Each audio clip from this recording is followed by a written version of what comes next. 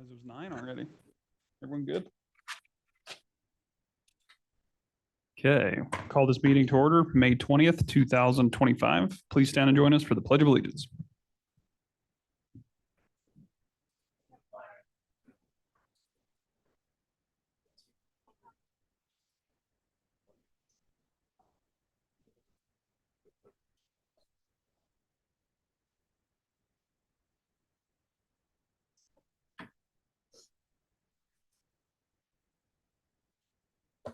All right, good morning, everyone. Commissioners, first off, there's a quorum present today with all 5 commissioners in attendance. And commissioners, if you've had a chance to review the agenda, I would entertain a motion for approval. So moved. Motion by Commissioner Jones. Do we have a second? Second. Second by Commissioner Slaughter. Any discussion? Hearing none, all those in favor signify by saying aye. Aye. Opposed, nay. Motion's unanimous. First up under tab A today are 2 public hearings. We've got a couple of budget amendments. First being resolution 25-05-CL-02 to increase the detention center's budget using the unspent budget allocation to the facilities and maintenance line item for the handrail project on the museum. Joining us this morning is accounting specialist Rebecca Romero. Good morning. Good morning. Yes, so we found out the handrail project at the museum we're not going to be able to complete that. It's impossible. So we would like to take those unspent funds and just chain line items and move them to the detention center for a new washer. Very good. Questions on the resolution, commissioners? It's an expensive washer. I had to look it up just because I was curious, but it's accurate. With no questions, we need to open this up for public hearing. So at this time, if there's anyone online or in the audience that would like to speak to this budget amendment, now would be the appropriate time.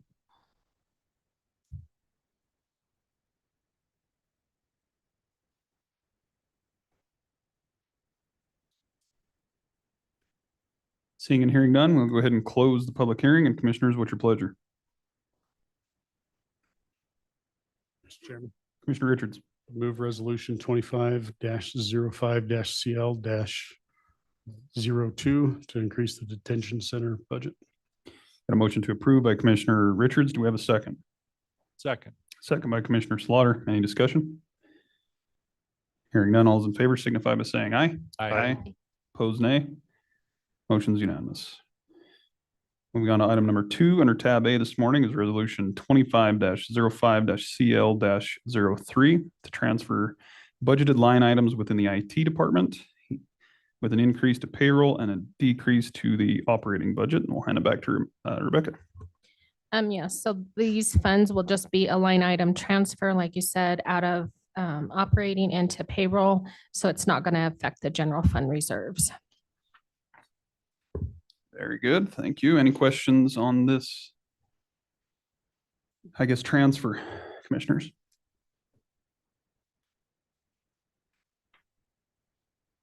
Hearing none, we do need to also open this one up for a public hearing. So at this time, if there's anyone online or in the audience who would like to speak to this resolution, now would be the appropriate time.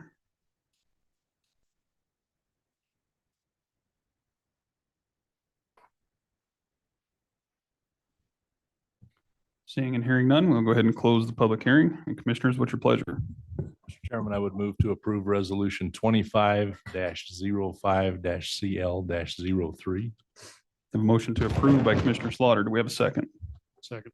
Second by Commissioner Richards. Any discussion? Hearing none, all those in favor signify by saying aye. Aye. Aye. Opposed, nay. Motion's unanimous. Thanks, Rebecca. Thank you. We'll see you this afternoon. Bring that crystal ball if you could. I'll try. Appreciate it. Heck with that, bring a money tree. Yeah. Moving right along into tab B on the agenda, commissioners, is a public hearing for the Planning and Zoning Department. We've got one resolution before us this morning, resolution 25-05-Z0-01, or ZO-01, I should say. Conditional use permit for a campground request by Jared Triplett. And with us this morning is County Planner Cassidy Brown. Good morning, Cassidy. Good morning. Thank you, Mr. Chair. So the proposal here is for a 11 space campground, and it is for a property or on a property that is currently zoned for agricultural use. The existing infrastructure there is that there's McKinnon Road, which is County Road 1, and US Highway 414. The applicant is proposing a septic holding tank, proposed well for water, and proposed power from Bridger Valley Electric. And our applicant is Jared Triplett, and he's also the property owner. Here we have our zoning location map, and you can see that it is zoned for agricultural use. He's proposing to put the campground in that lower southeastern corner of the property that he owns. So on this proposed 11 campground or 11 campground, there's also going to be an administrative building for, welcoming in guests and things. The applicant has also stated that each site will have an electric pedestal and that he'll work with the appropriate entities to obtain a septic holding tank permit as well as a permit for a well. But he is sort of holding off on that just a little while just to make sure that this goes through before putting in for those. They are lengthy processes and also quite expensive. So just for the sake of being practical, making sure that this is feasible first prior to moving forward with those. This is the site plan that the applicant has submitted to land use staff for the campground here. And this is something that there are a few things that we're still working out here. For example, if this is approved, the mailboxes that are in the proposed exit would need to be moved out of the way for that. I did ask Mr. Triplett to send in another plan that just showed sort of what he's thinking for parking for each space. And so here's sort of an idea just so we can see what each campsite would look like. There's parking proposed on the western side of the property. And just to address this for all of you, that would be within the county right of way. And so this is something that staff wouldn't be in favor of. We would ask that those spaces do not go there. So that's something that we're still kind of just working out, but those are fine details. We're pretty comfortable overall with the layout here he's got. Here's our site photos, view to the north, south, east, and west, as well as the public notice that we've posted at the site. And that'll bring us into our conditional use permit review criteria. First is that the request is consistent with all applicable provisions of the comprehensive plan. The amendment encourages growth and development to continue in an orderly manner and in locations that contribute to the economic and social well-being of county residents by providing the area with additional recreational opportunities. The second is that the request shall not adversely affect adjacent properties. Campgrounds do pose a potential for increased noise levels. The nearest residence is approximately 470 feet from the campground. And so noise may be a concern to them. It's located to the north of the proposed campground there. In correspondence regarding this proposal, Under Sheriff Tomich also stated that campgrounds often result in an increase of calls for police to be dispatched to an area. So it is something to consider. Third, the request is compatible with the existing or allowable uses of adjacent properties. So the requested use is compatible with the allowed uses for the adjacent properties that are zoned for agricultural and commercial use. There is an adjacent property that's zoned for rural residential use, but currently there doesn't appear to be a residence on that piece of the property. A residence could be constructed in the future, and then you could have potential noise issues because of the proximity of the campground to residential zoning. However, the area that's zoned for rural residential use is about 143 acres. So a residence could be reasonably constructed far enough away from the proposed campsites or campground to mitigate this concern. 4, the request can demonstrate adequate public facilities, including roads, drainage, potable water, sanitary sewer, and police and fire protection exist or will exist to serve the requested use at the time such facilities are needed. The applicant has stated that he'll work with the appropriate entities to ensure that water, electricity, and a septic holding tank are provided to the proposed campground.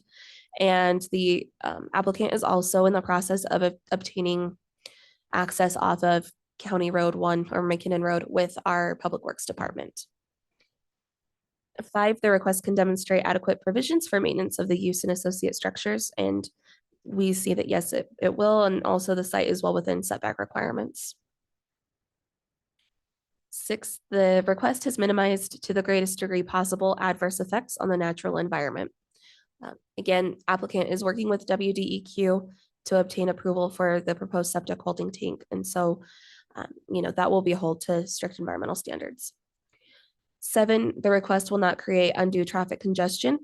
With only 11 campsites being proposed, staff does not foresee this request creating undue traffic congestion. 8, the request will not adversely affect the public health, safety, or welfare. We have had concerns expressed to us by the public regarding public safety due to lack of police presence and response times, as well as lack of fire presence right there in the area, and response time for that as well. Applicant will also again need to work with the appropriate agencies to make sure that the water and septic meet all applicable health and safety standards. 9, the request conforms to all applicable provisions of this resolution. Staff has reviewed this application and all zoning resolution provisions have been met. So now we can kind of go into our agency and public comments that we've received. Our first is from Darren Kaufman with YDOT. He states that YDOT has no objections. If there's going to be any new utility construction within the YDOT right-of-way, the property owner will need to obtain the necessary permitting and licensing to do so, as well as he wants to note that the existing gated entrance along Highway 414 frontage must be closed off with fencing across the opening, and that this and any other state highway right-of-way fence modifications must obtain the appropriate permits from YDOT. Jared Martin with Tesoro Logistics, Northwest Pipeline, says they're all clear there. No AML concerns with regard to abandoned historic mines. And then we've also got some public comments that came in. I'm going to try to go through these in an organized way that makes sense to the flow. So I might have to go back just a little bit. But we're going to see 2 petitions that are attached in here. The first is going to be a petition of support that was submitted by the applicant, Jared Triplett. And then there's a community petition also attached, a petition of dissent. So the first petition here we've got is submitted by Jared Triplett. And I want to address a couple of things on this petition here. So first, the zoning is agricultural zoning for a land use standpoint. And then under utilities / facilities, it does say primarily dry, no water, no septic, and then future water septic with DEQ approval. This is something that I've was able to speak with Mr. Triplett about after the petition was submitted, that we would not be permitting any camping on the property until there's provisions for septic and water. So the purpose of the petition is to demonstrate public support and request approval for a campground permit that aligns with the Sweetwater County Comprehensive Plan and supports outdoor recreation, tourism, and economic development while maintaining environmental responsibility and rural character. The foreseen community impact or benefits from those in support of this campground are enhanced tourism and outdoor access in Sweetwater County, that it'll support local business and economic growth, provide safe and regulated camping accommodations, respect neighboring landowners, and environmental stewardship. And attached, you can see the signatures of those in support of this campsite or campground. And then there's also attached exhibits similar to the ones that were previously in the presentation there. We also have 2 letters of support that were written, one from Representative Scott Heiner. Just to kind of summarize these, I won't read through. We did receive a lot of comments, but the petition does a good job of kind of summarizing those main points as well.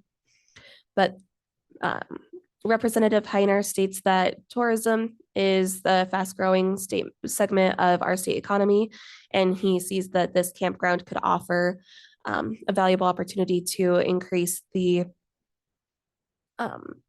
tourism in that area and support local businesses, and also, of course, give families more access to outdoor spaces. The second letter that we received in support of this proposed campground is from Representative Marlene Brady. And she also sees this as being beneficial to the local economy. All right, that will bring us into the community petition that was submitted against the proposed campsite. The petition states that we, the undersigned residents and community members, strongly oppose the development of a proposed 11-site campground in our town. This particular development raises serious concerns that outweigh potential benefits, especially given our town's rural nature and lack of infrastructure to support such a project. So the concerns that were raised were safety of children because the campground is located near a designated school bus stop. So the worry is about increased transient traffic and also unfamiliar individuals in the area. Littering containment with strong winds in the area. Noise pollution, lack of law enforcement, unfair burden on residents, fire safety with the nearest fire department being located 40 miles away. Any fire outbreak could become a serious hazard with devastating consequences. Increased likelihood of trespassing. They're hoping to also maintain rural character and safety, long-term occupancy concerns, and traffic congestion. Will state that in the planning and zoning hearing that we had last week, we did address some of these issues as well. The applicant is proposing that this campground be a seasonal campground, and so that also mitigates the safety impacts to the local children in the area. And we've also discussed putting terms on the occupancy, like the term of the occupancies that are allowed on the property. And so that should be able to address that issue as well. So you can see here the residents that have signed the petition respectfully urging you all to deny the proposal for this campground. And they are attached here.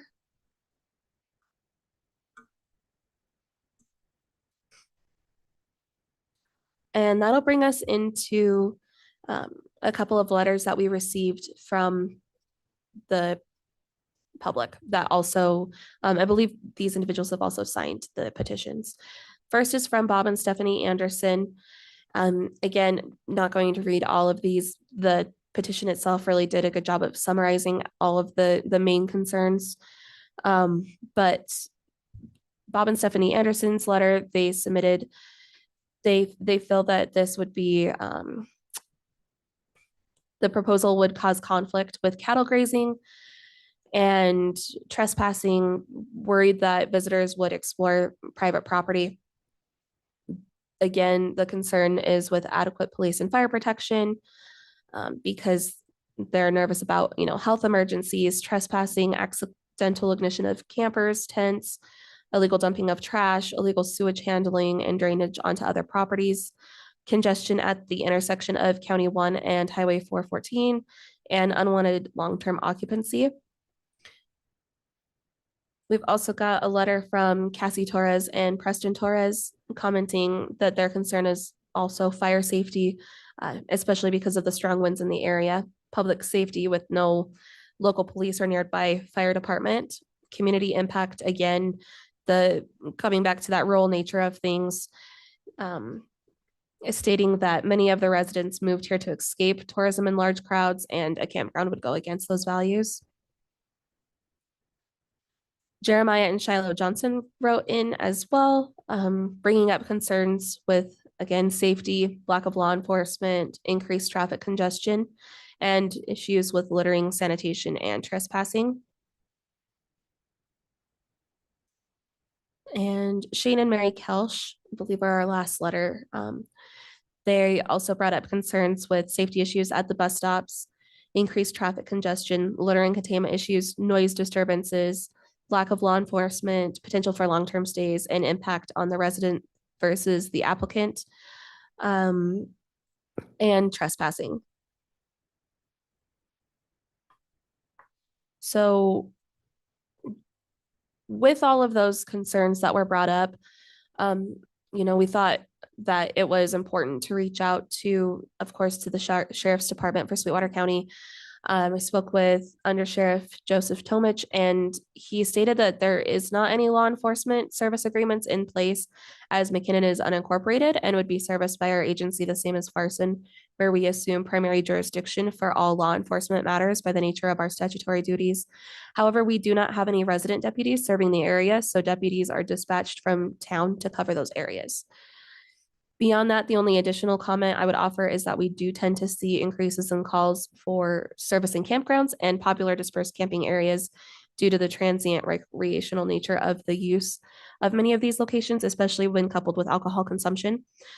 He further stated that it's hard to predict what the current proposed project would be like, and he can only speak from experience with mainly BLM and USFS campgrounds. After we had spoken, an agreement between Sweetwater County and Daggett County was signed to provide emergency response to this area.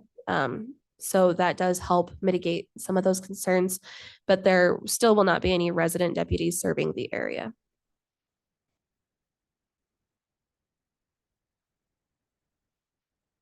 All right, so that brings us to the end of the comments that we received.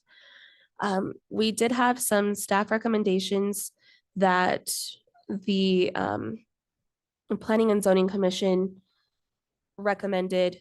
On May 14th, when we had our Planning and Zoning Commission meeting, the P&Z Commission voted 4-0 to recommend the approval of our resolution for a conditional use permit with staff conditions as requested by the applicant. The staff conditions that we proposed were first, that the applicant shall obtain WDEQ approval for the proposed septic holding tank, and the septic holding tank shall be installed prior to occupancy.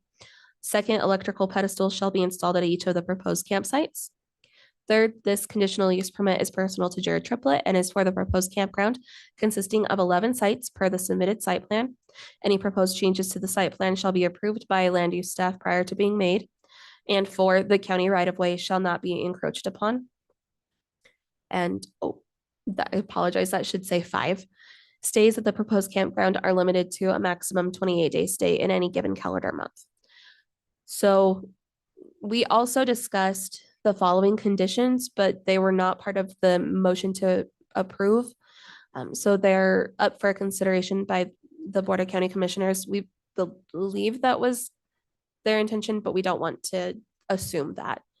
So these were the additional conditions that we discussed. 6 would be an on-site dumpster provided for garbage disposal must be covered to prevent animals and the wind from dispersing garbage from the area. 7, privacy fencing of a minimum height of 6 feet shall be added to the perimeter of the proposed campground by the applicant, except for where it's fronting McKinnon Road. And 8, the proposed campground will be operated on a seasonal basis from April 1st to October 31st. And so with that, that closes everything that I have for this presentation, Mr. Chair. Thanks, Cassidy. Appreciate the explanation on that. Questions for staff on the resolution, commissioners? Yes. Commissioner Tillman.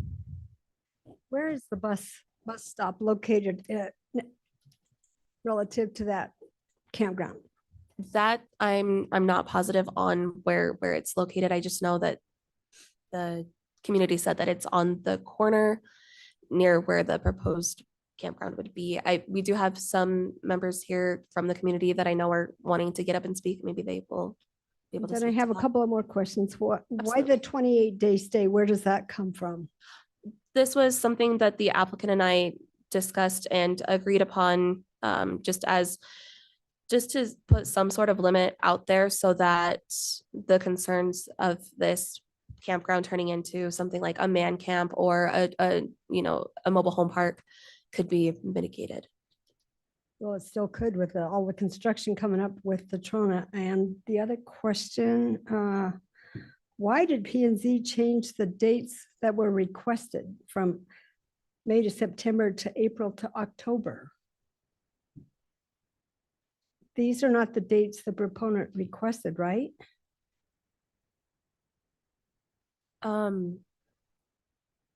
So I'm not certain on that. Is there something in the packet that says the other dates, or did I state other? I just other heard dates in that there? from local residents that, so I guess the proponent would have to answer that question. What was the original request? Sure. Yes. For us, we just heard seasonal, and so then we kind of had a discussion at the meeting, and it was mentioned April to October, basically. So that's as much as information as I have on that, Commissioner Tillman. Mr. Chairman, Yeah, Commissioner Slaughter. if I could add some light to that, as liaison to the Planning and Zoning Commission, I attended that hearing, and it was proposed originally, as Commissioner Tolman had stated, that it would have been from September through, I believe, or excuse me, from the middle of April through around the 1st of September. But toward the end of the hearing, the board addressed Mr. Triplett and asked him if that was sufficient or if there would be additional time that he would like to see put on it. And that discussion then revolved around the dates that are in this resolution B, which was put in our packet. Mr. Chairman. Commissioner Tillman. Well, I think that's where a lot of the concern is, especially with the safety of the school children and the bus stop, is expanding that into the school year. But I think we should hear from our residents. Maybe. So a little clarification on that. There's two resolutions in our packet. We've got Resolution A and Resolution B. From what I can tell, Resolution A is what the Planning and Zoning Commission passed, where it has the conditions in there, but it doesn't specifically list the seasonal timeframe. Whereas in Resolution B, it states from the end of April to mid-October. So is that, and then it has the additional conditions that you spoke about that were discussed but not approved. Is that kind of, Yes, that's correct, okay? Mr. Chair. So the first resolution just opens it up indefinitely as far as not being seasonal, whereas the second one makes it seasonal. Yes, Okay. that's correct. Any other questions for staff?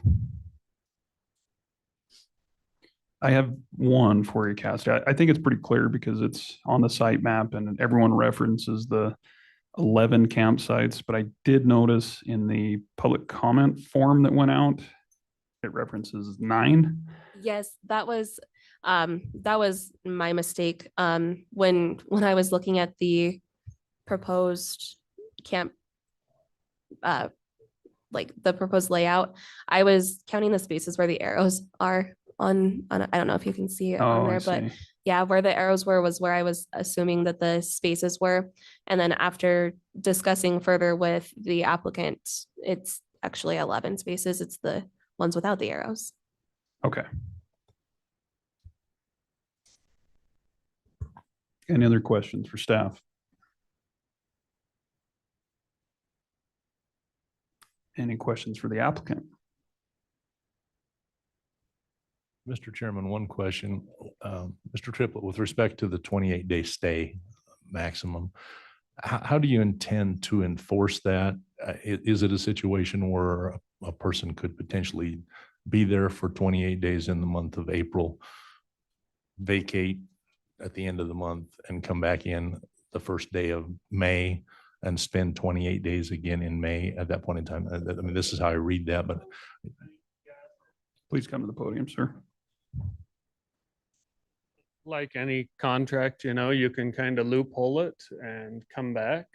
That isn't my intent. My intent of this is to start a website that has a calendar and have the thing blocked out all year to begin with. So I'm not worrying about people trying to, mitigate or skirt around a contract setup. But yeah, they could. Yeah, I think one of the major concerns that I have heard has been the fact that it could potentially, even with this 28-day stay, be used for the purposes of, say, a man camp or something of that nature. And that's one of the things that we're hearing as a negative. That's not my intent whatsoever. I know that there's a soda ash mine going in. There's a lot of money involved there, but that's not my intent out here. My intent is to capture what seems to be a train or a freeway of traffic that comes through there on 414 to Manila every season. I just anticipate to catch some of that. Another thing that was not brought up during or if it was brought up during the planning and zoning hearing, but I may have missed it if it was, do you intend to allow open fires at the campsite or things of that nature? Because one of the concerns that came up in it was potential for fire in surrounding areas, specifically talking about fireworks and potentially open flames from campfires in the campground itself. Do you anticipate having open pit flames there? Or? Yeah, it'll be just like a KOA. We'll have enclosed, 18 to 24-inch rings. It'll be raised up. But per DEQ, we're going to have a faucet that can provide, 5 to 10 gallons a minute right next to it. So anybody can put a small fire like that out quite quick. It's, the unforeseen when something's left overnight or something in that situation. But the rest of the surrounding area, if you look at the site plan, is grass and gravel. It should be well maintained. The only way that anything could get out is blow over the fence and start getting in dry fields. Yeah. Thank you. Mr. Chairman, Mr. Richards. Mr. Triplett, would you be amenable to the language making it so people could stay instead of 28 days a month, say 16 days in any 60-day period, kind of closer to what Forest Service and BLM uses for camping, and that would eliminate that concern of a loophole? Yeah, I would be opposed to that because that would only allow one person to stay 16 days in pretty much the peak of the entire season. So you would be opposed? Yeah. To that? I mean, my concern here, Mr. Triplett, is when I put 28 calendar days on a calendar, you can spend 28 days, the last 28 days in May, you can spend the first 28 days in June. So now you've spent 56 days in a row, and you can pull your camper out for 5 days and come back for the second 28 days in July and the first 28 days in August. And now you've stayed another 56 days and drive away for 5 days and come back. So in effect, the current language lets a person stay all summer long. And I hate to see that loophole there. And I hate to see language that creates a loophole fail the whole thing. 16 days is 2 weeks plus weekends on either side. 22 days would be 3 weeks, if I'm not mistaken. So that would be another middle ground. But I'm not a big fan of the 20. No, don't get me wrong. I'm not sure that we should be limiting stays at all. A few years ago, this board addressed a property mere miles away in McKinnon where we wouldn't let somebody put recreational units on their property because it was less than 30-day rent. So in the same community, we're telling one landowner that we're not going to allow them to allow people to stay 30 days. And then we told another landowner that we wouldn't let people stay less than 30 days. So I don't think we're applying things consistently. So I'm not sold that we need to have that restriction at all. But if we are going to have the restriction, I think we need to make sure there's no loopholes in the restriction. And then the other thing I wanted to address, Mr. Triplett, would you be adverse to a condition that says fire use within your facility would be based on current BLM fire restrictions? So if BLM has a current burn restriction, you would enforce that? I feel that BLM burn restrictions don't apply because they don't have water sources within 10 foot of their fire pits. I feel like we're doing everything we can to mitigate the fire situation on this property.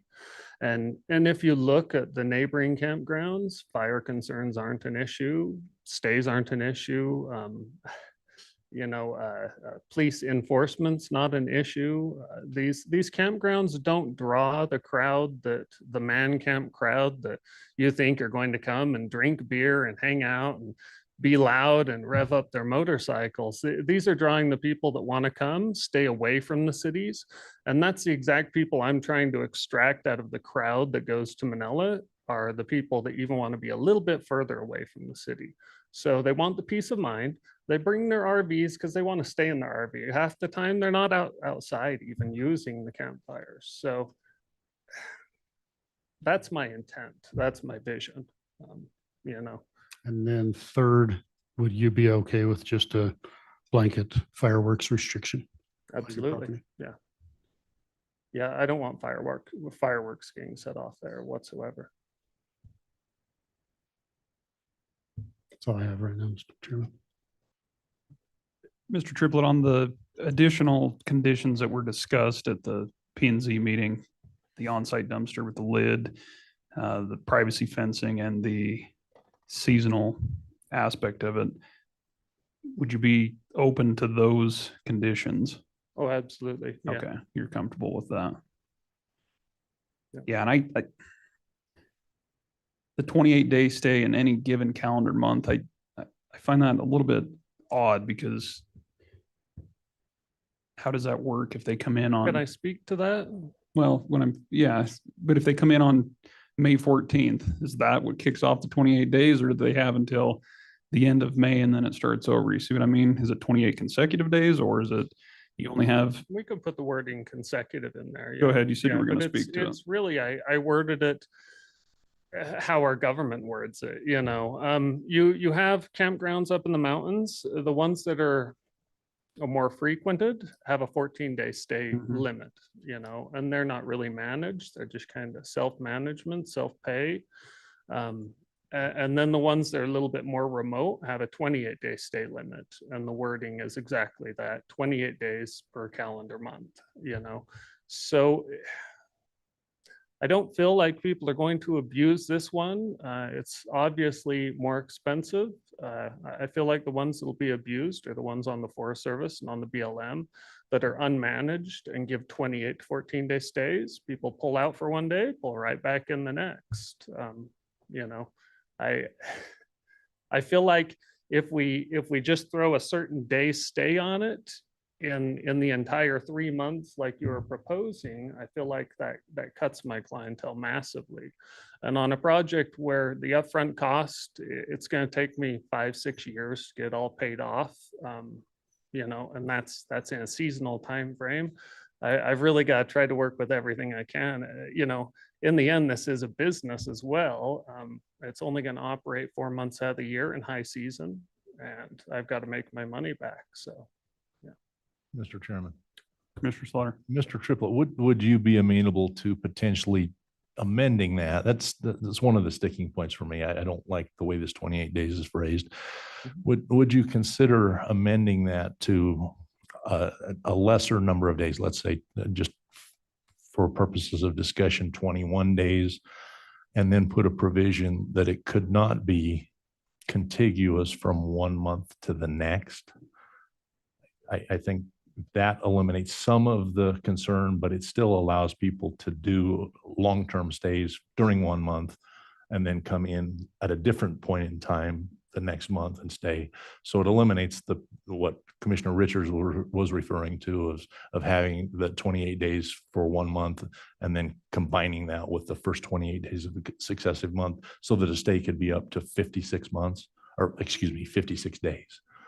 Would you be amenable to something along that? Could we work towards something there? I mean, I would love to work with you guys on whatever we've got to do to make this amenable to all parties. I would love to hear the concerns that are surrounding this 28-day.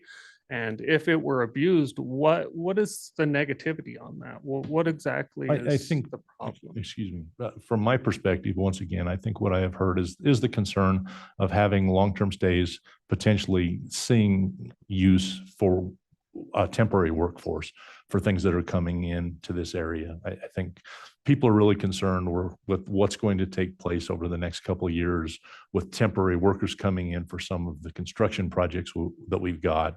And I think what I've heard from the people who have expressed this type of concern is that they're concerned that could be a potential misuse of this campground, which I don't think is your intent by any means, but I think unintentionally you could have those consequences potentially if we don't address that in a loophole in that nature.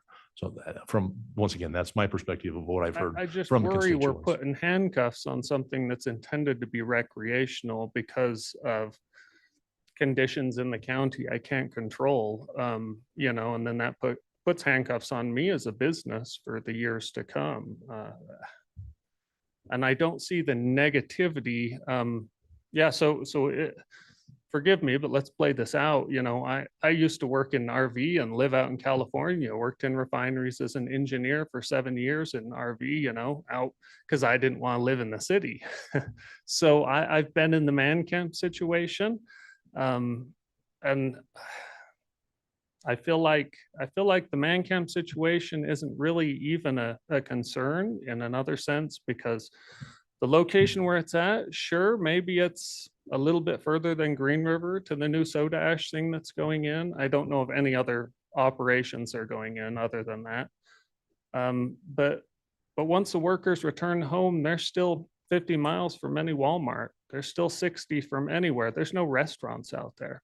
There's no services whatsoever.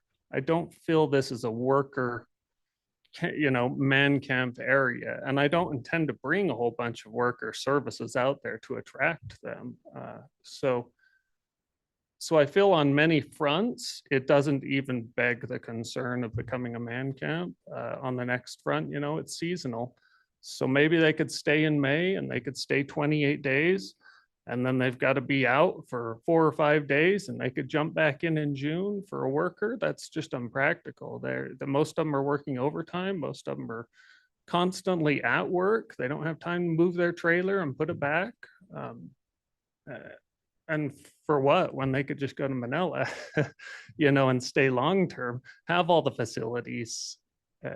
So I guess that's my understanding of things. I would hate to put handcuffs on this and eliminate or make somebody who wanted to come in the first of the season and middle of the season and end of season and say, hey, you can't do it.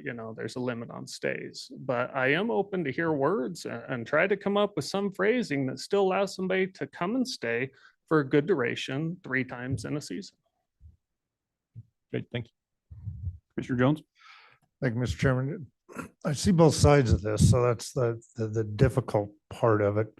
I guess one side that I see that we probably all need to lean on fairly heavily, or I believe, is P&Z has rules and conditions, and if somebody follows what we say they have to do, it's a little difficult to say no. I certainly understand the concerns that people might have, but one that hasn't been addressed yet that Commissioner Tillman brought up was the school bus stop. Where is the school bus stop? And so I know per all the writings you guys have seen, there's some official school bus stop, but there's no sign. There never has been since I went to school there. But I own the 2 corners there. The school bus comes, pulls down into one of my corners, flips around, and usually pulls off by the mailboxes. And kids, students, everybody uses the easement that has been given across that land for the county road to park on both sides and loads on the buses from Manila or from Green River. But there's no dedicated stopping area. Not like you have out on Highway 414, where you actually have school bus stop signs and it stops right out there on the highway. there's none that sit there on the property. So it's kind of just wherever people are migrating to, the bus pulls up to. Any additional questions for the applicant? Not for the applicant, but for P and Z, you didn't look into that issue with the school bus and the safety issues? We did not look into where the bus stop was located specifically, especially because it's mostly a seasonal. It's a seasonal campground that's, not too much during the school year. Also, the applicant has stated that he'd be open to discussing, moving the camp or the bus stop during the P and So Z the bus meeting. stop though is where your access is coming into the campground too. It's close to that. The mailboxes have to be moved and It's in the buses reasonable stop there. area, And but so. One at a time, one at a Understand. time. when I was going to school, the bus stop was on the other side over by the store. There's no designated bus stop there. It's just at that intersection, the buses come and stop. You know, if kids are coming from field trips from Manila, it'll stop right on County Road 1 and let them off on the oncoming traffic side. If it's one of the smaller buses from Green River, it comes in, it pulls in, usually pulls right up to the vehicles of the people who get on and off of it. So it isn't like everybody's lined up like you have in the city here, you know, at a designated school bus. But that might clarify it, but also muddy it. Yeah, it muddies it. Quiet. We're going to open it up for public hearing in just a moment here, sir, and then you, by all means. No, it's okay. Any other questions for the applicant? Anything else you'd like to share, Mr. Triplett? I've gone through and just kind of wrote down my addressment to these concerns that the public are having. I'd like to voice that right now. Go ahead. Floor is yours. So it's a speech. So just take it for what it's worth. But I appreciate the opportunity to respond to you guys in the concerns regarding this proposed seasonal 11-site campground. I take all feedback seriously, and I'm committed to maintaining a safe, clean, respectful environment that aligns with the values of the McCann community. Below are my responses in regard to all of these concerns. Concern 1, safety issues at the bus stop. We fully understand the importance of student safety. You know, I have kids going to school down there, so I'm concerned as well.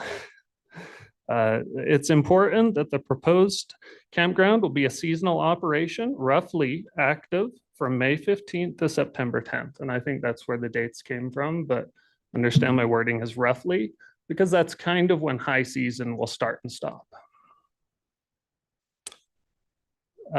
This will largely avoid the school year. Additionally, the entrance to the campground is located at a safe distance from existing school pickups and drop-off points. We're prepared to coordinate with local transportation officials to ensure there's no disruption or risk introduced, and to implement signage or speed controls as needed. Number 2, increased traffic congestion. With only 11 campsites, the expected increase in traffic is minimal. Guests typically arrive and depart during off-peak hours, and traffic will be light and intermittent and recreational in nature. To item 3, litter and containment. The campground, we plan to include a wildlife-resistant enclosed dumpster, regularly scheduled waste removal, and guests will be held to a strict clean policy with violations resulting in removal. Noise disturbances. Quiet hours will be enforced from 10 p.m. to 7 a.m. All guests will agree to these terms upon booking. Most noise complaints, if they occur, will likely stem from registered guests, not individuals outside of the camp, meaning that we can directly address by an on-site call manager so that neighbors are lightly impacted. Campers who do not comply with these rules will be warned and then removed. That's our proactive approach to avoid escalation. Lack of law enforcement. Well, it's true McKinney doesn't have a dedicated law enforcement presence, this is a broader issue that affects the entire community. In fact, if law enforcement resources are a concern, they're arguably more critical for existing institutions such as the local school, which hosts dozens of children daily, including mine, rather than for a small seasonal 11-site operated campground. To further evaluate this, you guys, I spoke with Sheriff Eric Bailey of Daggett County. He runs 4 total officers down there for all of Daggett County. And I asked him what his take on it would be, and he said, you know, I can quote him, you guys can contact him. He's open to writing a statement, but he stated this. 11-site seasonal campgrounds such as the one being proposed would bring practically no crime. He shared that in his own town, the 2 local campgrounds contribute to less than 1% of the total crime, most of which consists from domestic disputes. Across his entire jurisdiction, campgrounds account for less than 5% of the crime, with the majority of those incidents tied to federally managed open campgrounds on Forest Service land, where there's little supervision. Sheriff Bailey noted that the most frequent issue is failure to pay on these, which he attributes to lack of oversight on the management of those locations. In contrast, the proposed campground McKinnon will be closely managed with rules in place, oversight of guests, and a swift internal resolution of any issues, reducing the chance of law enforcement ever needing to be called. This firsthand input from an experienced law enforcement officer kind of reinforces our view that this will create minimal risk to the other residents out there. Potential for long-term stay, I think we kind of beat that up. And like I say, I'm open to talking, but how I said it was a 28-day stay. We intend to make this a short-term recreational use facility. Impact to the resident versus the applicant.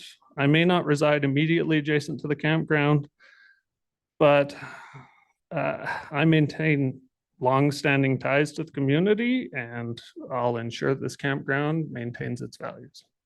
So that's really all I have, you guys. Have any questions for me on any of those concerns? Doesn't look like it. Thanks for taking the podium and addressing some of our concerns. We Appreciate appreciate it. it. At this time, we do need to open this conditional use permit open to a public hearing. So if there's anyone online or in the audience that would like to speak to this, now is the appropriate time. Please come up to the podium, introduce yourselves for the record. We are falling a little bit behind schedule, but we want to give you some due diligence here. So we normally limit it to 3 minutes, but we'll be flexible as long as we can somewhat remain on pace here.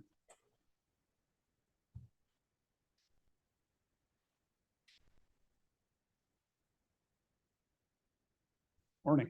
Good morning. My name's Charles Bergmeyer. I oppose this trailer park for a number of reasons. I have some main concerns other than trespassing, dogs chasing livestock, which are just adjacent to this. But probably one of my main concerns is the open fire pits. In this pamphlet that I passed out, you can see how close adjacent the houses. I've got 2 houses on that property, and the closest residence is right next to Nyla's store there. And he was willing to go along with the first petition that went around. He was for it, but he was told there would only be a couple campsites, not 11. And anyway, I'll get into that a little deeper. So he has since changed his opinion of 11 campers.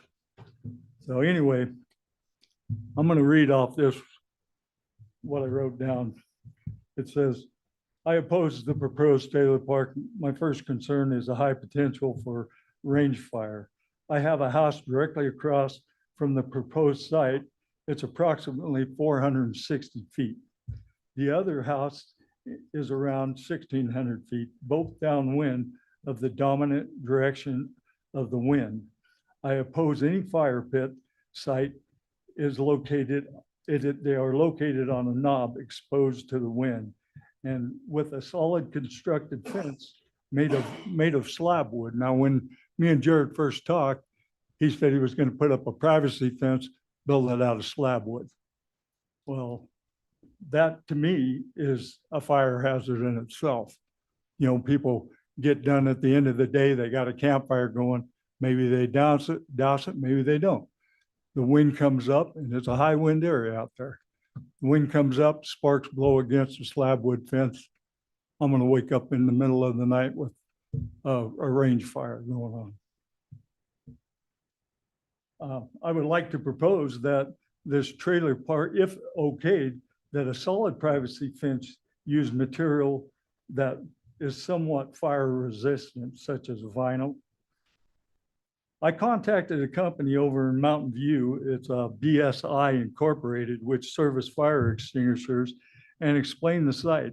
They suggested that each site be equipped with an extinguisher or 2 10-pound, one located at opposite ends of the trailer park.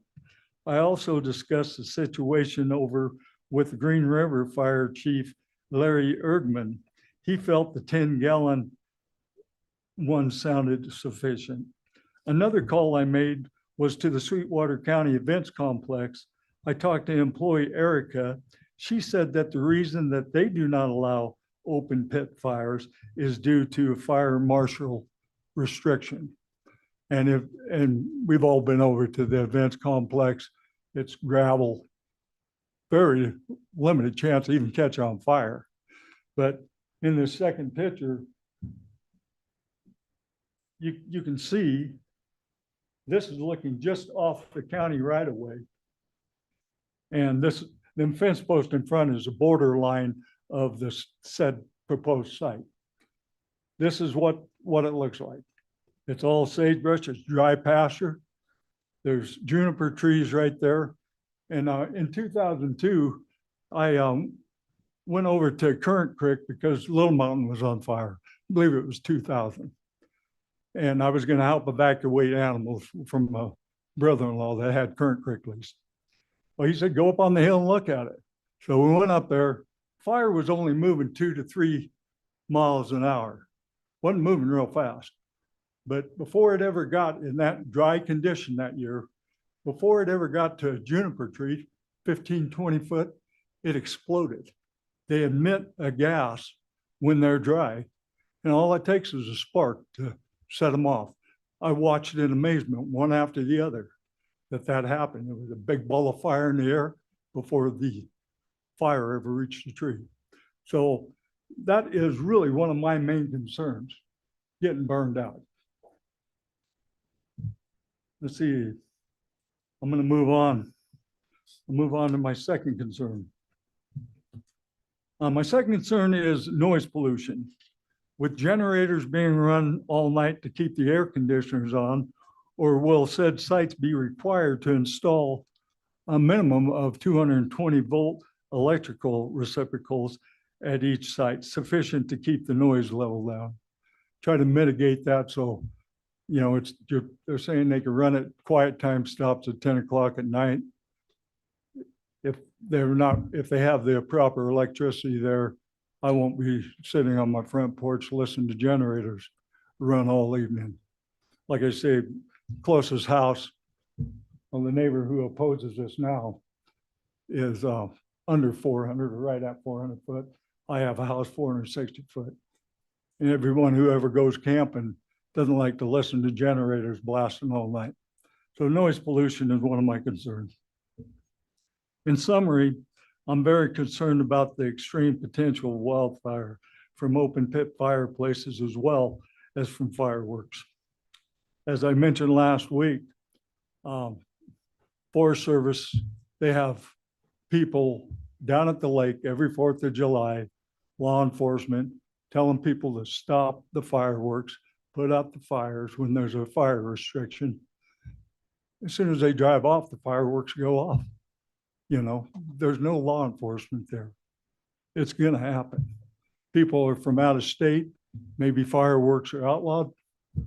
They come up here, they want to have fun. They're on vacation. It's the 4th of July. More than likely, they'll be shooting out fireworks. And I see where I was.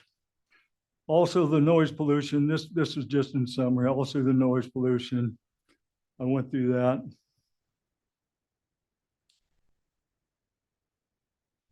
Okay. The house that is closest, 460 feet away from the proposed site. His name is Curtis. I did not talk to him to get him to sign this signature, but he was originally told that there would be a couple campsites there when he signed it. I talked to other neighbors. I went out and got other signatures yesterday opposed. All these people were originally supportive. Now they're opposed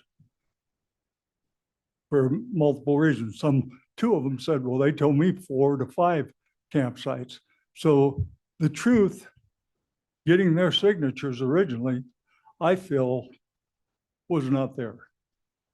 But I'm sure these people, if asked to, would be willing to testify if it's not settled here today on just what I'm stating.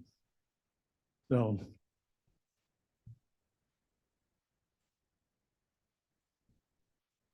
And anyway, please take into consideration my concern and my concerns of the majority of the residents of McKinnon.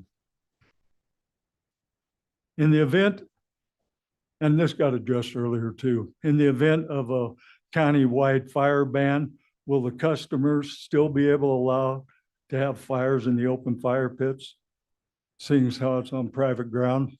Do they have to obey, you know, when the potential there to burn me out? If you look at that original map, I'm downwind.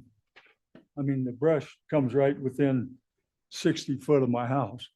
Now I could maybe mitigate part of that by taking the vinyl off my house and putting up a stucco cement, making it a little more fireproof, but I have genuine concerns. Yeah, I guess that's about all I got to say. I thank you for hearing me out. Is there any questions you want to ask me? Thanks, Mr. Bergmeyer. We appreciate your concerns. Any questions or comments, commissioners? Yes. Commissioner Tillman. What about the bus situation? How close is that bus situation? I mean, what do you feel about the bus safety? Well, I have the same concerns. There's kids, you know, it just depends. There's good people and bad people in construction. You know, you might get guys that drink a case of beer every night. You might have someone come in and read the Bible every night. You don't know. But the bus stop currently stops just by the mailboxes, which will be removed. It will be the entrance way to this. There's room there to park a little distance away, but the safety concern still lies with where that. But if they bring that seasonal thing down, would it be more agreeable then if they pulled it back into what they originally asked for, May 15th to September instead of April to October 31st? Sure, that would mitigate what they originally agreed to. Yeah, that would definitely close a window by 2.5 months. I'm not opposed to the development of this corner. McKinnon could use a store. Our stores, Nyla Wild died, she ran the store. We have nothing out there. I'm not opposed to a gas station. But something that benefits the entire community, where this doesn't. This benefits one man. I would hope that you take my concern in consideration. I have nothing else. You guys got anything you want to approach me with? I think that's it. We appreciate you taking the stand. Thank you very much.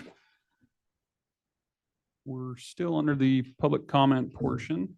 Just a reminder, if you did submit or sign a petition, we have that in our packet today. If there's anything additional that anyone would like to share or speak to, now's the time. Yeah. Nobody else wants to. I'm Mark Triplett. I'm Jared's dad. Grew up in McKinnon, maintained a home there all my life. I'm about 80 years old. So I've been around there a couple of years. And I want to address a couple of things. The bus stop first. That sounds like a real concern. The bus stop, the bus that we have a disabled child that we bring into Green River every day. I just dropped him off at school, and then the bus brings him out at night. And it's a designated place is a mile away. But the reason that we go down to the crossroads, we call it this little intersection, is because it's easier for the bus to turn around. So I told him, why don't you just go down there and it won't make it so hard on you. So the designated place is a mile away for that bus. And that's the only bus I know of that stops there. Although you have buses coming out of Manila. They go on a lot of outings, Manila does, and a lot of the children go to Manila school. And so those buses, sometimes they stop on 414 most of the time, just flip on their lights. There's never been a problem. Kids get on, get off, so on. Occasionally that bus will swing in there and turn around there for the children to get on to the, I think that's County Road 1, the red line there that Charlie's put on there. But at any rate, so it's not a designated place. That place could move wherever you want it to move. And they can still turn around there. If he puts a campground there, there's plenty of room to still turn around. It's not a big deal. So that's a bus situation. The length of time, I think that's totally ridiculous. Guys, let him have it from April to end of October. He's trying to make a few dollars, and it's 11 camp spaces. We've worked construction. I'm an ex-military and construction guy. I've been doing it all my life. Worked all over America. And it's not residential, heavy industrial construction. But whoever you let come into that campground, you can't control. Are you a construction guy, you dirty rotten bugger? Or are you a fisherman gonna go down and fish?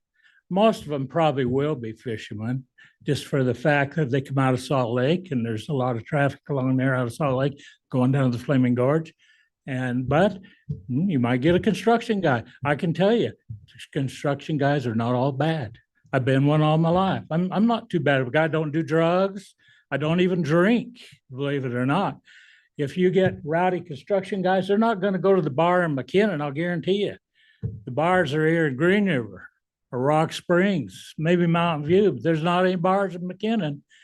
And as far as them getting drunk and rowdy, when they get done with their construction day, you know what they do? They go and take a nap. They get tired. You have to work. And same with the fishermen. I have talked to the fishing or the KOA campground there in Manila.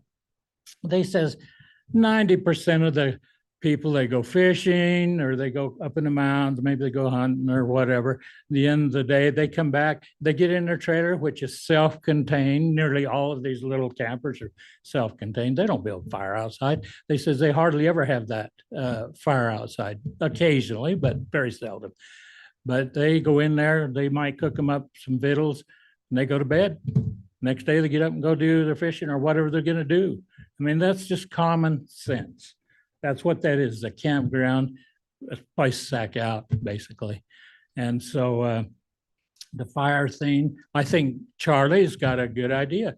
I suggested to Jared that maybe he ought to put a concrete or these plastic fences or something around there might be better than slab fence. But I was thinking of aesthetic, the looks, but that's something he might address. But you won't have very, very much of that. You will have campfires up in the mountains where there's lots of grass and lots of trees, and they're unsupervised. And a lot of them don't even have a ring around them. Just build a fire. You gotta cook your marshmallows and your weenies and so on. I don't know. I don't see them setting too many forest fires, but that is a possibility. And it's something that I asked Jared about that, and he's going to have these little fire hydrants, that come up around. The place has got to hook something in their trailers. Gets a fire from water, pour it on the bugger and put her out. Our kids build fires all the time. Summer, well, they don't do it much in the winter, but it's too cold outside. But and fireworks, we've been setting off fireworks ever since I can remember. Every year, we got a big hill by our house, and we go up there and set off fireworks. So far, we've never had a fire, but that's always a possibility, and that's something that probably you ought to have some kind of restriction on that. The congestion, you're not going to have any congestion. If you get a herd of cows, which a lot of these people are saying they're opposed, yeah, you're going to have congestion because those cows block the road. And that's congestion. But as far as traffic congestion, you won't have any traffic congestion. It's just the nature of the place. 11 campgrounds. The community is 10 miles long this way and 10 miles wide roughly. No, they're not going to have traffic congestion. That's not going to happen. The crime, I would suggest to Jared, there is one property owner, which is west of the campground, that is worried that somehow he's going to have more crime. And he has a road that kind of goes around by Jared's place. I'd suggest that Jared put up a gate for him, and he could even put a lock on that gate. And that guy can have his road locked out, and if he wants to go by, just unlock it and open the gate and go through, if that's his big concern. The biggest crime that we have had out there, and probably will have, is guys stealing each other's water in a short water year. We've had a little problem on our little place. We just got a little gentleman ranch, very small.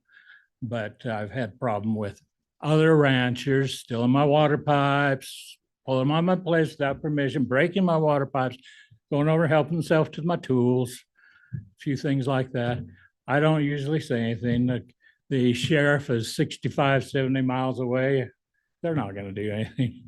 They're going to be, oh yeah, we'll be there in 3 hours. Well, 3 hours, the culprit's gone, and that's the end of the story. But so at any rate, I think the fire thing situation, the bus stop is it sounds like a big deal, but it's a non-worry thing. There's plenty of room to still turn around if they want. And there's not gonna, all the traffic for 11 seasonal campgrounds is not gonna make any difference. The days, 28 days, 14 days, whatever, let them stay all summer. What's wrong with it? I don't see anything wrong with staying. He's trying to rent them out. And so this guy moves out, somebody else moves in, place is rented. The more people you turn over, I suppose, the more likely you'd have problems. But the less turnover, I just don't see that's really a problem at all. A construction guys, now you've got a big multi-billion-dollar project going out between here and McKinnon. And that is going to bring construction people. You know where those construction people are going to stay? They're going to stay, some will stay in here in Greener until they can't find a place. And then they'll camp out. They'll live under the bridge. Some of them. I've been on jobs where they were. I've had them come and say, borrow me some $20, would you? I'm living under a bridge down here. And so you do have a different element of construction guys. You have good ones and very, very high class people, and you have some rowdies. But you're going to have that out there. Now you'll have people out in the country that say, hey, I've got a trailer. You want to rent it? And it'll be right next to his house. And that'll happen. But you can't do anything about that. I can't do anything about it. It's just the way it is, nature thing. So that's my spiel on it. Very good. Let him have it. Mr. Let him do what he can. He's, I think, knows our concerns. Thank you, Mr. Triplett. Appreciate it. Final call, public hearing, if anyone would like to speak to this matter. If not, we are going to close the public hearing. And commissioners, I would ask what your pleasure is on resolution 2505Z001.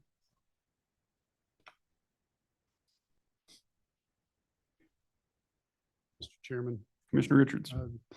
you want me to move it before we discuss, or do you want some discussion first? We can have discussion if you'd like.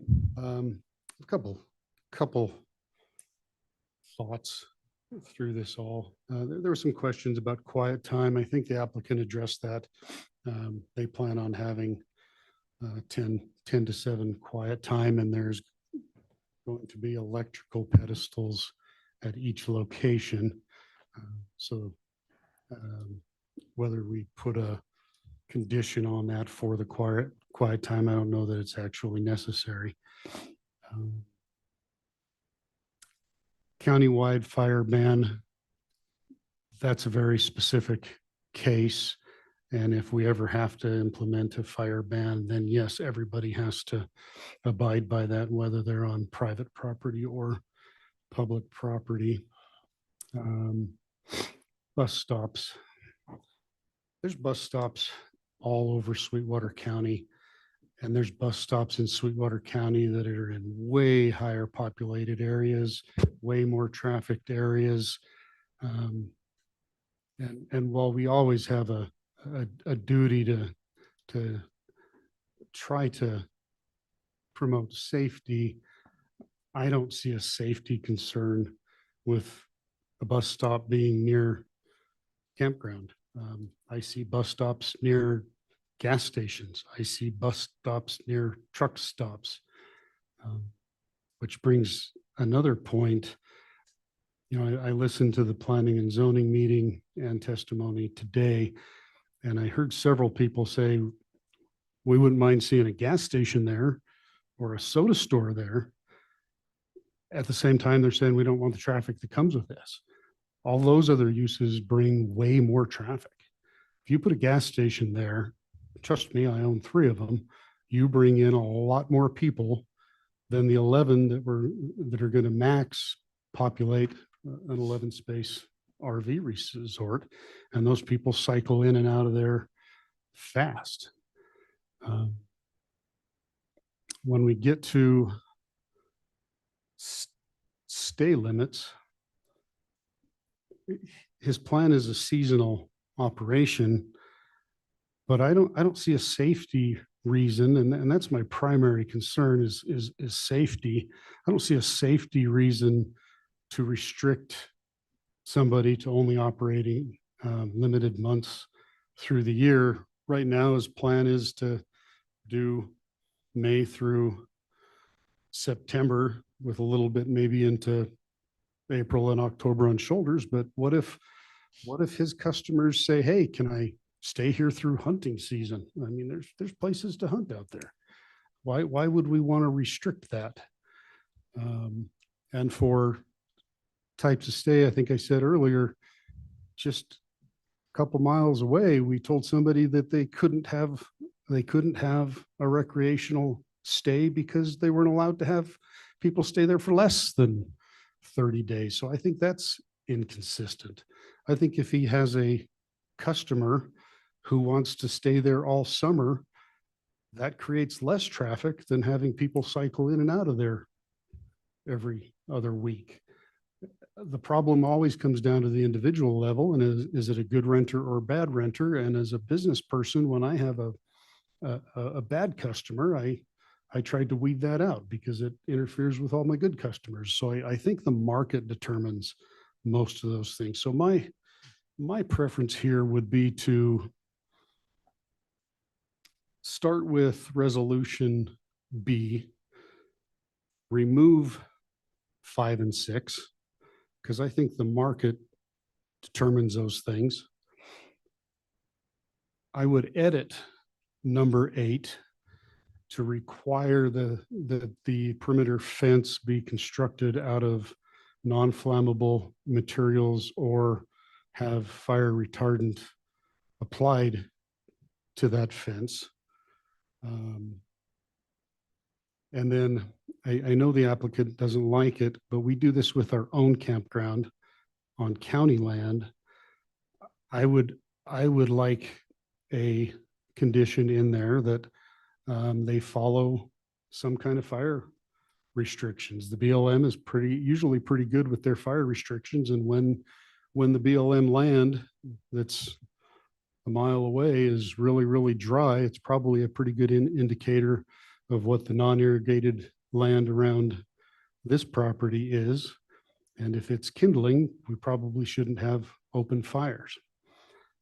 Now, I know Mr. Bergmeyer called the events complex, and the events complex doesn't allow open fires, but that's because the events complex is within the city limits of Rock Springs, and Rock Springs doesn't allow open fires, and they have to comply with those. But in the county, really, Mr. Triplett could pull out there on his land right now with a camper and put up a fire ring and put up a fire. I don't think putting 11 well-manufactured fire rings that people, they're going to have a buffer zone around them of probably some gravel is going to create an undue fire danger. There's so many ways that a business is going to mitigate those things.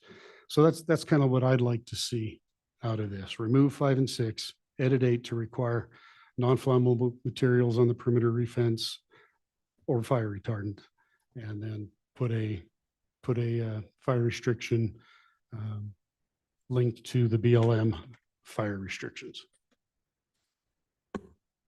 Very good. Thanks, Commissioner. Any other thoughts or comments, commissioners? Mr. Chairman, Commissioner Slaughter. I tend to agree with the suggestions from Commissioner Richards. I would probably differ with him with respect to items 5 and 6. You know, I can see the point. I think that the campground itself will probably regulate itself with respect to time. My bigger issue comes on item 6, and it is strictly due to the concerns that I've heard on the long-term stays. I don't like really the way it is, but I would go ahead and approve with respect to that. I do like the idea of adding conditions that the privacy fencing be somewhat fire retardant.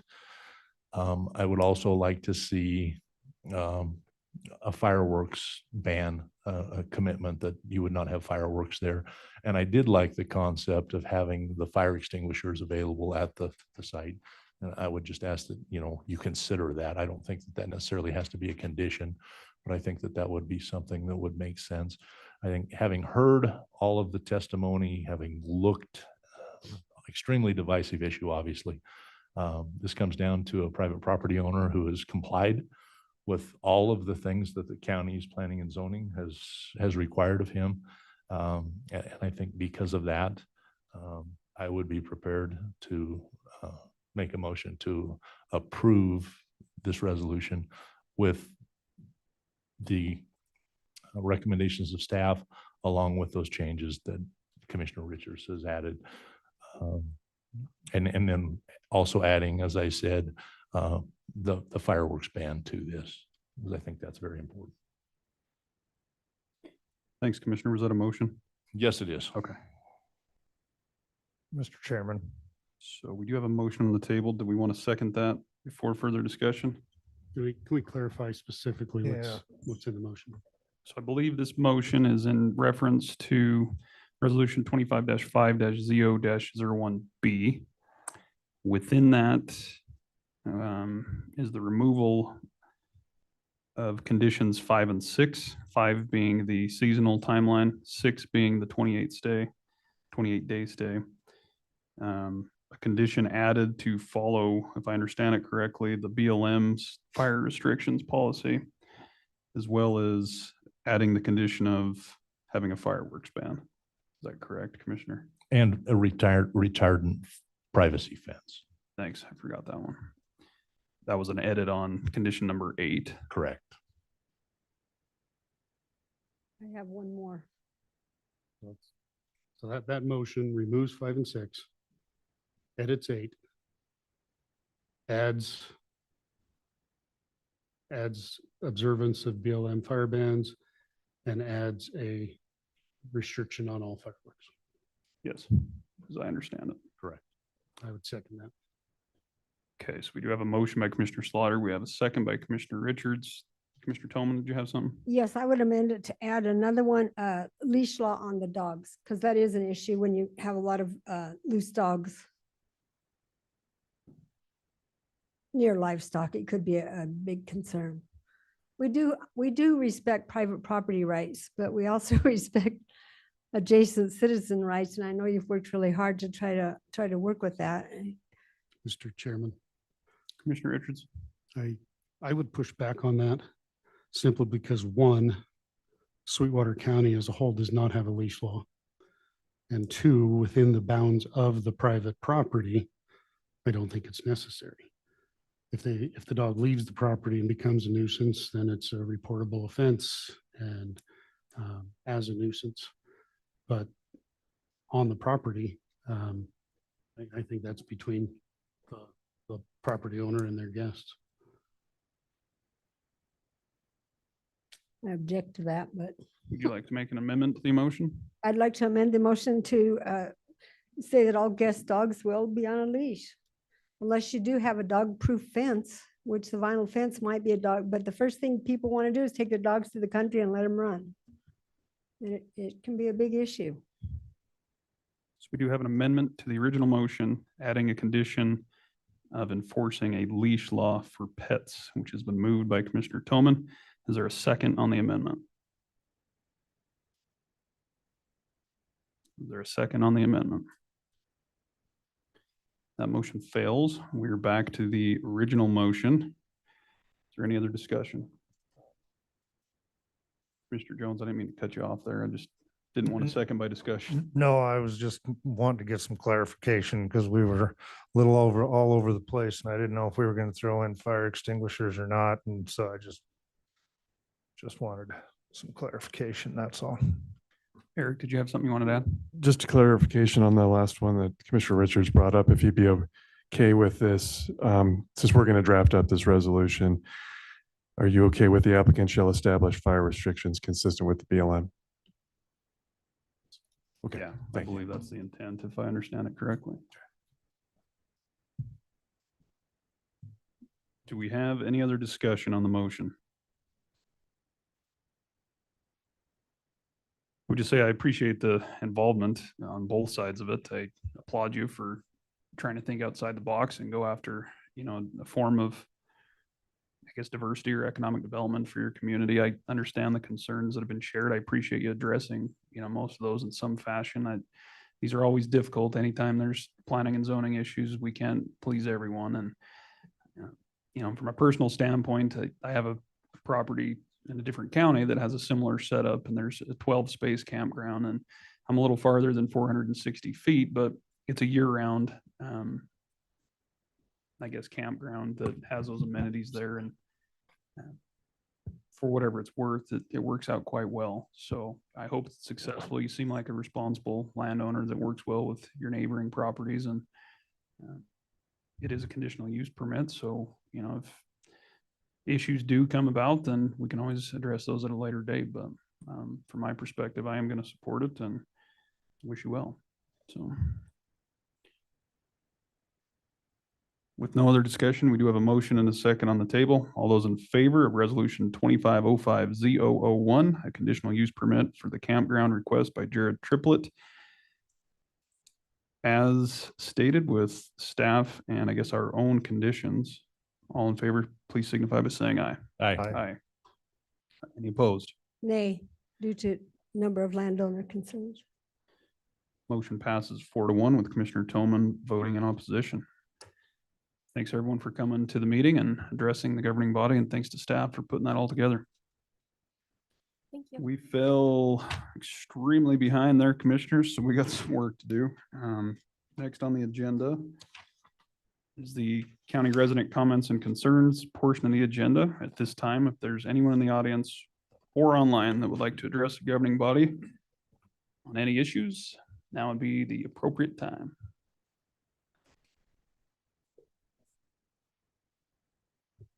Morning, Clerk Lane. Good morning, Chairman, Commissioners. I would just like to recognize Cindy Gunter from my office. She's the UCC title clerk, who as of today has 40 years with Sweetwater County. And she did take the day off. I told her I'd probably take the week off, but she took today off or I'd have her in here with me. But I just wanted to recognize her and thank her for 40 years of service. Yeah, thanks very much. That's a remarkable service. Sally tipped me off to that this morning, so you stole my thunder. I was going to recognize her in my comments, Okay. but job well done. It is your employee, and yeah, it's got to be one of the longest standing Yes. employees in the county. So congrats to Cindy, and certainly thanks for all she's done. All right. Thank you. Thanks.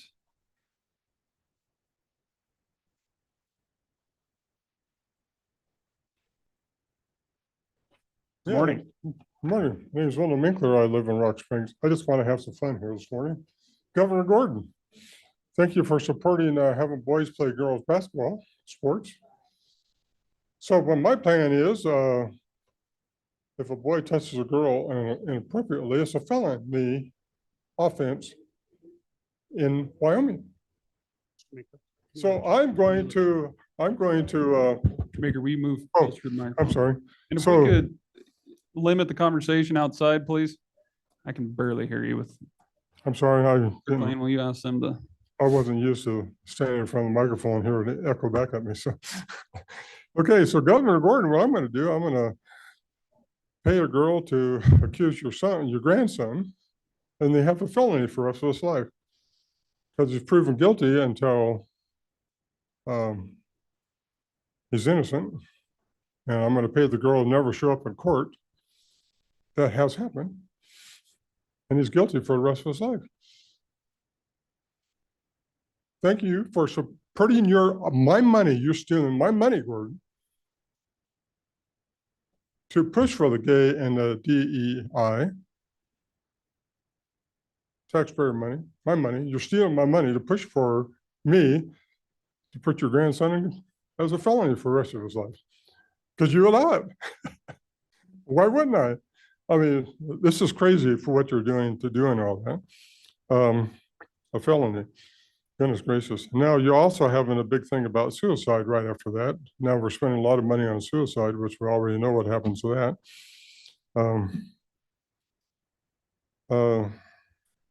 What about, you're going after guys. I guess there's a guy, I read an article where he's going to be in jail for years, the rest of his life, for looking at childhood porn, but you're not going after the guy making the movie of the porn.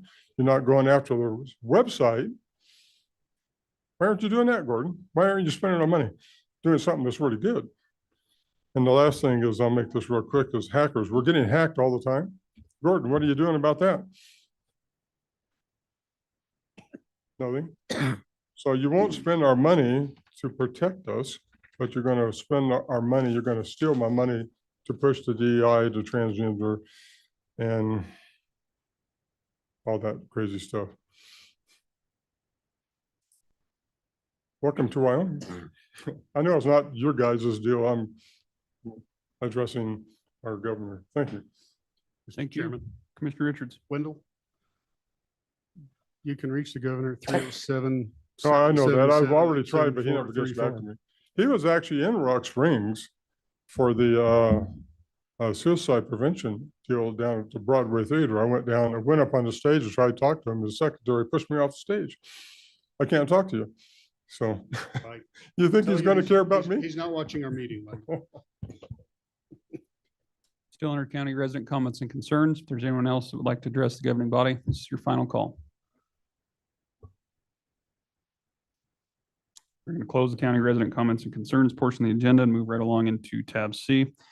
For you this morning under tab C, commissioners, is the consent agenda. We've got 10 items. First being the approval of the May 6th, 2025 meeting minutes. Second is the approval of the county vouchers, warrants, the expenditure approval listing, and the commissioner report. Third is the approval of bonds. Fourth, the approval of monthly reports. Fifth is a request to restaff a vacant position in the detention center. Sixth is a request to restaff a vacant position in the sheriff's office for a court security deputy. Seventh is a request to restaff a vacant position in the road and bridge department. Eight is a request to ratify the CLG comments on the draft EA for the proposed 2025 wild horse gather plan. Ninth is a request to ratify the CLG comments on the DNA for the Adobe Town HMA gather. And last is a request to ratify the CLG comments on the sublet antelope biological risk and opportunity assessment. At this time, I would ask if there's any requests to remove any items off of the consent agenda. Hearing none, I'd entertain a motion to approve the consent agenda as presented. So moved. Motion by Commissioner Jones. Do we have a second? Second. Second by Commissioner Richards. Discussion. Hearing none, all those in favor signify by saying aye. Aye. Opposed, nay. Motion's unanimous. It's gonna move us right along into Commissioner comments, and Commissioner Toman, you're buying lunch today. The floor is yours. I am. I hope you're ready.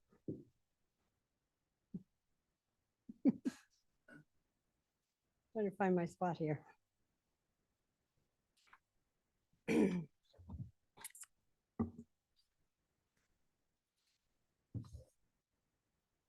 I just wanted to share a picture. Senator Brasso sent a picture of the group that went to DC in February, March, so I'll just pass that around. We all look so charming on there. The WCCA Wyoming County Commission Association presented Senator Brasso with a bullwhip so he could handle the Senate. I wanted to share that with you. It's been a crazy 2 weeks. On May 7th, I attended the Green River High School FFA Awards event. It's always exciting to see all the young people and all of the activities they engage in. So my niece Taylor, of course, they're a fan because she rats out on me, tells them all the good things about me that they don't know. Mother's Day weekend, I was able to get my mother from the nursing home in Kemmer and take her to the ranch for 3 days. So that was fun for her and for us. May 14th, I attended the Bitter Creek Working Advisory Group to the Conservation District. This advisory group consists of consultants from WWC Engineering who have guided the process on that Bitter and Kilpecker Creek for 20-some years. We had Ron Vore, the Wyoming Department of Environmental Quality, was there with 2 ladies also on the phone. Dennis Doncaster, former BLM resident or employee and now a citizen. Don Arnell from Little Snake was there. Ron Wild, Pacific Corps was there. Tom Burris, Larry Folks, and Karen Pacheni of Sweetwater District, and Nick Seals of the City of Rock Springs. This advisory group provides guidance to consultants and to the Conservation District regarding water quality issues on the Bitter Creek and Kilpecker Creeks. The streams were listed for fecal coliform and chlorides in 2000, and the district has worked consistently to develop watershed plans and best management practices through consistent water quality monitoring on 7 to 8 legacy sites for a total of 14 sites. Without this locally led initiative, the streams would have been put on the list of impaired streams, and fines or restrictions could have been put on the users, like the City of Rock Springs and local entities that may have been inadvertently dumping into the streams or not meeting the standards. Per the Wyoming Department of Environmental Quality. The existing plan is good through 2027. There is a Wyoming Department of Environmental Quality grant that may be available this summer to help cover some of the costs of the ongoing basic monitoring. And the city may be able to do some of the in-town fecal coliform testing because of the health issues. They also discussed the Bitter Creek drop structure. They're waiting for results of the camera assessment. And then steps will be taken to stabilize and preserve the drop structure. The Conservation District and this advisory group are the only entities in the county that are dealing with the natural resource issues, and the Conservation District has given us the power and the leverage that we have needed to deal with the BLM and that RMP. So I just want to remind my fellow commissioners of that again. After that meeting, I stopped by the 4-H Extension office and visited with Natasha to make sure she was still surviving. She's here today, so thank you, Natasha Holtmeyer, for being our new 4-H educator and for coming to our meeting. Okay, this weekend I tried to be a farmer, but it was raining and blowing, so I studied all the budget things. And Rebecca is not in here now, but the ClearGov system, I really am enjoying being able to click on and see all of the actual applications and the process. So thank you, Cindy Lane, for moving us to a more efficient system, and to Rebecca. I attended Eden Senior Services Luncheon. They have it twice a week, Mondays and Thursdays. So it's very nice to be able to go down the road and have lunch. Then I was on a Zoom call. It was actually a Teams call, and it was horrible reception. It was a double echo, but I tried to sit through the sit through the meeting. The Wyoming Landscape Conservation Initiative was implemented about 18 years ago to offset the development that is happening in Southwest Wyoming. So it deals with projects that enhance our natural resources, basically. They gave a report, which I'll share, of the projects that have been completed the last year in Sweetwater County. Our biggest project was on cheatgrass in partnership with the Weed and Pest of Uintah County along the Blacks Fork. So that was one of the projects. They have helped with the Bitter Creek project. They have done aspen fencing projects to help aspen survive on Little Mountain. So those are the types of projects that they have done. They do watershed enhancements on Trout Creek. They did some exclosures to help the creek be able to stabilize and grow healthier. So I just wanted to share some of those. I've been on the executive committee since the inception. I am now the alternate for the commission representative. Kent Conley is the representative right now. Stephanie Anderson, our conservation district supervisor, she was elected to be the chairman of the Wyoming Landscape Conservation Initiative for the next year. This area covers 19 million acres of Southwest Wyoming and developing and enhancing projects on the ground. The Combined Communication Center board meeting was at 2:30 yesterday, which I was not able to attend because I was on the phone with the other one, but I wanted to share that Nick Erskine is our new executive director, arrived May 12th. Congratulations to Colton Wall for 6 years of service. The center handled 1,119 calls last month, and they're working on physical security upgrades that will be 50% funded by a grant. At 6 p.m., I attended the library board meeting at the Rock Springs Library. Director Lindsay Travis joined via phone as she was at the legislative committee meetings, trying to head off any felony types of legislation for checking out books that don't meet, I don't know what, standards. Anyway, construction is underway for the upgrades to all of the libraries. They issued a 5-year maintenance contract on the elevator at the C Street Library. They are in the process of hiring a Community Fine Arts Center director. This month, they have been hosting school visits. They've had 11 so far. The summer schedule is coming out, and on June 28th at 1 p.m., Craig Johnson, author of the Longmire series, will be at Golden Hour. So if you want some entertainment, he'll also be in Rock Springs that same day. I'm not sure where that was. And then at 7 p.m. last night, I attended the Green River High School Choir Award Session. It was an amazing 2-hour concert and award ceremony where students sang and acted out Broadway play songs. Of course, my niece Taylor was the reason I attended. She had a solo song closing. She sang Phantom of the Opera medley with David Welch. Director Danielle Forbush continues to amaze me with the quality and depth of the concerts that she guides these young people through. You don't have to go to Salt Lake City for some amazing culture right here in our community.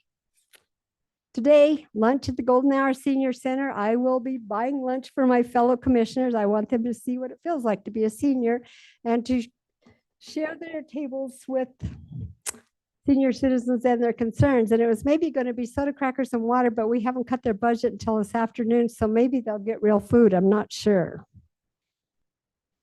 Don't be laughing. Coalition of Local Government. Oh, Senior Center. One more reminder.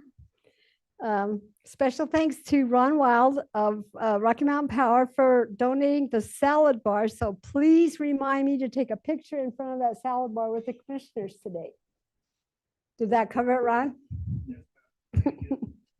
Coalition of Local Governments on Thursday, and SCORC, this Sweetwater County Outdoor Recreation Board is meeting at 5, and next Golden Hour meeting is on May 27th. So I'm excited to buy lunch today. I can afford it. Just wait until we invite everyone. Thanks, Commissioner. Appreciate your report. Any questions or comments for Commissioner Tillman? Wanted to give her a plug. We Oh, forgot boy. to last meeting, but she's been nominated for an inductee to the Green River High School Hall of Fame. So congratulations to one of our very own. Thank you very much. I will expect a little more respect, I guess. Yeah, absolutely. Thanks for your report. Commissioner Richards, the floor is yours. Thank you, Mr. Chairman. Good morning, Commissioners. It's been a busy couple of weeks since our last meeting, but I know we're running late, so I'll try to keep it short. On the 7th, I attended the Housing Task Force meeting. We continue to look for ideas to address workforce housing issues in our community, but we basically have our hands tied whichever direction we try to go. We've done our best to connect with other governments around the state, even the country, to get ideas on how to make a difference, but the lack of affordable housing is almost universal. Nobody has found a good solution. It's part of why I joined the Community Economic and Workforce Development Committee at NACO, hoping that I would make connections and get ideas, but their primary focus is on urban scale homeless housing. I've learned a lot about that, but very little that can help us locally with our workforce issues. On the 8th, I met with Southwest Counseling's Board Chairman Logan to get an update on the meeting I previously missed. Following that, I attended the Rock Springs Chamber Luncheon, where we saw a presentation from the hospital, as well as updates on events coming to the community throughout the summer. That afternoon, I also attended an SEDC Advisory Board meeting. On the 9th, I remotely attended the Congressional Tour Planning meeting. That is coming together nicely, and I want to commend Commissioner Slaughter on all the detailed work he's put into it. It's one of those infinitely valuable things that the Wyoming County Commissioners Association makes possible. And I'm looking forward to sharing Sweetwater County with senior level congressional staffers from all over the country and having the opportunity for them to see how important our local economy is to that of the rest of the country. On the 12th, I attended a workshop with the Fair Board where they discussed the strategic plan they have been working on over the last year and what their priorities are on implementing it. They have some real good ideas to expand the events complex in the future, and I look forward to when they get a chance to share those plans with the public. On the 13th, I met with Craig Root from Wissota regarding the agenda item that I don't even think we're going to be addressing today now. On the 14th, I attended a NACO CEWD meeting and then headed off to Lander for a couple of days of our WCCA spring conference. The WCCA meetings are always educational, but they are long and grueling days. Mostly listening to other people talk. It's great information from great panelists, but we sure earn the knowledge through patience. I can't tell you how valuable the information and the networking is to my role as a commissioner. It's invaluable to have access to people who are facing the same struggles that we are and get ideas from them on how to solve the what seems to be universal problems throughout the state.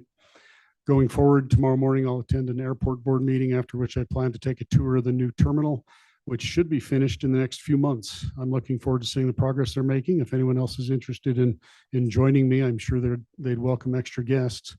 After that, I have a housing task force meeting. And then on the 22nd, I'll meet with staff from the Sweetwater County Outdoor Recreation Collaborative to talk about projects and needs in the county. After which I'll head to Cheyenne, where I'll put on another one of my hats and attend a board meeting of the Wyoming State Liquor Association. On the 27th, I'll attend another SEDC advisory board meeting, this time at the mayor's office in Rock Springs. On the 28th, I have a Southwest Counseling Board meeting scheduled. And on the 30th, I have a congressional tour planning meeting on the calendar. That brings me full circle back to see all of you here for our next meeting on June 3rd. And I'd be remiss if I didn't remind everyone that today is National Dinosaur Day, which occurs on the third Tuesday of every May. So if you have a chance, take your kids or grandkids somewhere today to learn about dinosaurs. Western Wyoming Community College is a great place to do that. I think that's all I have for you today, Mr. Chairman. I'm happy to stand for any questions. Thanks, Commissioner. Appreciate the report. Any questions or comments for Commissioner Richards? Oh, I did want to, Ron, did you donate the salad or the bar? I was confused. Salad bar where there's no liquor. Be like fresh greens and stuff that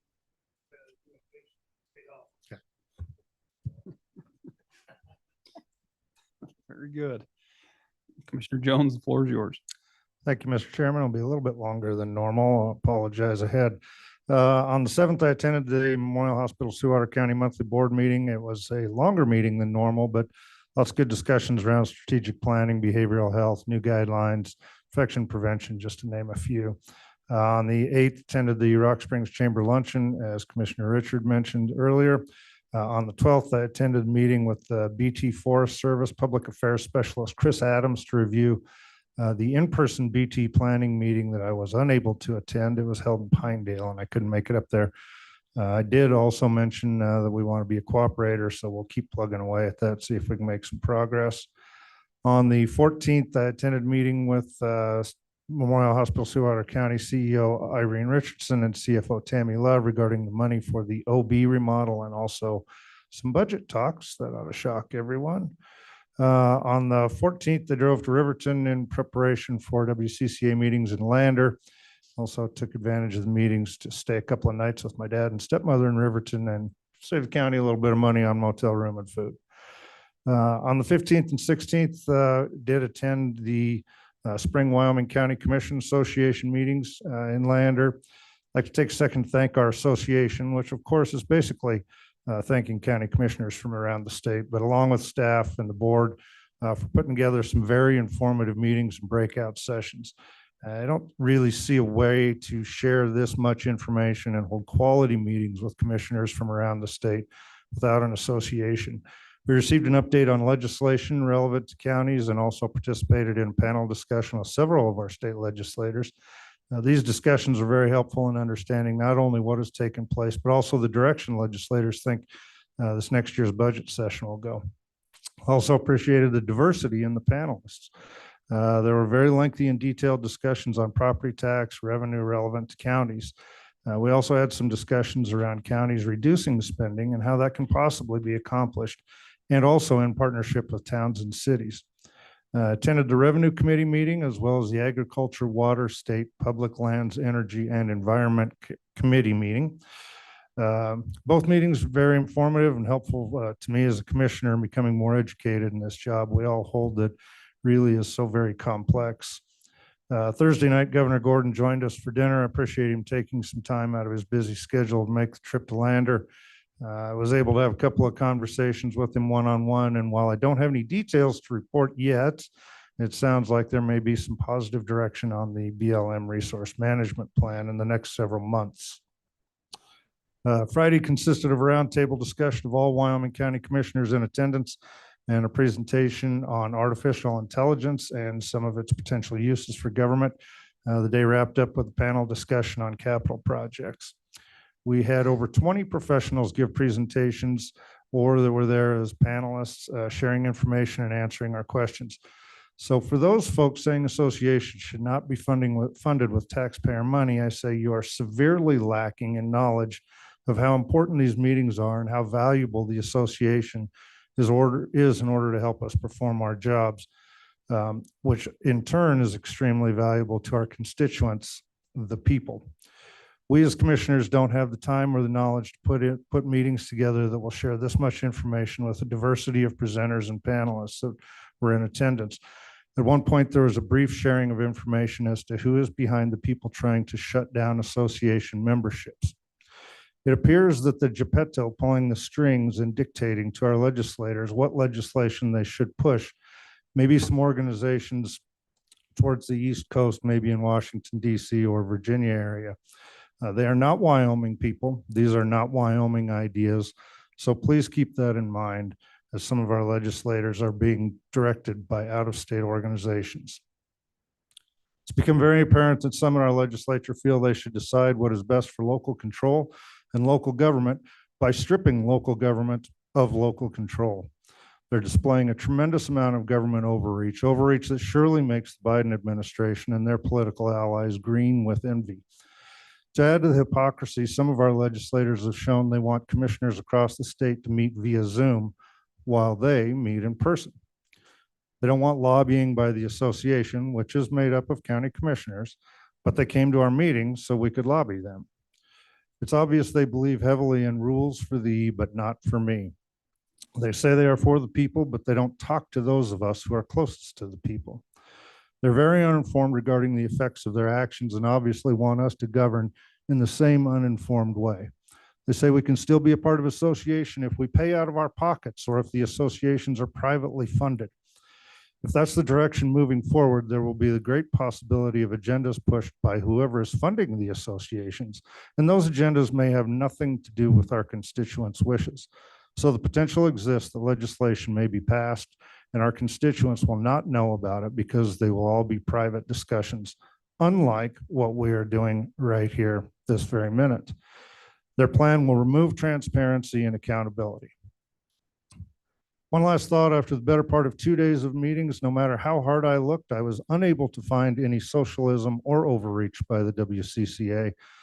Maybe those things were just lurking in some dark corner and I didn't find them. In summary, I can't thank the staff and the board of the WCCA enough for all of their hard work and dedication in putting together outstanding meetings so we can be better informed and do a better job for the people. On my drive home on the 16th, I spent some time with Kim Brown and Farson touring part of the valley, the Farson Valley, in search of off-road routes for the trail system we continue to work on. As I've discussed several times, county and towns have enrolled roads in a trail system in order to encourage tourism and connect communities. We're working on trails to connect Sweetwater to Fremont and Sublette counties. So thank you to Kim for your time and thoughts. The evening of the 16th, I spent time with representatives from the Wyoming State Trails, Senator Jones, the Wyoming Office of Outdoor Recreation, WYDOT, and the Wyoming Transportation Commission for more discussions on the routes working to complete these trails. On Saturday, the 17th, I joined members of the Wyoming State Trails Advisory Council for a side-by-side ride south of Rock Springs out in the Red Creek area. It was a beautiful ride with great people, and we had some wonderful weather. I'd like to thank Pete Leiby for being our fearless leader and showing us some beautiful country. Yesterday, on the 19th, I attended a Wyoming State Snowmobile Association meeting to discuss wilderness study areas and the future of those areas. And that will conclude my report. Thanks, Commissioner. Busy couple weeks. Any questions for Commissioner Jones's report? If not, we're going to move it right along here. I'll try and be quick. I'm winging it today, so that should help a little bit. Majority of the last couple weeks, I had 3 days of WCCA fun as your board member representative. So it started out last Wednesday in DuBois, which is where the board meeting was held. It was at the National Museum of Military Vehicles, which is phenomenal. If you ever get the chance and you're in the area to go through there and see that museum, we got a tour from the owner himself that lasted 3 hours, and he said normally it's 5 hours. So I can't imagine going for an extra couple hours there, but definitely a very humbling experience and a nice location to have a meeting and talk politics. So at the meeting, we went over just kind of the basic annual business. Our membership dues are going down this year by about 4%, as you might recall.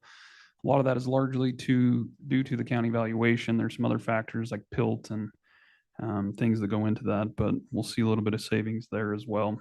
This also completes our 2-year contribution to the NACO Western Interstate Region. If you recall, we elected back in 2023 to participate in the National Center for Public Lands Counties, which was a voluntary assessment there. So that has since completed. There was a representative from NACO in attendance for the board meeting who gave a presentation on just some of the different happenings within NACO and the different programs available that they're working on. They actually highlighted ClearGov and gave Sweetwater County a nod for recently signing up with that and all the benefits that come with it. So we spent a large majority of the time at the board meeting discussing the membership in general. And as obviously you've read the headlines with some of the different counties throughout the state, particularly in Hot Springs, that have some differing opinions about whether or not the commission should be a part of the WCCA. And so there was a lengthy conversation in regard to that. They're not the only ones. There are a couple other counties that are facing similar decisions coming up with this budget. Commissioner Richards got a large shout out for some of his recent comments during our meetings in regards to the WCCA and the benefits that it brings for the individual counties and certainly the relationships we have with legislatures. They tried to even share a clip of his comments during one of the recent meetings, but as always, there was IT issues, so that didn't work out, but wanted to recognize him for taking a stand against some of that opposition. The rest of the days you've kind of already heard, or the rest of the week rather, was various panels and topics that were covered throughout the spring conference. Again, heavy discussion on property tax and some of the changes coming about with that legislation. We had a Fremont County legislative panel, and a legislator from Campbell County was also in attendance. Kind of nice being able to directly interact with that, a differing side of the legislators we normally deal with. Went over a variety of roles. Attended a lot of the same committee meetings that Commissioner Jones spoke to. A couple of the more interesting topics I would say was, I believe it was on our final day on Friday, generative artificial intelligence for counties, better known as AI.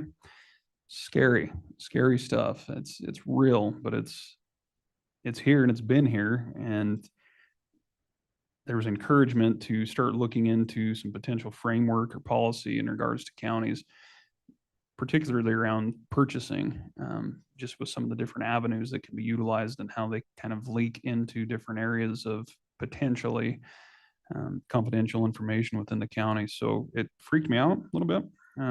But nonetheless, it was more emphasized on, the benefits of some of what has came about with Chat GPT and other various avenues with that. And just one item that was mentioned, they had a timeline of events of AI over the years, and they said it took 16 years for mobile phones to reach 100 million users. So 16 years. It took 2 months to reach 100 million users of Chat GPT. So that kind of tells you how quickly everything's advancing and whether or not some of those letters you read are actually from the heart or from the computer. But that was some interesting conversations there. We had another panel to wrap up the conference in regards to preparing for financing capital improvement projects and what individual counties should know in order to make informed decisions. It was suggested from the state that the counties should be saving on average about 2.5% of their total value of the facilities to go towards major maintenance funding, which continues to be the challenge that governments seem to face and defer. So that should be an interesting plug for our conversations this afternoon as we get into capital needs. I did want to share that there are planning efforts underway for the role of a county commissioner, which turns 150 years old next year. So Wyoming became a state in 1890. The year before that, the Constitution was ratified. 13 years prior to that, the role of the county commissioner was established, which dates back to when there were just territories. So there's a lot of history there, but basically the WCCA and some of the others are making an effort to celebrate that next year. Jeremiah, WCCA Executive Director, intends to come visit us the second meeting in June if it works out. He's asked if we'd like him to present anything or just to kind of stop by and I guess see how bad we screw things up here, and or just say thanks for being a part of their membership as they get out and try to do more PR in relation to the socialist group that they aren't. Aside from that, the majority of my time was relative to the Wee Soda agenda item that was on the agenda today. We will be postponing that up until late last night. We were still having conversations with some of the different teams there involved on, I guess, the forgiveness or the ask for forgiveness on the interest earned on a change in value from a previous audit. I mean, it's a lengthy story, but it's consumed the majority of the last couple of weeks, and we need to further look into it before we have an informed decision up here. So we will be punting that while they look into a few more things on their end.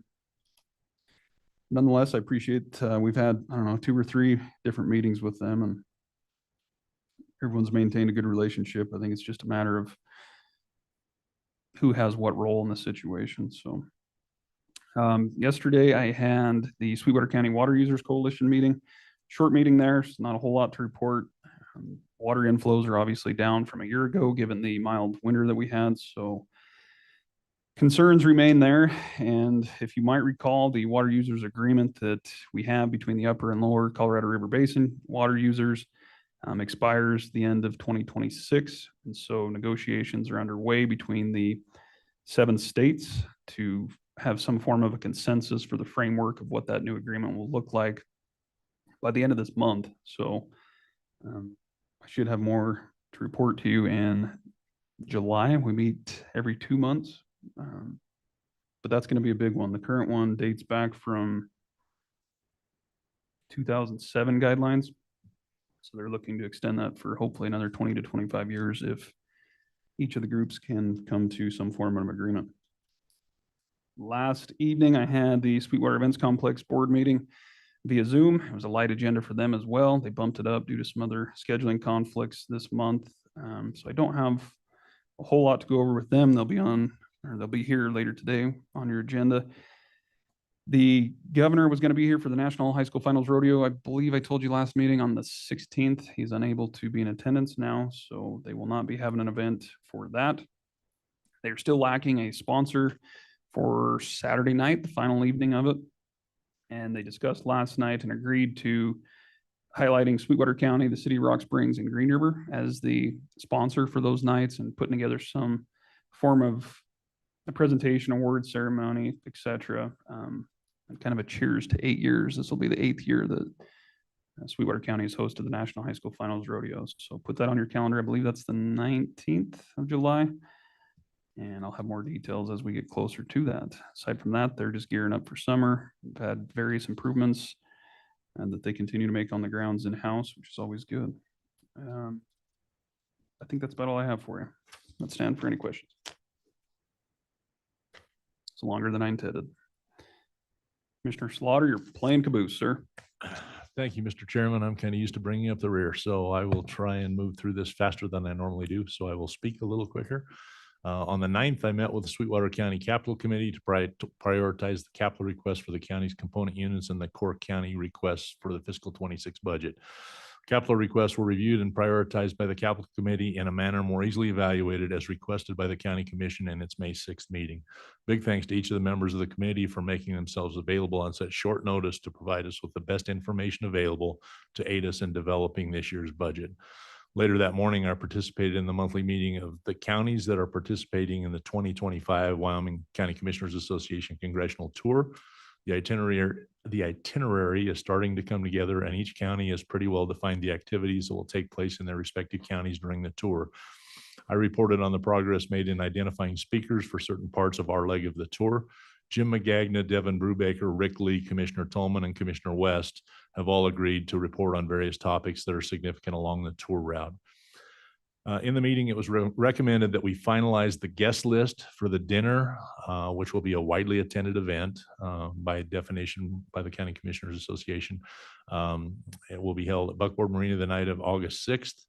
And they suggested that we send invitations with RSVPs in the near future to assure that we meet the requirements for widely attended events set forth by the WCCA. Sally and I have started a preliminary list and would appreciate having each of you make recommendations so that we can comply and get the invitation out in the next couple of weeks. On the 12th, I conducted the regular meeting of the Specific Purpose Tax Joint Powers Board. We are starting to see an increase in the number of requisitions submitted. This month, the city of Rock Springs submitted over $4 million. Sales tax revenue was slightly better this month with collection of $1,346,963.89. Total collections have now reached $35,095,473.75, or roughly 43.5% of the total to be collected. The town of Jamestown has applied for a grant award to supplement their funding, and I have prepared a letter that they can submit for proof of available funds. I will have it ready to send to their board later this week. I actually finalized that this morning, so I will try and get that out to them later, possibly today, if not tomorrow. That evening, I attended the monthly Star Transit regular monthly board meeting. The main topic of the discussion was the vacancy in their board that will be created when board member Steve Shea and Les Mauch's terms expire at the end of June. Steve once again reaffirmed he would be willing to continue service if it were determined he was not term limited. Big thanks to those gentlemen. They've been serving for a long time, and we appreciate their service on that board. We do need to find some people to fill those shoes. I then made a mad dash back to Green River to attend the regular quarterly meeting of the tripartite board. Discussion centered around the need for a community needs assessment, fiscal 24 compliance reporting, and the 2025 organizational standards review. The board is still looking for a person to fill a vacancy for representation of the low-income individuals and families for that board.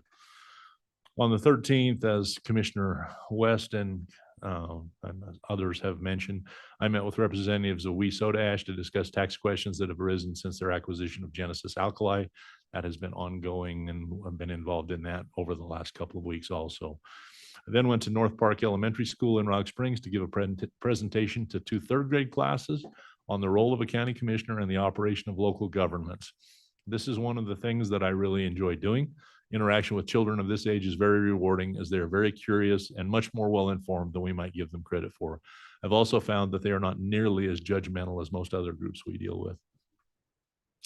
On the 14th, I attended the monthly Planning and Zoning Commission meeting. The P&Z board reviewed the action of last month's meeting and held a public hearing on the issue that we heard earlier this morning.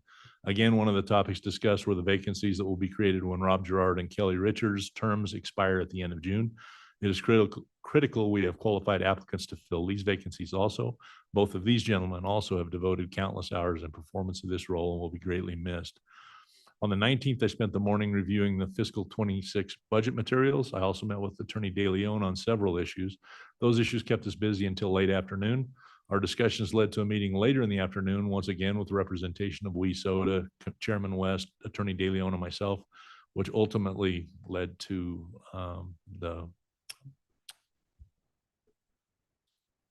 potential, and I guess at this point it is not just potential, but the removal of the item that we were going to talk about later on today from our agenda.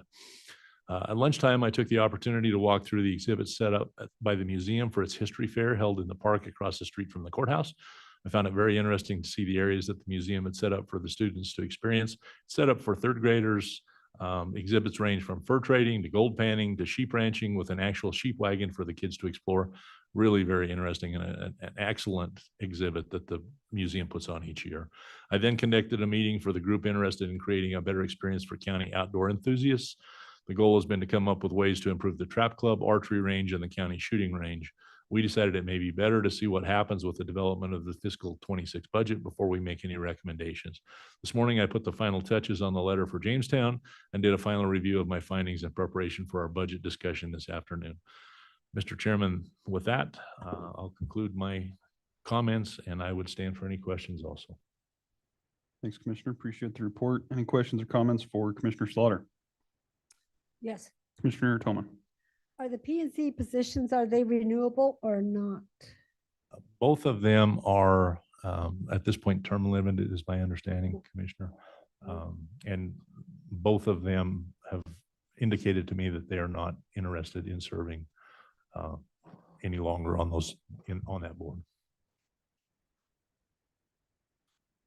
Any other you. questions or comments? Thanks. You also got a shout out too, Commissioner, in regards to the congressional planning tour. Tristan said Sweetwater County has gone above and beyond and seems to have everything organized better than anyone else so far. Not that they were taking a shot at the other counties because everyone's working hard, but it seems like whatever plan you're putting together came together very well. So job well done on that. And we look forward to participating with that. That will conclude the commissioner comments portion of the agenda, commissioners. We are about an hour behind, which is not good.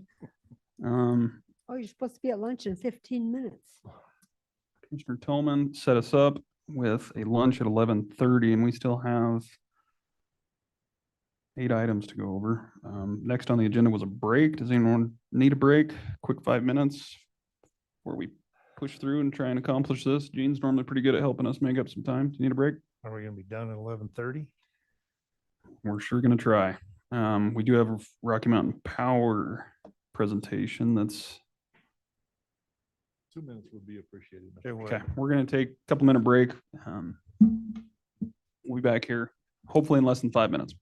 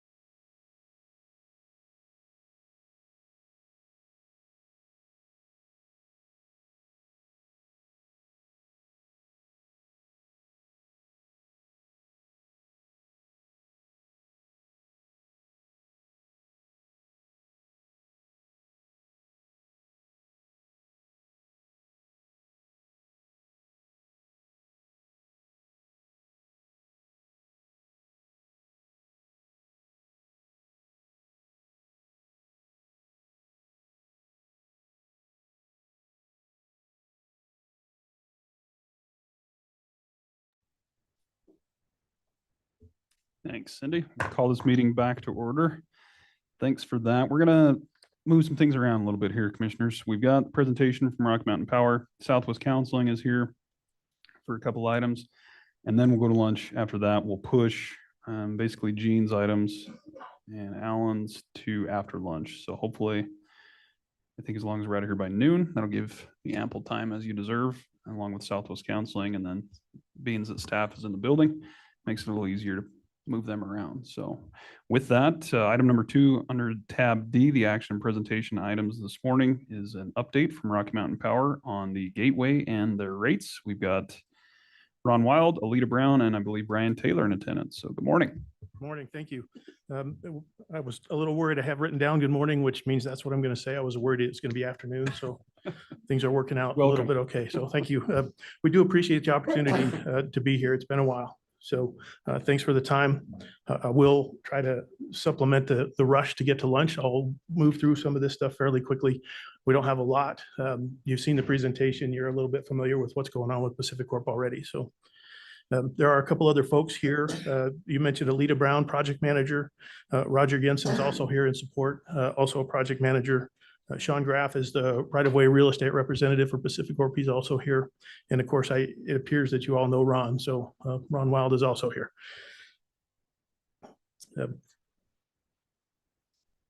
So introductions, I'm going to go through real quick a Pacific Corp overview, talk about a couple of transmission projects, quick summary, and then we'll turn it over to Ron for questions about rates.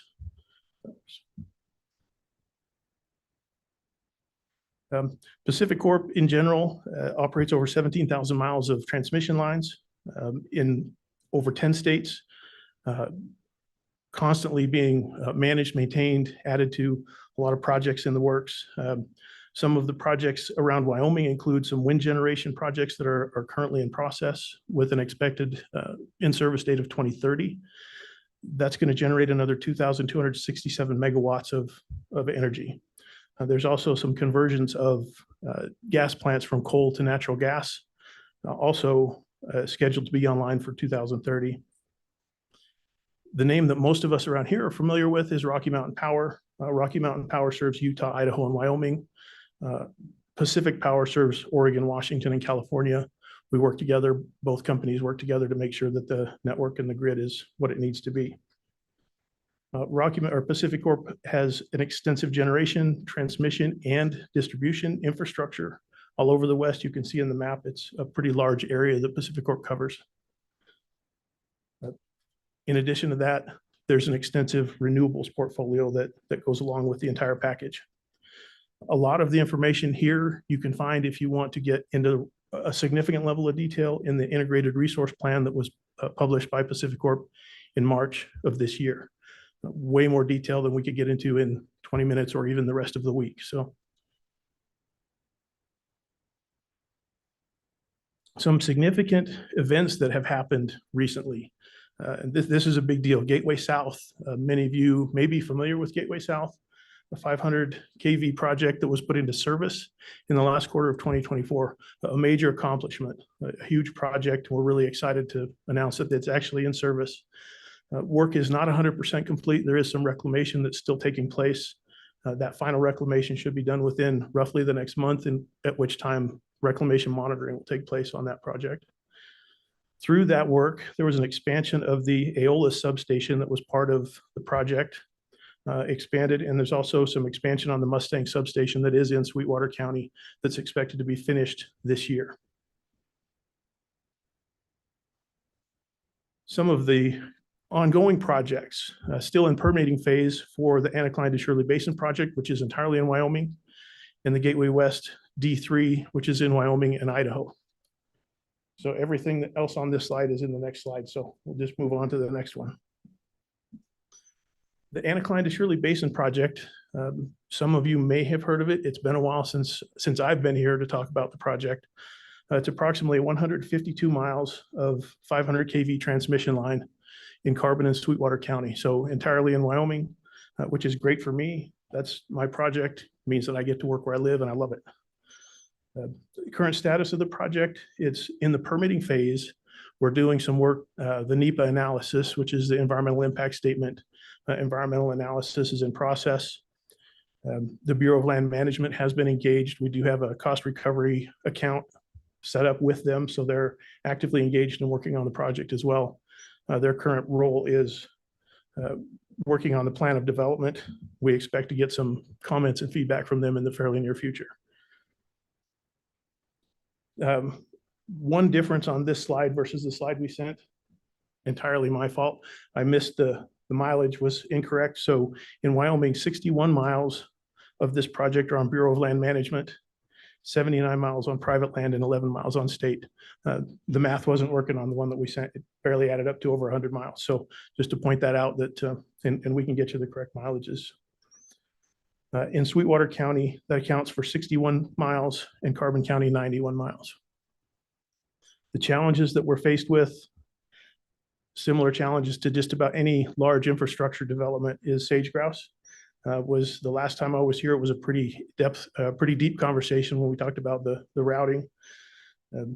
Part of the sage grouse discussion comes with the governor's corridor, the energy corridor that really pushes projects such as this one to use those corridors to limit the impact on sage grouse. So the current route does take advantage of the governor's corridors as much as possible to avoid that impact. It is challenging. Those corridors are full, so it's tough to make space. All of that is subject to all of the NEPA analysis. So as we move forward and continue that analysis, there are likely to be some changes to the route, potentially significant, all dependent on what the analysis comes up with, both environmentally and from an engineering perspective. Through that NEPA analysis, we should have a lot of answers, but that is a very slow rolling process. So it takes a lot of time. Through that process will require field work. We do not anticipate field work in Sweetwater or Carbon County for 2025. So once we get to that, you will all know that that's coming beforehand. So when the phone calls start to roll in, you'll know why they're happening. So with that, are there any questions about the Anacline to Shirley Basin project specifically? Questions on those projects, commissioners? Green energy lines, right? Right. So they are, at this point, they will be moving wind energy. They won't be specifically called green energy because things change and life rolls on, and we need to be able to use those for whatever needs happen. But at this point, it's scheduled for wind energy generation. But it may be expanded. It's all part of that planning process. Yeah. Thank you. Right. With that, I will turn the D3 project over to Alita.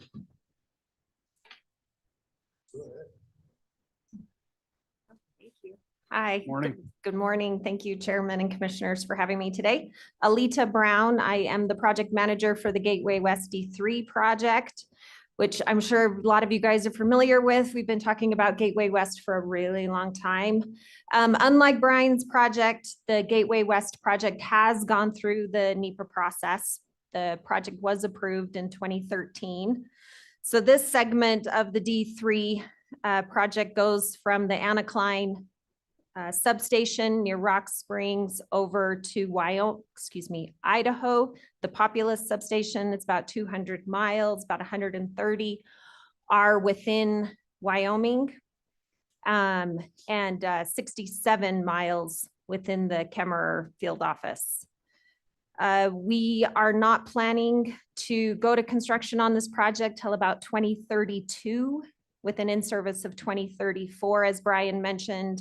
The IRP that was recently issued by PacifiCorp in March of this year pushed our project out just a few more years. So right now we're looking at an in-service of 2034. So with that, does anybody have any questions specific to the D3 project? Yes. Mr. Tillman? This is the one that goes through Cokeville and they were having the issues with? Did they Yes. figure out a do around or what? Yeah, we're actually meeting with Lincoln County this afternoon about 2:30. We are still working with the BLM on that Cokeville reroute. Given the new administration, BLM has told us that they have put a hold on our application, but we are still hoping to push forward with that reroute around Cokeville. So, Thank you. all right. So is Gateway West D3 is separate from Gateway West, right? It's a segment of the Gateway West project. So the Gateway West project is like 1,000 miles or something. So this D3 project is 200 miles. Okay. So. Any other questions? Be sure to give Commissioner Connolly a hard time for us if Of you could when you meet course. with him. We spent 3 days with him last week, so Thank you you can tell so him I much. said that. Appreciate it. Oh, me, We're saving the tough questions for you, Ron. perfect. It should be no other way, Chairman. So I'm gonna get through this real quick, so that way you guys can go over and take a picture for me in front of the salad bar. So starting June 1st, the overall average general rate increase will be 10.2%. If anyone has questions on, the specific schedules or anything like that, please feel free to reach out to me and I'll be able to get that to you. And then come July 1st, there will be a decrease of approximately 5.8%. And that is associated with the ECAM, which is the Energy Cost Adjustment Mechanism, which we're required to file every year with the Public Service Commission. So some years it goes up, some years it goes down. This year it just happens to be going down, which will then bring the overall rate increase down to about 5%. So any questions? Questions on the rates, commissioners? I don't like it. Oh. I don't either. I have to pay the same rates, so. I don't have a question on the rates, and I'm not sure which one of you to address the question to, but it's more along the lines of just some of the information and feedback we've been getting from different industry partners or concerns in regards to economic development and things along those lines. So I don't know if you want me to start with you on that, Ron, or Go ahead and start with me, sir. so a lot of what we're getting some pushback on is the grid, obviously, and the grid's capacity and some of these new solution mines that are coming, not having enough power available. So they're having to look into cogen operations.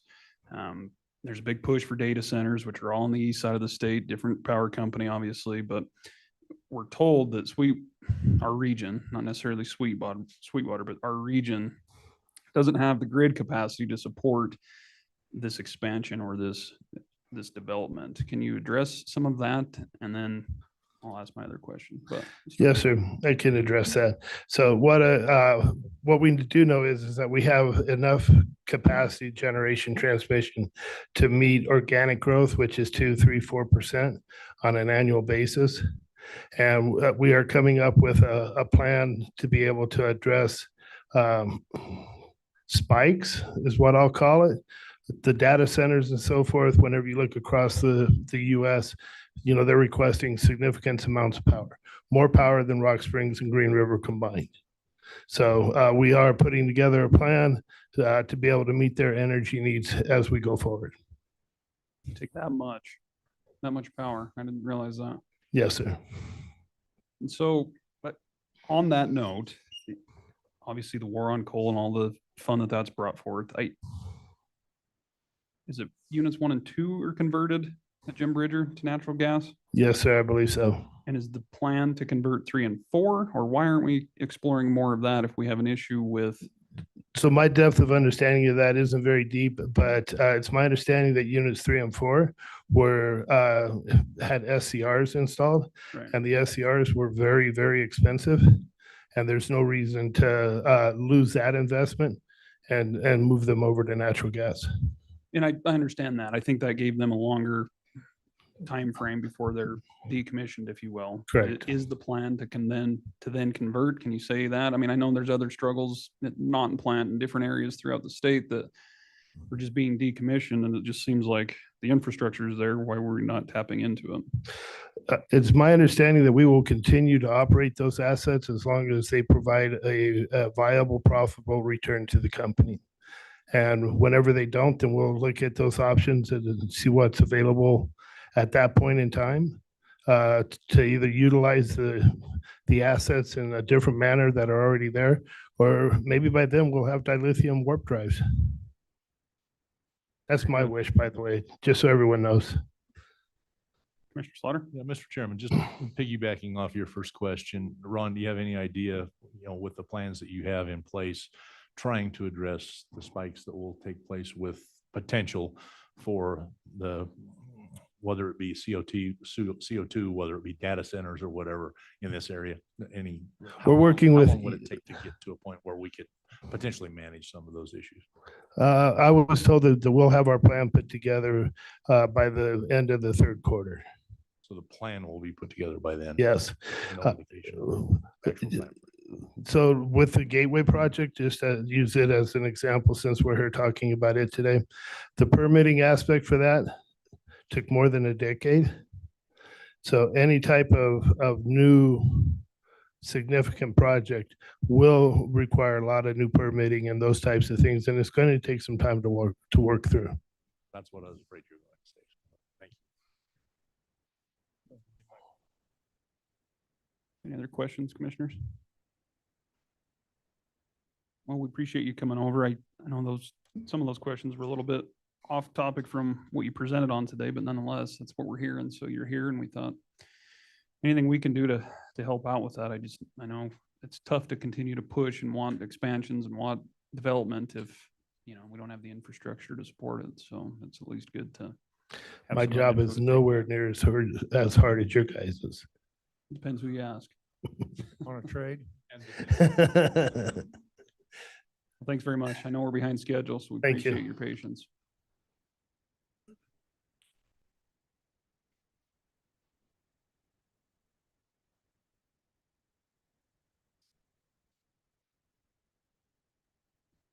Next on our agenda, commissioners, we've got Southwest Counseling Services Fiscal Year 26 agreement with the Wyoming Department of Health through the Behavioral Health Division. Joining us this morning is CEO Linda Aker, as well as Board Chairman Kayleen Logan. Good morning to you both. Good morning. I hope that I will get through this as quickly as I can so you can have a wonderful lunch. What you have before you is the main contract for Southwest Counseling from the Wyoming Department of Health, Division of Behavioral Health. It is for all the services that Southwest Counseling provides from the main contract, which is clinical assessments, drug and alcohol evaluations, case management, peer support, crisis and emergency services, as well as residential that is provided in Sweetwater County. It is for a total of $9,510,216.61. Approximately a little bit over $1 million is just pass-through money that goes to Southwest Counseling to Uintah County for their services in Uintah County. So it is reduced by $1 million for those services. I think it's important that the county commissioners have this contract before you. It allows you to know all the services that we provide in Sweetwater County, and we could address any questions you may have about the use of Sweetwater County buildings and what happens in each and every one of them. Thanks, Linda. Appreciate that. Questions or comments on the agreement, commissioners? Mr. Chairman. Commissioner Slaughter. One question, Linda. In looking through the contract and having discussions as we're moving into our budget, one of the things that I think is becoming extremely prevalent is the opioid funding and the settlement funds that are being awarded through those long-term settlement agreements. This contract doesn't appear to have opioid funding attached that can be done through the state. And I would hope that when you negotiate, my understanding is that between November and February of next year, you would be working on the next contract with the state. I would hope that you would be working on some mechanism of trying to use some of that opioid funding settlement money, which has been somewhat seemingly readily available. Do you have any plans to do that, or is that something that you could do with respect to that next contract? Mr. Chairman and Commissioner Slaughter, those funds are segregated from the primary contract that we have before us. We do have one opioid bed that we submitted for, and we did receive the dollars for that. But as this contract is also a drawdown, remember with behavioral health redesign, we have to draw it down the contract one person at a time rather than 1/12. But the opioid settlements is a separate set of money at the state, and I think at the county level that you have access to that's not a part of this contract. But we have one after like the opioid bed. Thank you. How's BHR going? More fun? Chairman West, it's a challenge, of course, because it's so different than getting paid 1/12, 1/12. And some clients do not want to go through the application process because you have to inform the client that in order to have no or little out-of-pocket expense, they have to qualify for BHR and they have to be in the priority populations. Some people choose to do it. Some people choose not to do it because they have a fear of the government and do not want any more intrusions into their lives. Other people have no problem. But we are one of two centers that are functioning at a rate of like 52%. There are some other centers in the state that are only at 4%, which I don't know how that, if we weren't trued up, I don't know how those centers are going to continue to exist. And so we have one more year where Southwest Counseling will be trued up. But after this next year, that will not happen again. And there is discussion at the state level that the private entities would like access to that money also.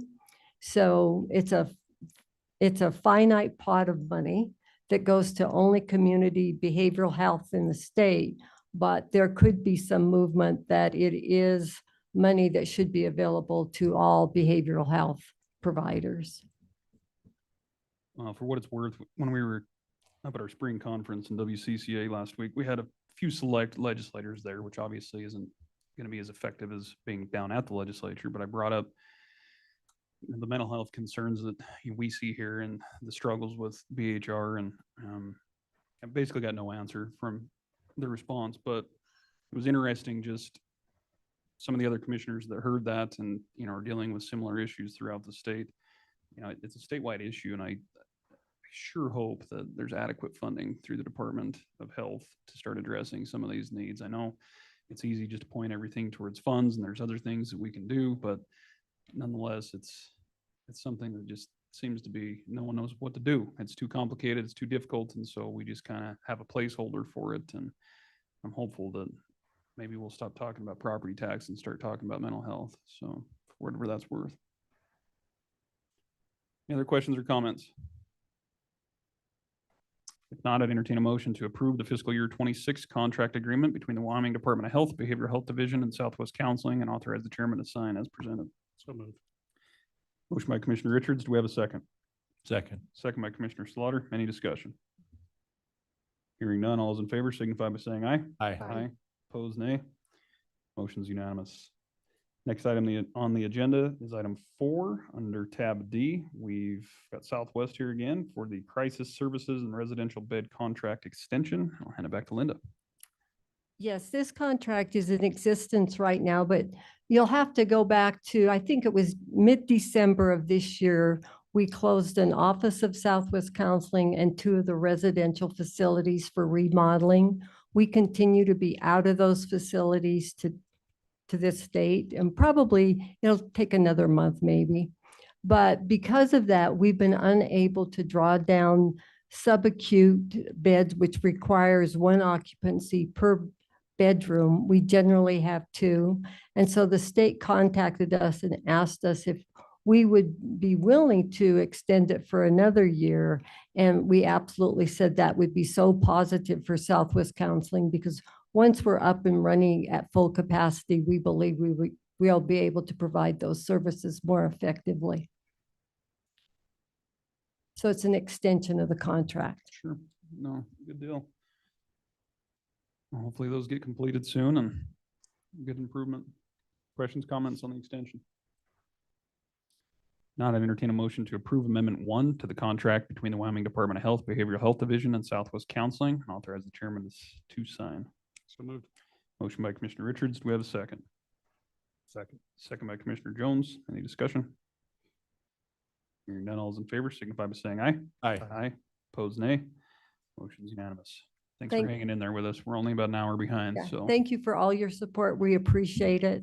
All the people who receive services at Southwest Counseling, they are able to live in our community, participate in our community, and I think it's directly a result of the services we provide with your assistance and help. And of course, May is Mental Health Month, and it's a time to recognize the importance of mental health in all of our lives, and that treatment does work. Access is important, and I would agree with Commissioner West. There's so much work to be done in this area because it impacts all of us in all aspects of our life. So thank you very much for your support. Thank you. Appreciate it. We are going to break for lunch, commissioners. We will resume back here probably 1 o'clock if I had to say. For item number 5, which is the CMAC discussion, and we'll continue on. So break for about an hour lunch.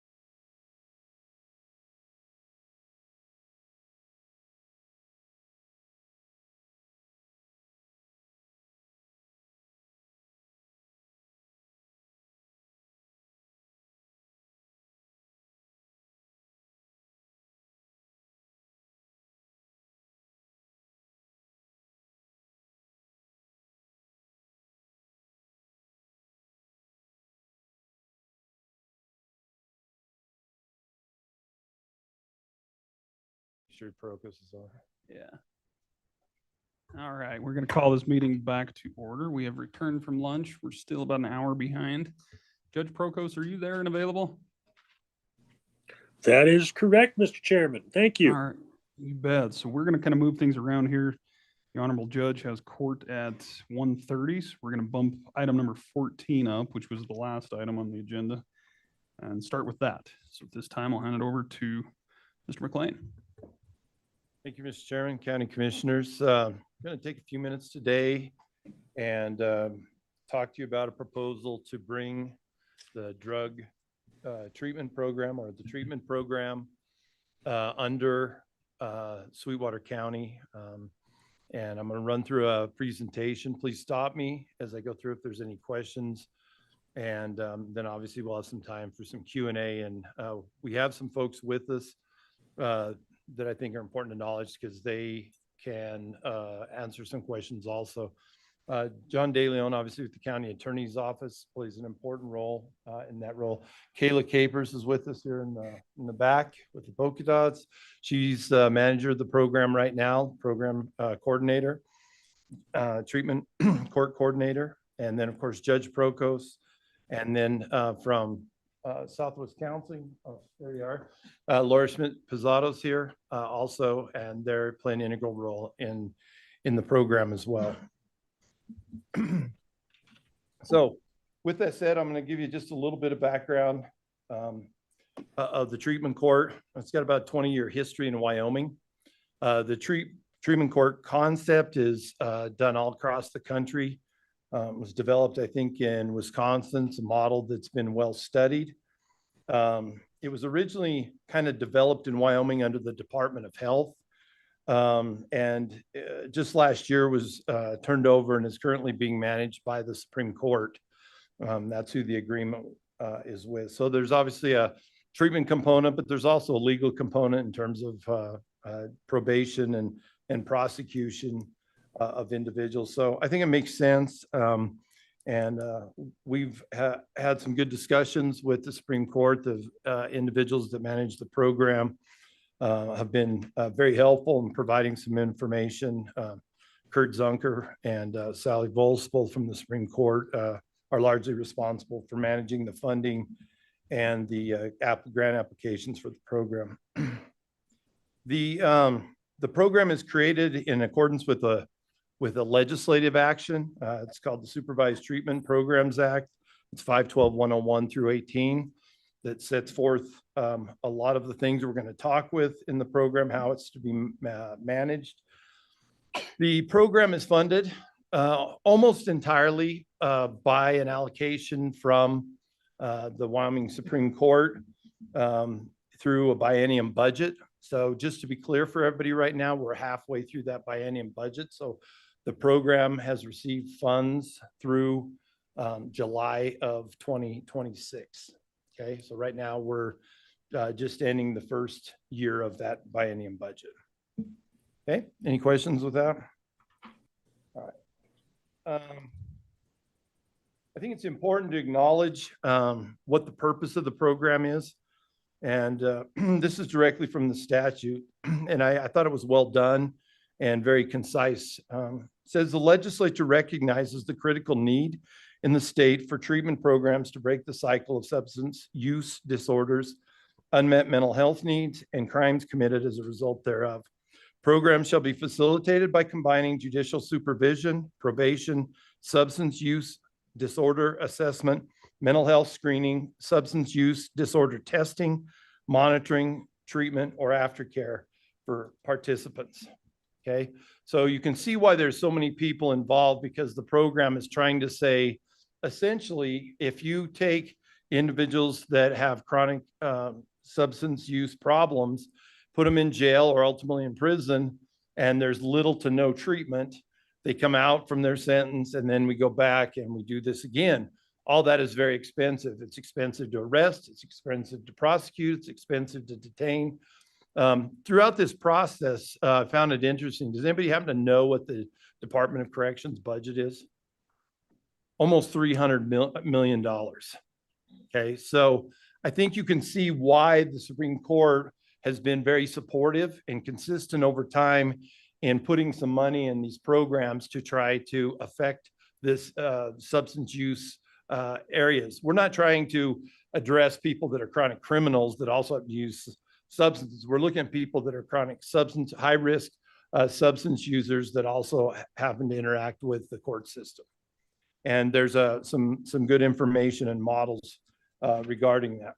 So I think the purpose is very clear. They have some very specific goals for the program, for the treatment court program. The first one, an obvious one, is to reduce recidivism. Simply to arrest people, put them in jail, spend a bunch of money, put them back out and put them back in is futile at best. The program is to strive for program retention and graduation of participants. In other words, it doesn't do any good for people to say, yes, I'll participate and not complete the program and not make significant changes towards reducing the tendency for substance use and interaction with law enforcement. The third goal is to strive for recovery and mental wellness of participants, as I think we all acknowledge in our own personal experiences and people that we know that often substance use and mental health issues go hand in hand. One begets the other and vice versa. So obviously they recognize the need to address this problem holistically. The fourth issue is to reduce the number, the fourth goal is to reduce the number of people with mental illness in jail, criminal court proceedings, and state hospital. Again, we've talked about this a lot. We talked about this in the context of our discussions with Southwest Counseling also in terms of acute and subacute mental health treatment. But when you take someone with serious mental health issues and you bring him to the hospital or bring him to the jail, if we have very limited ability to treat folks in that context. So what seems to make more sense is say if we can identify them earlier and get them into some program to affect possibly the burden on the jail, which has virtually no ability to treat, or the hospital or other providers within the community. And obviously, as I'm sure you've heard many times, the ability of the state hospital to house folks is very limited. So that continues to be an ongoing problem. And ultimately, in some cases, I think it makes sense that this could positively impact the number of Title 25 cases that we see annually, which involves, most of the individuals in this room. And the last goal is to monitor the services that are provided to the participants. Just quickly on that, the Supreme Court has a case management system. So when Kayla enters data or other programs enter data, it's part of a state and perhaps national database of this information. So we can generate reports, we can monitor individuals in the criminal justice system and see how effective the program is. So we're not trying to fix the world with this program. It's very targeted, okay? And this was something that took a little bit of wrestling and some discussions because I think it's important to understand who the program is really targeted at. First of all, it's adults, no juveniles. Right now, that's all adults. And they're classified, individuals that are classified through the assessment process as high risk and high needs. So when an individual, maybe on the fourth DUI or something like that, goes to the court, they have a pre-sentence investigation. They evaluate their risks in this area. They get a numerical risk, and that helps decide who might be eligible for the program. Again, we're not looking at individuals that are high risk of committing crime. Those individuals are individuals that need to be in jail or in prison, and they're have a proclivity to commit crime. What's being targeted is individuals that have difficulty with substance abuse, impulse control, and as a result of that, interface with the criminal justice system. So there's a number of tools, risk assessment tools, that are used to predict the tendencies for criminal recidivism, probation, or parole revocations. They use those tools to determine where they might fall and who they might treat. And so this priority population is consistent with 35-1-613 of the community board statutes. I bring that up because this is part of a whole, and it's something that we've, I think, struggled as a state and a community to address, is that there isn't a single solution for mental health and substance use disorders. It's about packaging everything up. Some of it's law enforcement, some of it's treatment, some of it's social. And one of the priority populations in there is this high-risk group.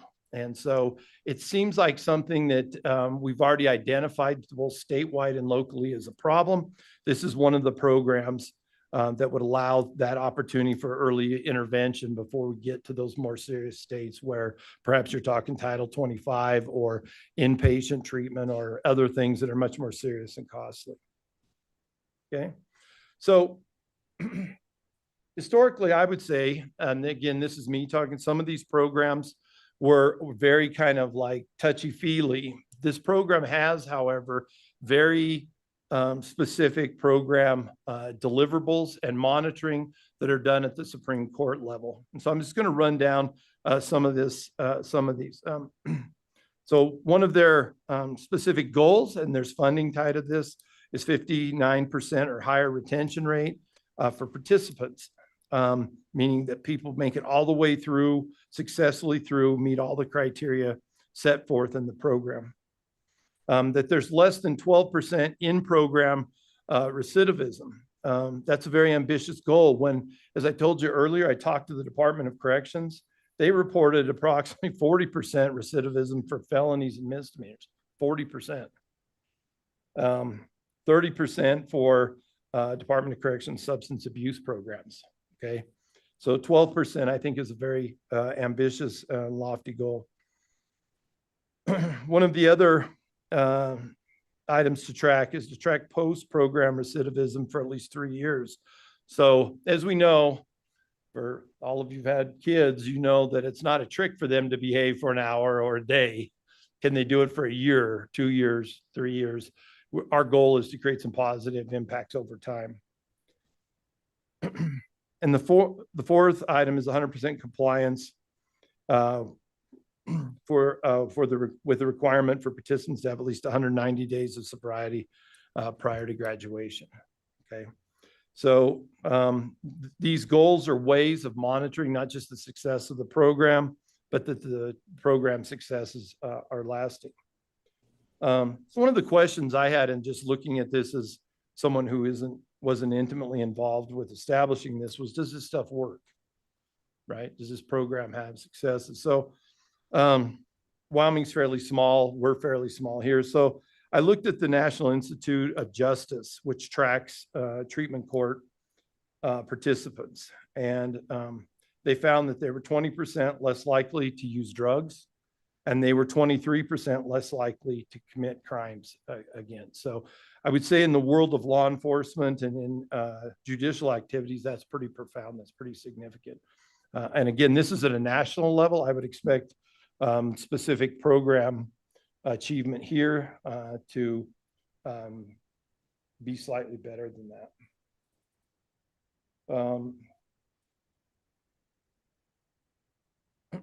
So as I alluded to earlier, to pull all this off, you have a lot of folks that are involved. For the county attorney's office, for folks in law enforcement and mental health treatment, they're used to these multidisciplinary teams because these issues touch all of those. So we have Judge Prokos on board. He's the primarily circuit court judge that works with this program and has for some time. Southwest Counseling Case Manager, Southwest Counseling Recovery Therapy. County Attorney's Office often has 2 folks from their office working with the program. Sheriff's Office, a couple members of the Green River Police Department, defense attorney from the PD department, somebody from probation and parole department, a couple people from Department of Family Services, and of course, Ms. Capers back here from the treatment court. That's for a few reasons. One is people have unique perspectives on some of these issues and can provide advice and counseling and recommendation based on on their experiences, and also to provide some boots on the ground feedback as to how successful the program is. So it truly is a multidisciplinary program, and these folks have been involved really since the inception of the program. So since you guys are doing budgets today, I thought maybe you would be interested in how much and how this is going to impact your finances as they sit up there biting their tongue. But the finances kind of work like this. The program should not cost the county any money. And I know that sounds fanciful, but I think that's pretty accurate. So what I have here is a breakdown of the major funding sources. So the program has received right now $479,314.36 for the biennium. So if you divide that by 2, that's roughly what's available for each year of the biennium. Okay. The city, county, and Rock Springs contribute money. You're like, aha, I knew there was some county in there. Well, the money that's eligible is from the opioid funds. One of the restrictions on the use of opioid funds is for treatment. And so right now, the county, the city of Rock Springs, and the city of Rock Springs contribute $9,000. The city of Green River, $8,000 of the opioid funds.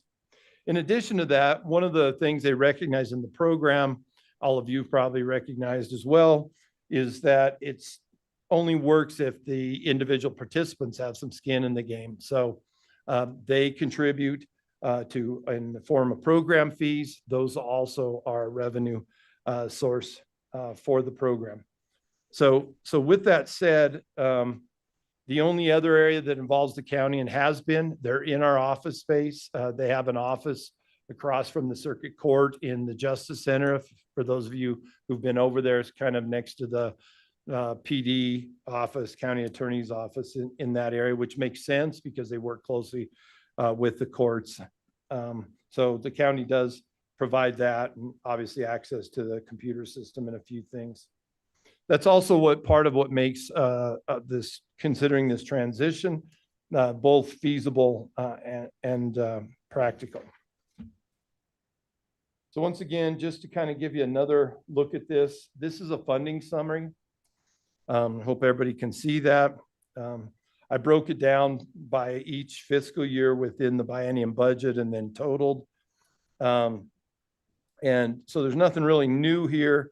Except that, for example, we estimate there to be approximately $50,000 of carryover that will not be expended in this year, that'll be carried over into fiscal year 25-26.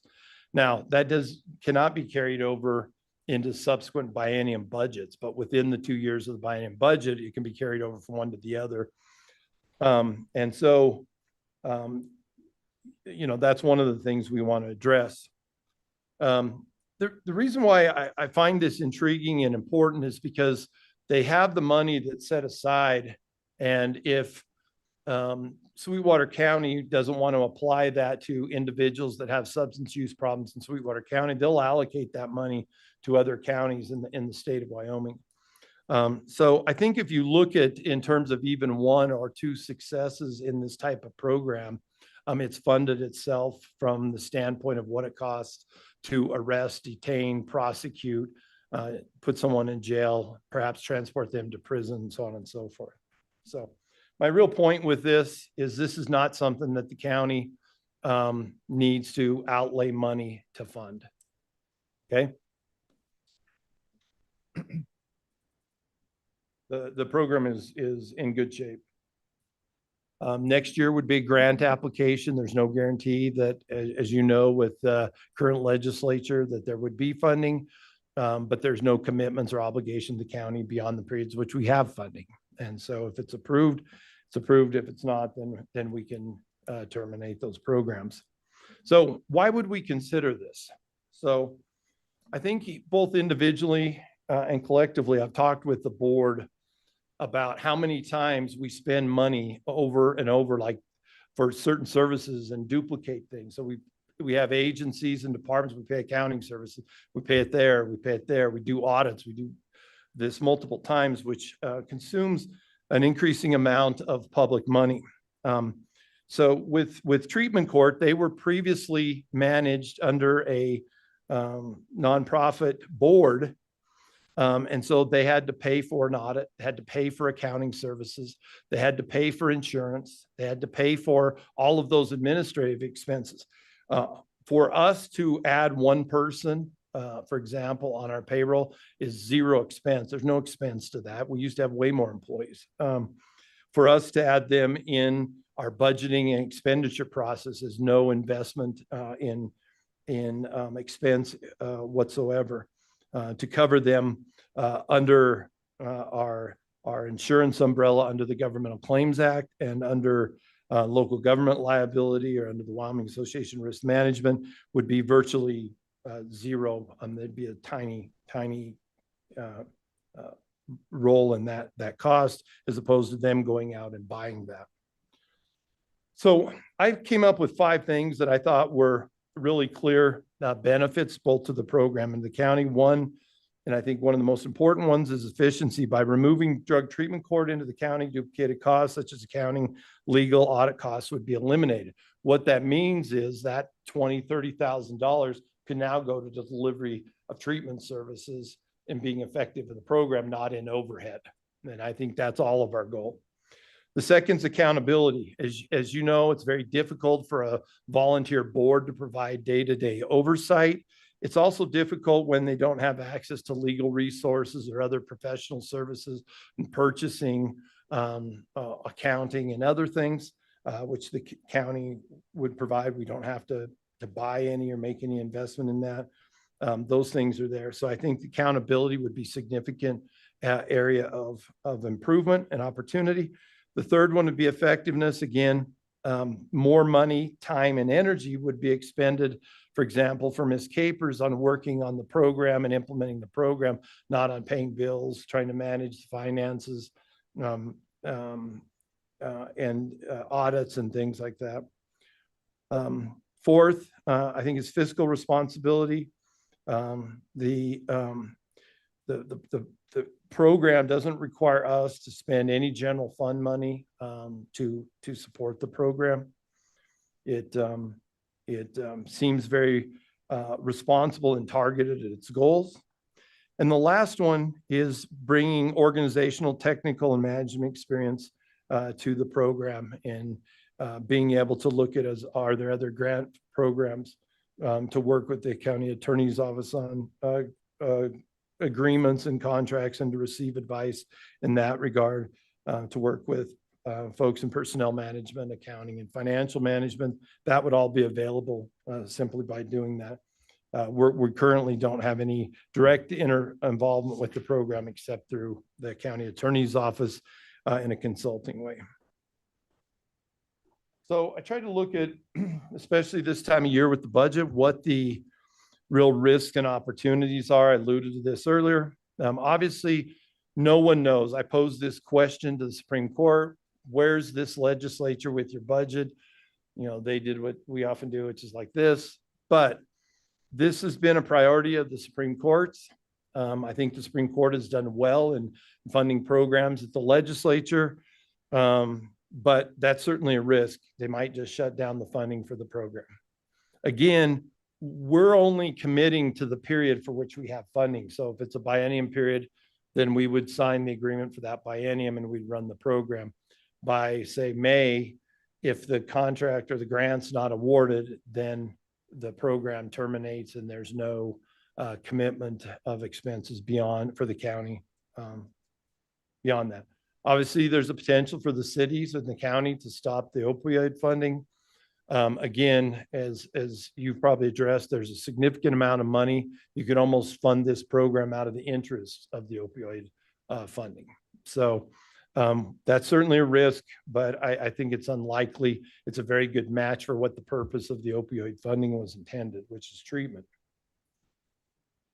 Couple of the sort of safety net opportunities that I saw that are there. One, as I alluded to, the opioid funding, but there's also carryover, meaning there's going into this fiscal year, 25-26.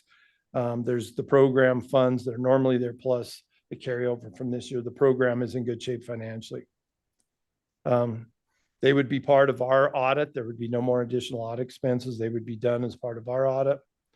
I think it's a real opportunity to serve the population, which this commission has been working with Southwest Counseling to address, which is that high risk, priority one, high level population. It seems to bolster and support that goal. The other thing that I thought was important for this year is to leave the foundation board in place for a couple of reasons. One, in the event that this board or subsequent board decides not to do it. The second reason is that it would give some time to explore whether they wanted to be able to receive private donations for the program. And as you know, we cannot do that as a county.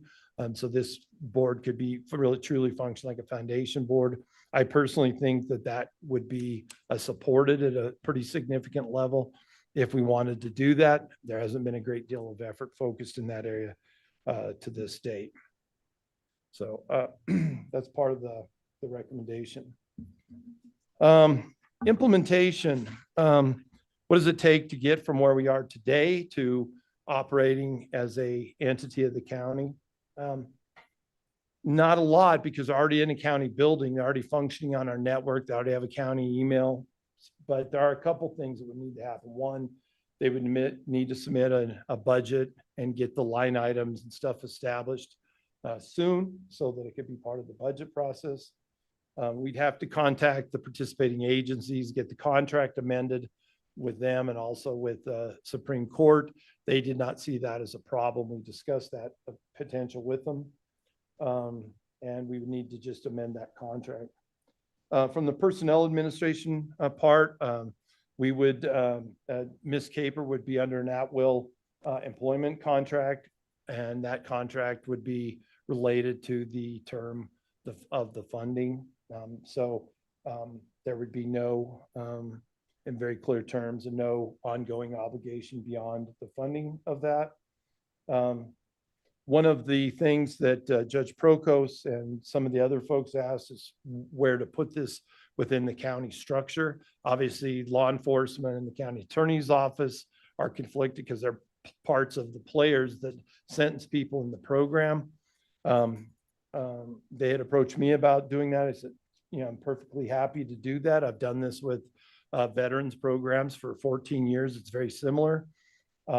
And I have good command of the internal processes. The other potential option we looked at maybe in the future, and some other counties have done that, have put treatment court under or with their juvenile probation director, since it is kind of a probation function.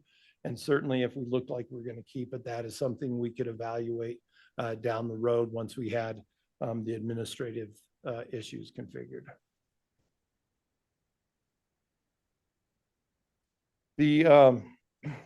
Just kind of in summary,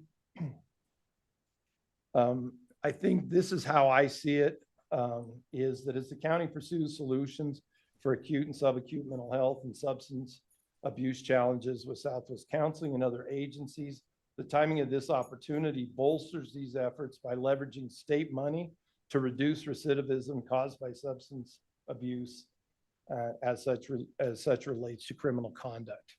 So the timing seems really good as part of what the community and state priorities are as one tool to attack a larger problem. And so with that, I'd like to thank the folks at the Supreme Court. They were really helpful in getting us up to speed in a short period of time. Judge Prokos has been very helpful, and as has the county attorney's office and the folks from the Treatment Court Foundation. I know we haven't had a lot of time, but we've put together a lot of information in that short period. And I think we are happy to answer any questions that the board or others may have. Thanks, Gary. Appreciate the presentation. Lots of good information contained in there. Judge, I believe you have court. Is there anything you'd like to add before we keep you over any longer? I want to thank Mr. Arnell for Mr. McLean for his presentation. I want to thank Mr. De Leon and everyone else who did all the heavy lifting in the presentation today. Just ditto to what Mr. McLean presented today. You know, years ago, I sat in that hearing room and I'd hear people come in and say, commissioners, I think you should take on this project or this agency, and it won't cost the county any money. You know, I think that's a pipe dream for a lot of things, but what's very clear is when you crunch the numbers here, it's not going to cost the county anything. And what it's going to help us do is really have, how shall I put it, or avoid what I think I talked about in the meeting we had back in March, management creep, if you will. You know, it brings some coherence to this structure that's been lacking previously, with a volunteer board trying to step in and handle the affairs of the organization. The auditing is key. You know, just additionally creating straight lines of communication for all of our other co-agencies.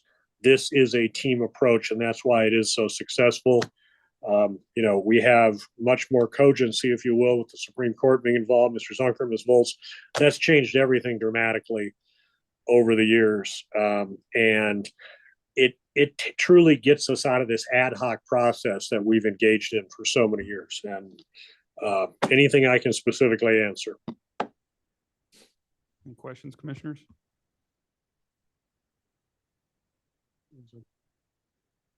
Doesn't look like it. You're getting off easy. Any other questions on the presentation itself?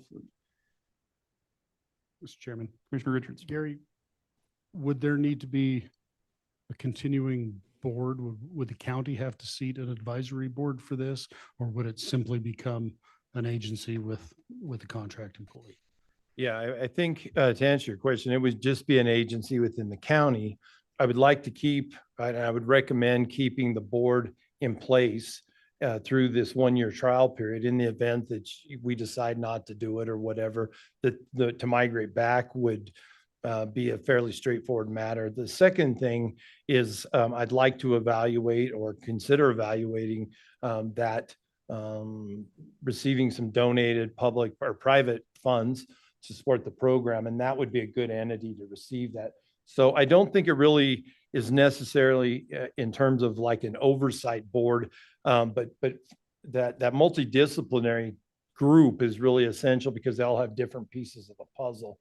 But to keep the board as far as a management board, I don't think that makes sense. And as you probably know, and I believe strongly, you either have somebody that's responsible or there's nobody responsible. So I think that's part of the issue that the judge is alluding to. And I think the board that I'm referring to is the over management board is for that eventuality by next year if we were decide not to do it. But by May, we'll know whether we have funding for the next biennium. I'm optimistic that we would, but if we don't, then we can decide to turn it back or to end the program.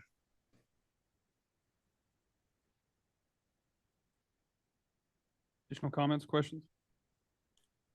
So obviously, you know, we understand what the ask is, but you spoke to, you know, an at-will employment contract. Yeah. Is there action we need to take today? Is that something that you just need our blessing for and then you'll bring back for us to approve, or kind of what's the intended motion today? Or thank you, Mr. action? Chairman. Yeah, I think what specifically we're asking today is, number one, we can't do anything unless the board's willing to create treatment court as an agency or department of the county. So that's the first thing.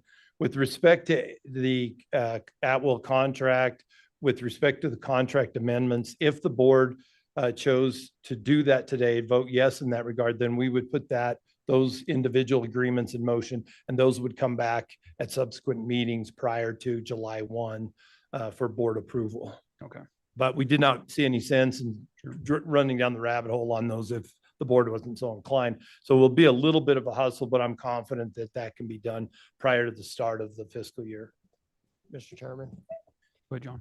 I think what Gary is asking for is a motion to allow HR to prepare and present an amended contract with the Wyoming judicial branch, who is present today, and then a motion to, again, the same motion to prepare and present a employee contract. So those would be the two documents that Gary would bring back.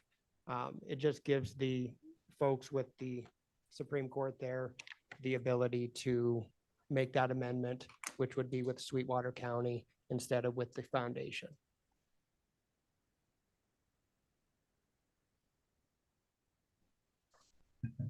Very good. Additional thoughts, comments? It's not a, Commissioner Richards. At the risk of sounding like I'm for expanding government, I think this is a good idea. I think this is a function that we can be a part of and make more efficient and effective. So I would support doing this. You know, I appreciate everyone bringing it to our attention. I think it was March, you said, Judge, and wanted us to kind of explore the different avenues for this program. I think it's money well spent. It saves a lot in the future. It's one of those unique programs that I think prevents some of the other additional costs that come forth that we see with, you know, some of the different mental health crises. So I think it's a good move. I appreciate you stepping up and willing to give it a try. And I kind of feel like, what do we have to lose? And hopefully it's a benefit and we can expand and continue to, you know, help out staff with different resources. So certainly have my support. Mr. Chairman, Commissioner Tillman. how many people are treated or graduate from this program per year? So the Supreme Court, as part of their funding formula, they have kind of a formula that they base how much funding you'll receive. They use 24 as the number. We're probably closer to 15 right now, but there are some folks that are in the queue. But one of the things that's a difficult ask for Ms. Capers is to work on that end and also work with the individuals. And that's something that the county attorneys and I had talked about, is bringing everybody together and make sure that everyone knows and doing some things that are promotional so that as public defenders are dealing with patients, as county attorneys come on, but we could get those numbers really as high as the funding would allow us to get. And I think that should be our goal. And so that's where we're at right now. They're planning on funding us based on a funding formula for 24 people. That's how they come up with the 400,000 that they're giving us now. But we're not restricted to that. If we could get 30 people or 35 or whatever and still within our funding, we'd like certainly to do that. So I hope that answers your question, Commissioner Tillman. Folks, I'm sorry, I've got to leave. I've got an interpreter here who has to be gone by 2. Thank you so much. Thank you, Judge. Appreciate your time. Thank you. Commissioner Slaughter. Mr. Chairman, I would just like to say, I did have the opportunity yesterday to spend some significant time on this with Deputy Attorney De Leon, and it was good to get his perspective and to be able to learn, you know, what this program can do and have a better information to make this decision. Having done that and heard the presentation today, I too would support this. I think it's something that would benefit the county. With that, I entertain a motion to authorize the county HR director to prepare and present an amendment to the contract with the Wyoming Judicial Branch, as well as prepare an at-will employment contract subject to formal approval at a later date. So moved. Motion by Commissioner Jones. Do we have a second? Second. Second by Commissioner Richards. Any further discussion? Hearing none, all those in favor signify by saying aye. Aye. Aye. Opposed, nay. Motion's unanimous. Thanks, Gary. Thank you very Appreciate the much. presentation. Appreciate your work as well, John.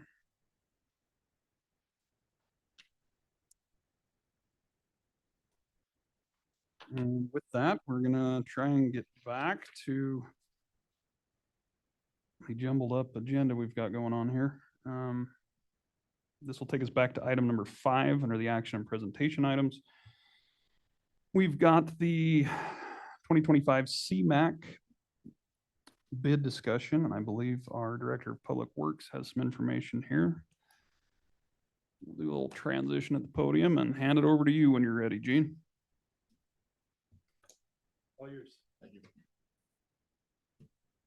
Thank you, Mr. Chairman. I will try to get you guys on time, but I don't think I can make up that much time. So what you have before you is a we bid out the 2025 CMAQ project.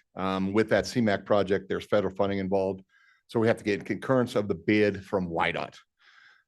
We've used the same form, same contract for about 9 years. Some new legislation came down, or interpretation of legislation came down. There was actually one form, it's a disbarment form that the contractor signed. He's always signed it. He hasn't put anything on it. We also do a sam.gov disbarment check. Everything came back fine. When we asked for YDOT for concurrence, they said he didn't answer no.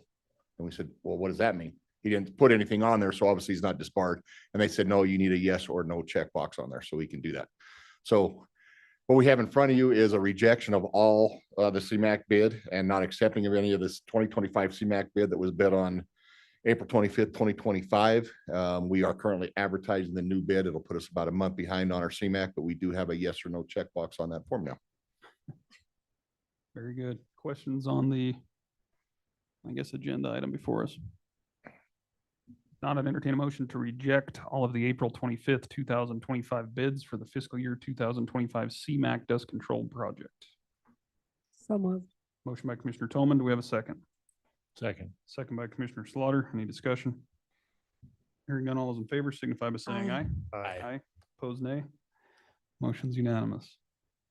Moving right along to item number 6, we've got the approval to apply for a BLM land patent on Lot 8, Section 18, Township 18 North, Range 106 West of the 6th Principal Meridian. And we'll hand it back to Gene. Mr. Chairman, that was awesome. I remember 2 years ago, you couldn't read it like that. So that was quick. Getting better. Getting man. better. What you have before you is a land patent. As most of you know, we've discussed this before. There used to be a sheriff's pistol range on the north side of I-80. Basically, the BLM does not want that land turned back to them because of spent casings, lead, other various things in there. They would like us to apply for a land patent. I'm sure that they will grant that to us and it'll become part of the county land that we own. As you can see in the form, I tried to highlight that we have owned it from 1978 till sometime in the 2004. At some point, for unknown reasons, it was not renewed. It was not brought up by the BLM until last year. And then when it was brought up, they wanted us to apply for the land patent. So I don't know how this will go with them, but I try to be as honest as possible on the application. And I ask that you guys support it and allow the chairman to sign all necessary documentation. Thanks, Gene. Questions on the land patent? Not an entertain a motion to approve the application for the recreation and public purchase patent and allow the chairman to sign all necessary documentation as presented. So moved. Motion by Commissioner Jones. Do we have a second? Yes, I will. Second by I'll second. Commissioner Toman. Any discussion? Hearing none, all those in favor signify by saying aye. Aye. Opposed, nay. Motion's unanimous. That'll be a record if you get the BLM to turn you a patent in less than a century. It's taken 9 years on some other ones we've gotten, so. Item number 7 is a memorandum of understanding between the City of Rock Springs and Sweetwater County for the placement of a City of Rock Springs owned sculpture at 333 Broadway. I believe we had Chad on there, but He had to drop off for another meeting. we're only a couple hours behind, so I can't imagine why, but we'll hand it back to Gene. So I think I can answer everything, hopefully. Chad approached me in January. He received this sculpture from a business that's no longer operating in Sweetwater County. It depicts a lot of the historical places and stuff like that on basically a sculpture that he would think would be a good place to attract people into downtown. We finally met after the snow stopped flying and the wind got warmer last week for our brief summer. And we decided on a couple areas. The one area that we decided on is on the corner or on the inside corner so the sculpture is protected of the HHS building. It is quite a large sculpture. If you guys will see the attachment that we had, it's 8 foot tall, almost 7 foot wide. So it would, cover some portions of those trees and everything like that. As part of the MOU, we would have to reroute 3 sprinkler heads. And I volunteered for us to do that so we can make sure that it's done by our people and we know where it's at because it's our building. The City of Rock Springs would pour the concrete pad and move the sculpture into place. We put some other language in there to make sure that if it became in disrepair or graffiti, that they had a certain amount of time to be able to fix it and do other things. But with that, that's really all I have in there. Thanks, Gene. Discussion on the MOU, commissioners. Mr. Chairman. Commissioner Richards. Hate to put a damper on all your work, Gene, but I'm just not interested in putting some defunct business's advertisement as a art installation on our properties. I don't believe Come and Go, other than having a couple stores here, was ever truly tied to our community. They had these installations all over the country. And I would rather reserve our space to something we decided to use to create a good image for Sweetwater County. I think that space could be better used for something celebrating our history that we chose, that we commissioned. Commend the city of Rock Springs for always trying to do something different, but I think if they want to save art like this, I think they can put it on city property. So I'm going to be a no vote on this one. Commissioner Jones. Thank you, Mr. Chairman. I'm also going to be a no for somewhat similar reasons, but the other thing is, I guess I just feel like if we want to do some sort of artwork for next year, and I had to pull this up so that I say it right, the semi-quincentennial celebration, there's grant money for artwork that if that's what we're looking at a project to do, then there's money out there to do it. I've talked to several people around the county to see if we can find a place for something, and nobody has any ideas or places necessarily. So if this is what we're looking at doing, then we have a spot and there is grant money available. Commissioner Slaughter. Mr. Chairman, for similar reasons, and I won't go into, I think it's been pretty well discussed. I was just a little bit surprised when I saw this in our packet, having not had any other discussion on it. In looking at it and thinking about it, you know, I'm in line with thinking of the other commissioners. I think if we were going to look at potentially putting some form of art on that property, you know, it should be something that we should choose, not necessarily something that's brought forth in this manner. And I too will be a negative vote on this. I will defer to my fellow commissioners. Really? Trying to get along. Yeah, I don't know. I found it to be kind of an interesting one. I applaud Chad. He's always looking to do something different in ways that, you know, he can develop the downtown, and I certainly applaud those efforts. I don't love the location. I understand being tucked back so that, you know, people don't run into it or vandalize it maybe. But it just, to me, that spot looks kind of out of place. And then we got to move sprinklers and all that. And I don't know. The city has a lot of green belts, green space. I mean, even right down there, you know, along South Main. So I think it's pretty obvious this one's probably not going, but I applaud the effort. I hate to be a naysayer, but we'll make that Eric's problem now. Sounds good to me. So with that, commissioners, I'd entertain a motion to approve the MOU as presented and authorize the chairman to sign. So moved. Motion by Commissioner Slaughter. Do we have a second? Second by Commissioner Richards. Any further discussion? Hearing none, all those in favor of the motion indicate by saying aye. Opposed, nay? Nay. Motion fails 5-0. Thank you. Thanks, Gene. Appreciate your patience today. Next item on the agenda is item number 8. We've got an emergency services mutual aid agreement between the Sweetwater County Fire Department and the Flaming Gorge Fire and EMS District of Daggett County. Joining us this afternoon is Sweetwater County Fire Warden Alan Adams. Good afternoon, Alan. Good afternoon, Mr. Chair, Commissioners. I'll make this quick. So the last Daggett County mutual aid agreement was over 10 years old. And at that point in time, those two, there was a Mineral Fire Department and a county fire. So now they've combined.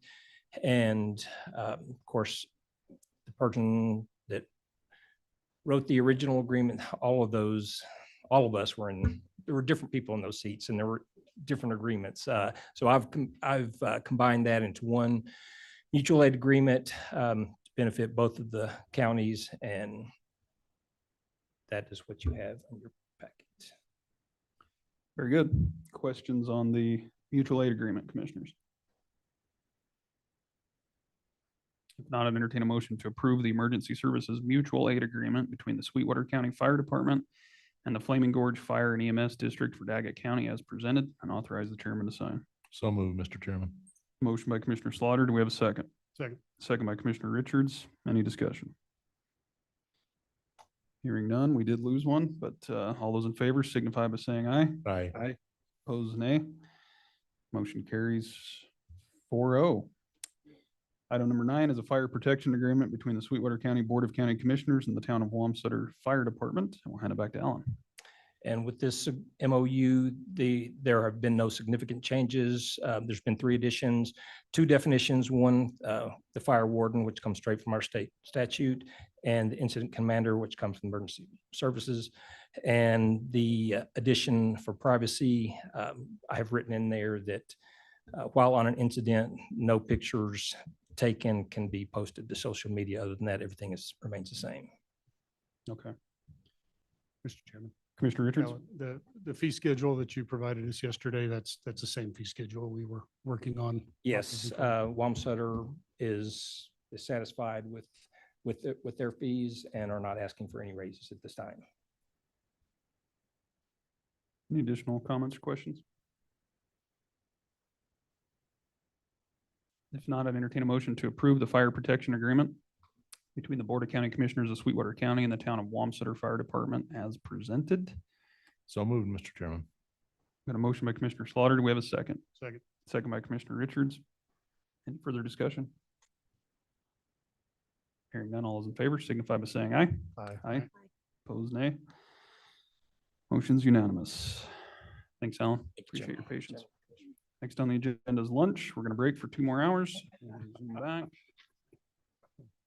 We have item number 11, which is the Sweetwater Events Complex Summer Events Schedule. Thanks for hanging in there with us, Candy. Way behind schedule. It's all good.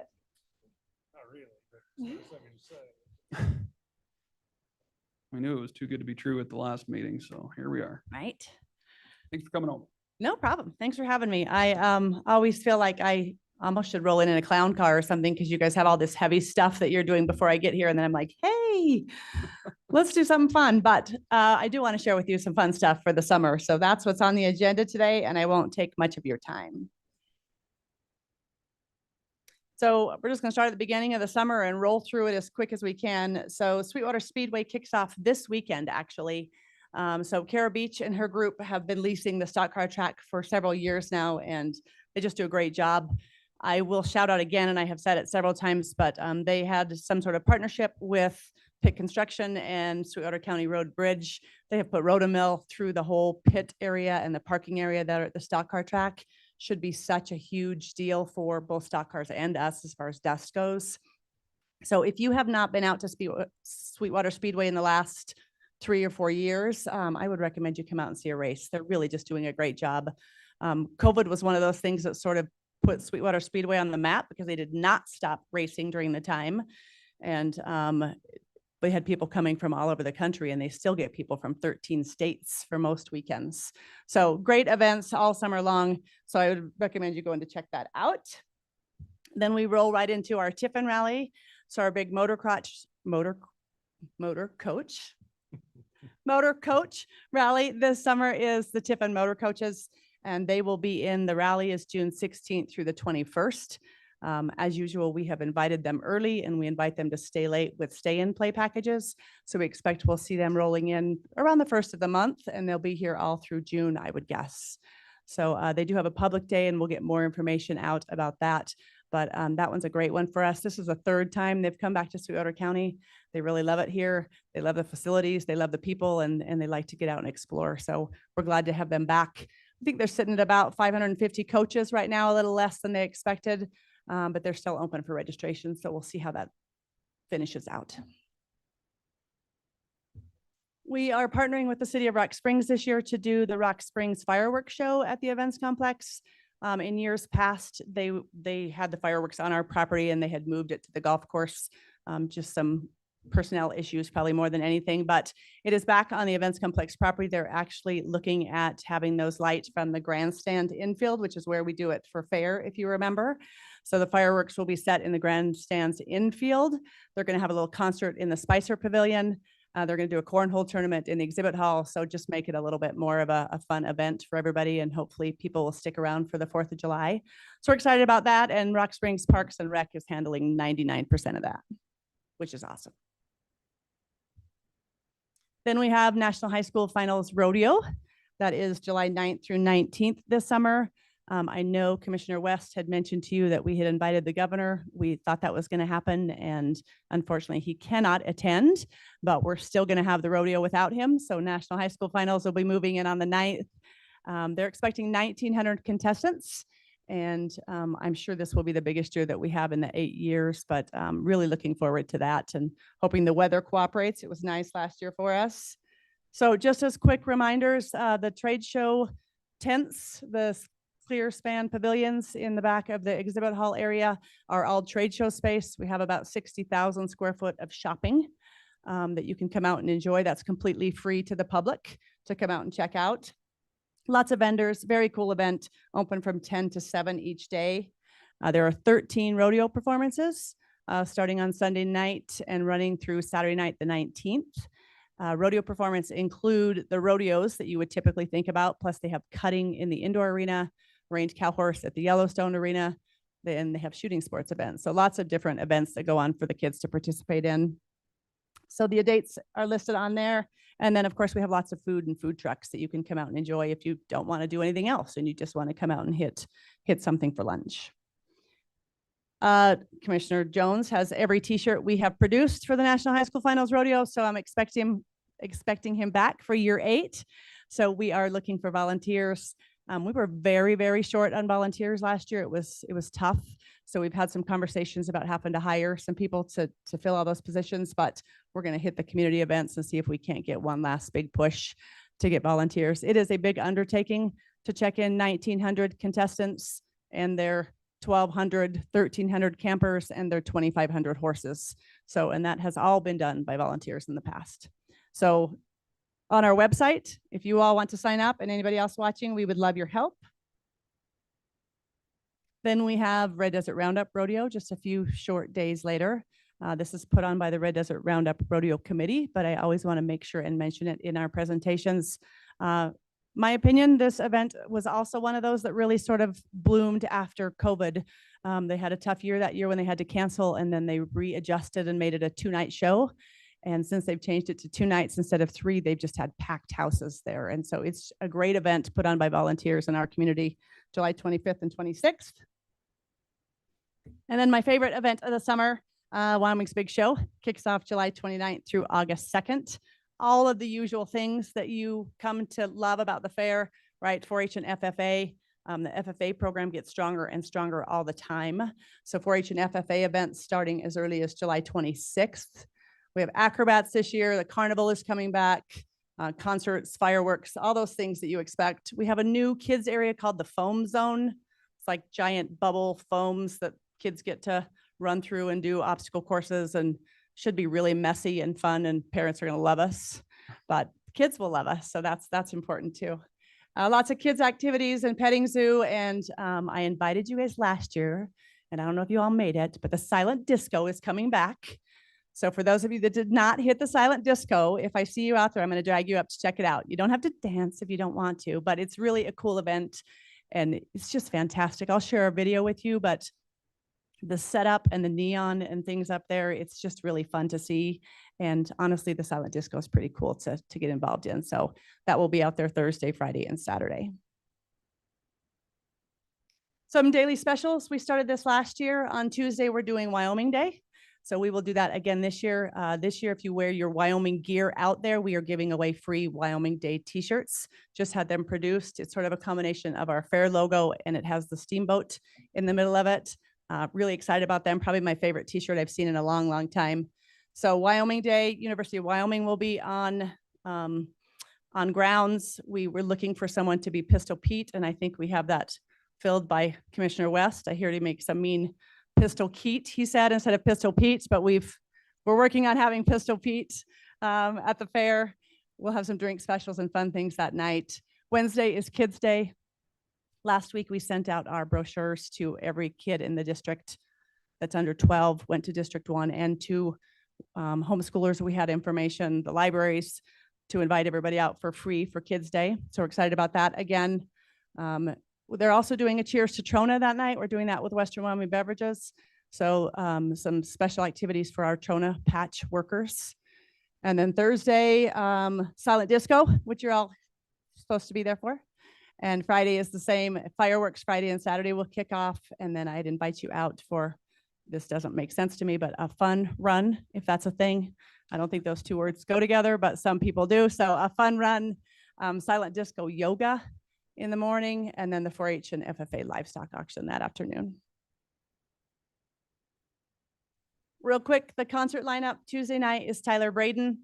This one's personally probably my favorite, but a new country act. There's a couple of songs out there right now that are pretty big. We're excited to have him. He will be one we will not be able to afford next year. So see him now, because we will definitely not be able to afford him soon. Back for repeat engagement is one of our rock nights, and that's Hinder.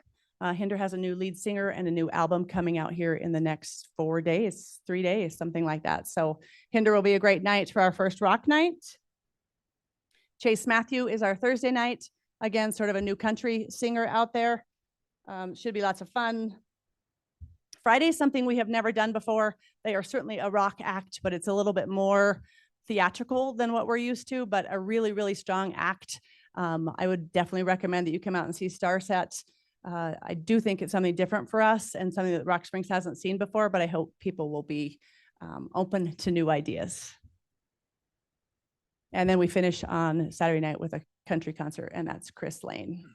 So I'm just saying I'll be at all 5 nights. If you guys would like to come out for all 5 nights, we would love to have you out there.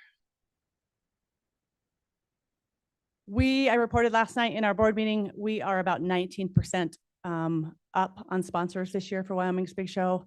Our community, Sweetwater County as a whole, really, really supports this event. And we have sponsors that have been on for 20, 25 years and sponsors that call every year to jump on board. So our sponsors are incredible. It's hard to see that picture up there, but we have so many sponsors that make this event happen, and it would not happen, and it would not happen at $12 a ticket without all those people on the board.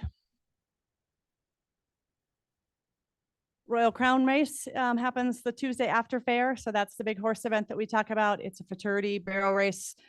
They did move the team roping part of that this year to Rapid City. Sort of a bummer on our end. I think, we compete with sort of those new shiny buildings all the time, and they have a nice new arena up there. So they took at least half that event, moved it to Rapid City, but we're keeping the barrel race. So we're going to fight for that. And then horse racing kicks off the last of the summer, will be the end for us. Weekends, August 15th through September 28th. We have been doing lots of improvements. Wyoming Horse Racing's been doing a lot of improvements. The paddock area, the saddle area, the concessions. It looks really nice at the grandstand. So when you come out for the high school rodeo, check it out and then try to make it out for a race. I think they're going to do some special activities this year for community engagement, and hopefully we'll get more people out in the stands. And that was really fast. And if you have any questions, let me know. I will say real quick, Commissioner Jones, any art project you want, we will host it on the grounds. I will help you plan it. And we will put it on the events complex if you can't find any place to put it. So I'm in. We did just put up a giant WYO on the front of our building. We had to block off an area where we took out some transformers so people can't drive down the breezeway. So we had a local company cut out WYO. It's bright gold. We're going to landscape it and use it as a selfie spot for all of the rallies that come in, but it looks really, really nice. So we're always open to those ideas. Let me know if you have any ideas. I'm not very artsy. I'd love to see us do something that's grant money. So I'd love to put it somewhere. I don't have my heart set on any place, but I'm not your art major. Okay, on it. Thanks for the presentation, Candy. We appreciate it as always. It's always an uplifting experience on a gloomy day most of the time around here. So we appreciate your timing. Questions or comments on the presentation? Mr. Jones. Just one comment. I hope to see you do the Cotton Eye Joe while you're out there. Oh, wouldn't be complete without that. So I was Pistol Pete for an event. The University of Wyoming Cowgirls basketball team came to play against the Lady Mustangs when I was in college, and my friend worked for the Cowboy Joe department and asked if I would be Pistol Pete because they didn't have anyone that would do it. So I happily agreed to that. And then at halftime, they played the Cotton Eye Joe, and I had to go out there and pretend like I knew what I was doing. So we'll try and relive it for you. I think we're definitely going to make that happen. I'm just going to say, yeah. Well, thanks very much. We appreciate everything, and thanks for hanging in there with us today. You bet. Thank you.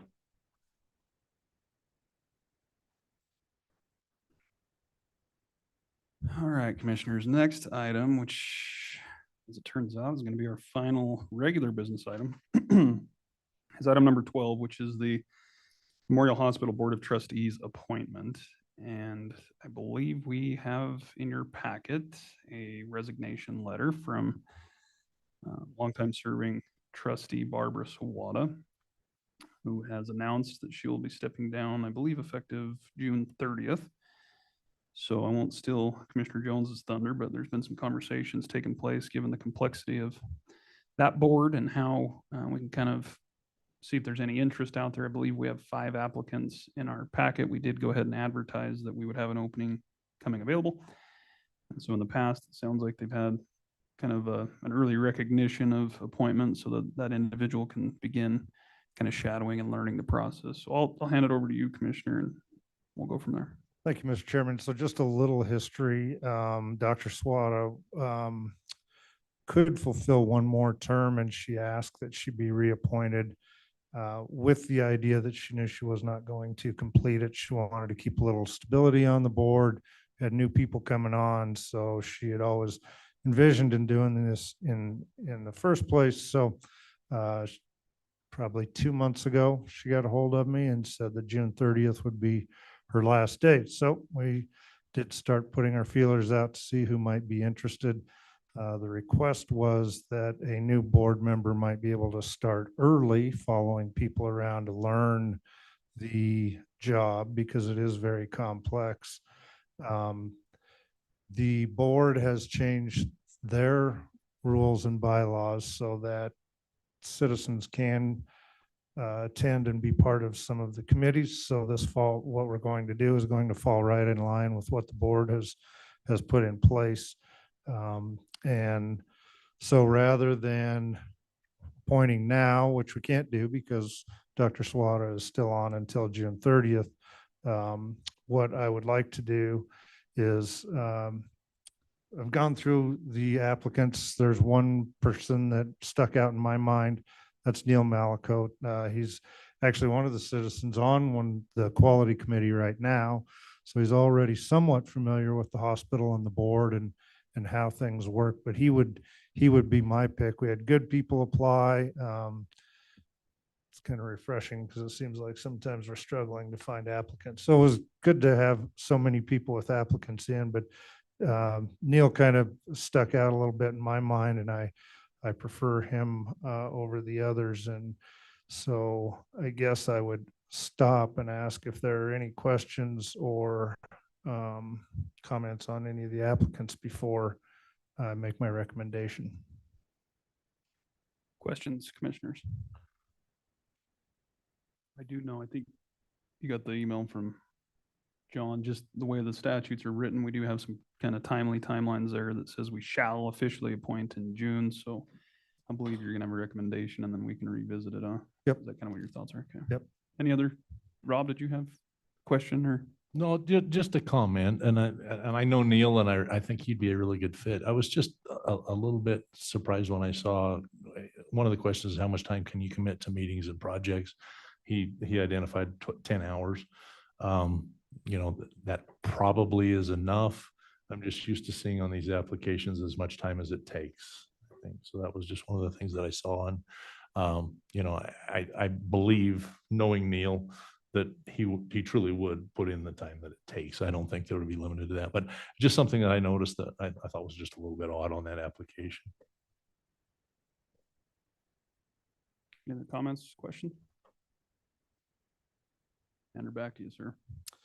All right, so then I would move that Neil Malakote is recommended to be a trustee on the Memorial Hospital Board, subject to Board of County Commission appointment at the June Board of County Commission meeting. You have a motion to approve the recommendation of Neil Malakote for the Memorial Hospital Board, subject to future appointment. By Commissioner Jones. We've got a second by Commissioner Richards. Any further discussion? Hearing none, all those in favor signify by saying aye. Aye. Opposed, nay. Motion is unanimous. The next item was item number 13, which is the Sweetwater request for abatement of interest on the audited tax bill. As explained earlier, we will be delaying or postponing discussion on this pending further research on the matter. And so Sweetwater will contact us later if needed at all, and we will visit things at that time while they work through some of the details of that acquisition. Item 14 was the treatment court presentation, which we already did. So the final item before us this morning, before we get caught up to the workshop, is an executive session to discuss personnel. It is anticipated that action will be taken, but we will see when we come out. So with that, commissioners, I'd entertain a motion to enter into executive session to discuss personnel. So moved. Motion by Commissioner Richards. Do we have a second? Second. Second by Commissioner Jones. All in favor, say aye. Aye. Opposed, nay. Motion carries, and we are now in executive.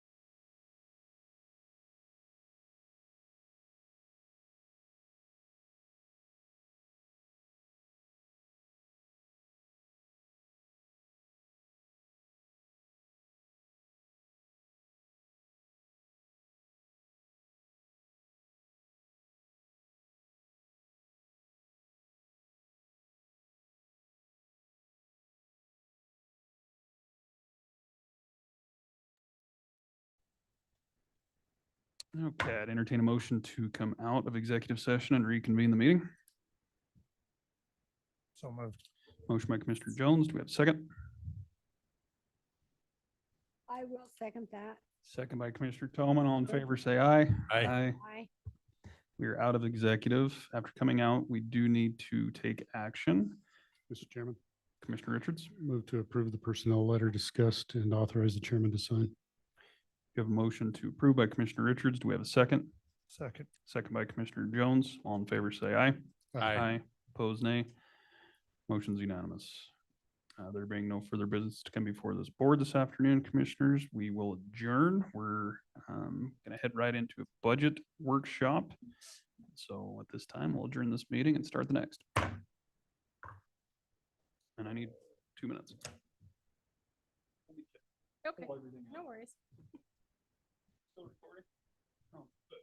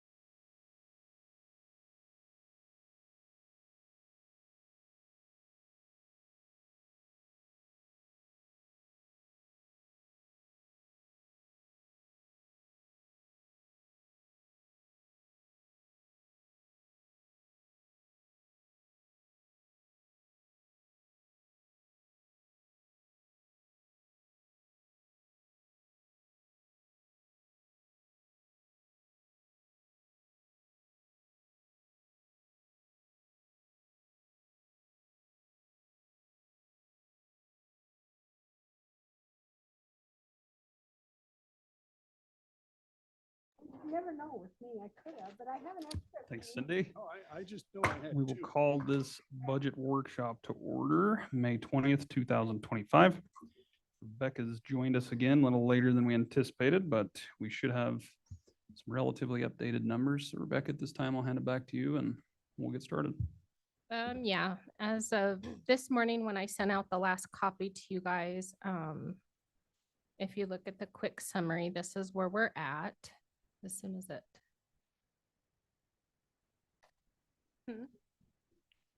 Yeah, it's plugged in.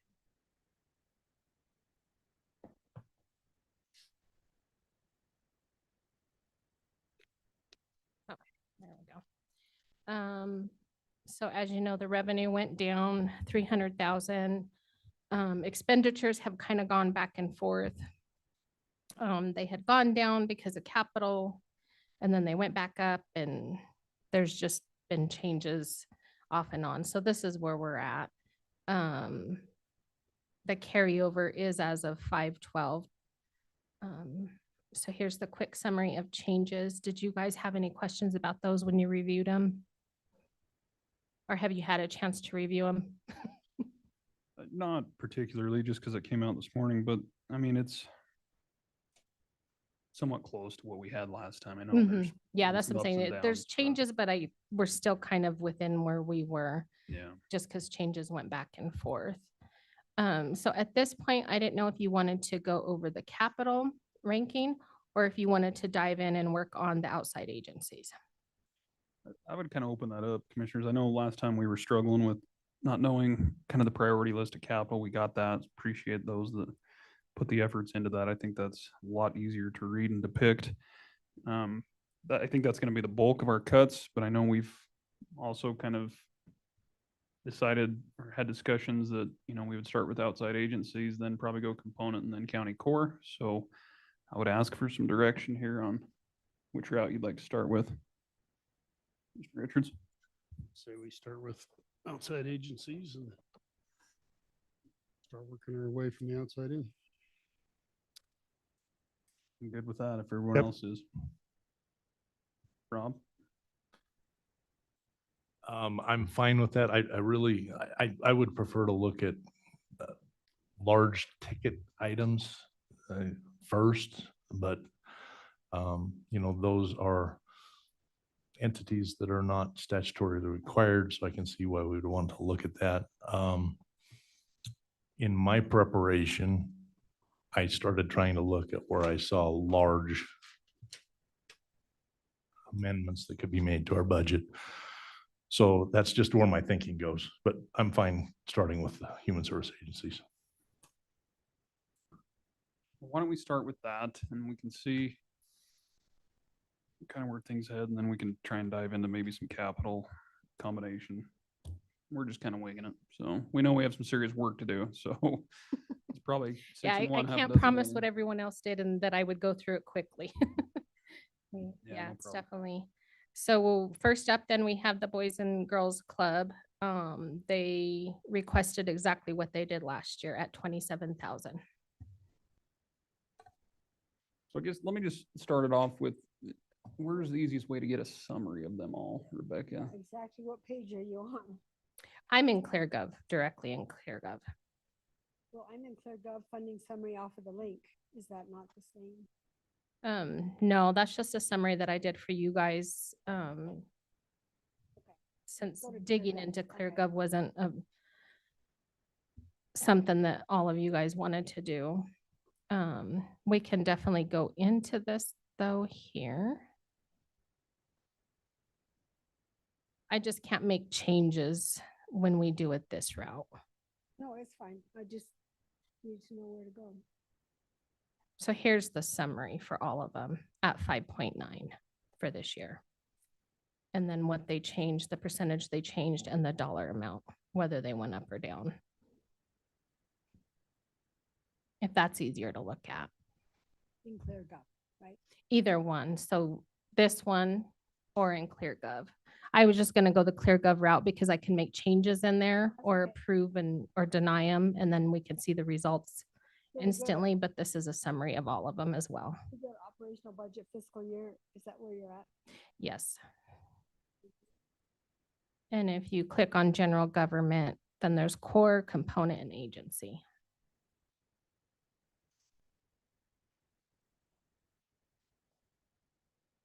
So some of these in this list have statutory requirements. Well, I was there, but I got lost. Some do into not. just- Some have agreements. We went through some of that. Mm-hmm.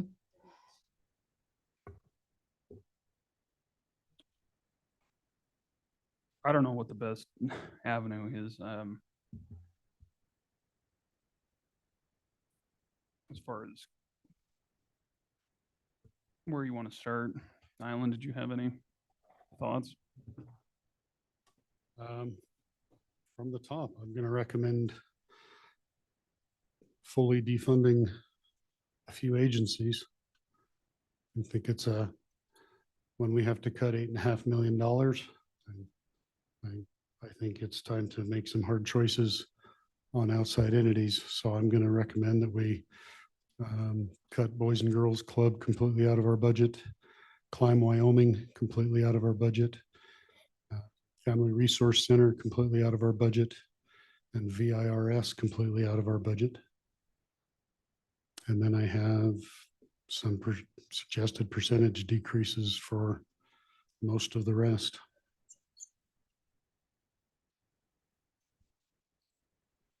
Mr. Chairman, I would just like to say something. I'm not commenting on where the cuts are. All I would say is that we do have reserve funds. And to start with the outside entities, that's just a drop in the bucket. That is not our big $8.5 million cut. Even if you cut every one of them, you don't make a dent. My recommendations here will be about a $580,000 Right. So I'm saying savings. it's not even a dent. Right? It is a dent. That's that's a pretty big dent out of 8.5 million. That takes us to 8.5 million that we have to find other funds to cover. Where'd you go now? Okay, I want to. Mr. Chairman, I took a little bit different approach and I went with a 50% cut for each of them. Taking out the capital in addition to that though, Oh, okay. so that I don't know, that's just a starting point. I know for 3 years now and starting before I got on the board, on the commission, you all have talked about reducing these, so maybe 100% for some is a little more realistic, but I just as a starting point took 50% instead of 100. That for the whole list, Commissioner. I did the whole list, but then I took out 100% of like youth home building improvements. There's another 85,000 in there for improvements and then another 76 on the youth home. So I tried to take out any of the capital and any of that stuff and just look at what money we directly give the organization and not the buildings or the parking lots or anything like that. So I truthfully, I took out 50% of everybody, but 100% of those capital expenditures and those repairs. Some, You don't know. if I remember right, some of those capital improvements on youth home were a direct result of the sale of one of the facilities we provided them. So that I don't think I touched the capital at the youth home.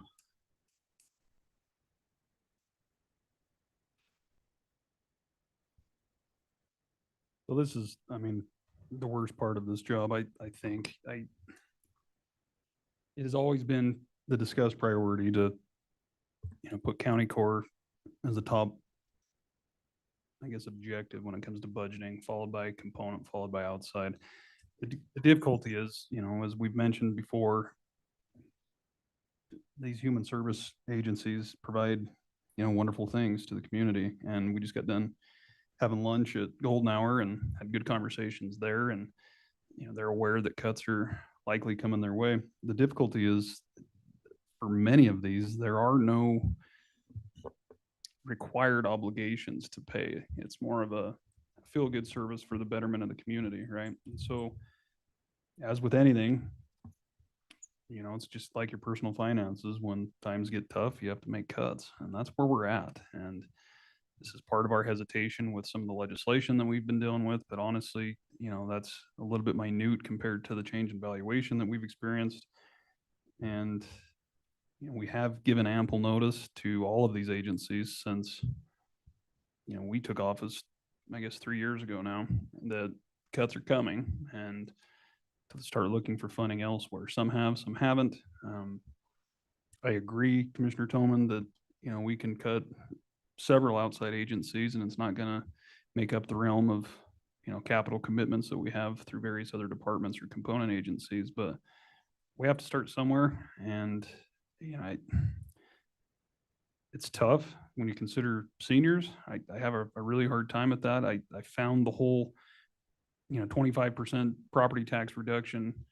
It's, for people that can't afford that and it's going to help out the seniors, but then we turn around and we have less funding to be able to supply Golden Hour or Young at Heart. And so, we're talking about other potential options of funding resources there. And I don't know.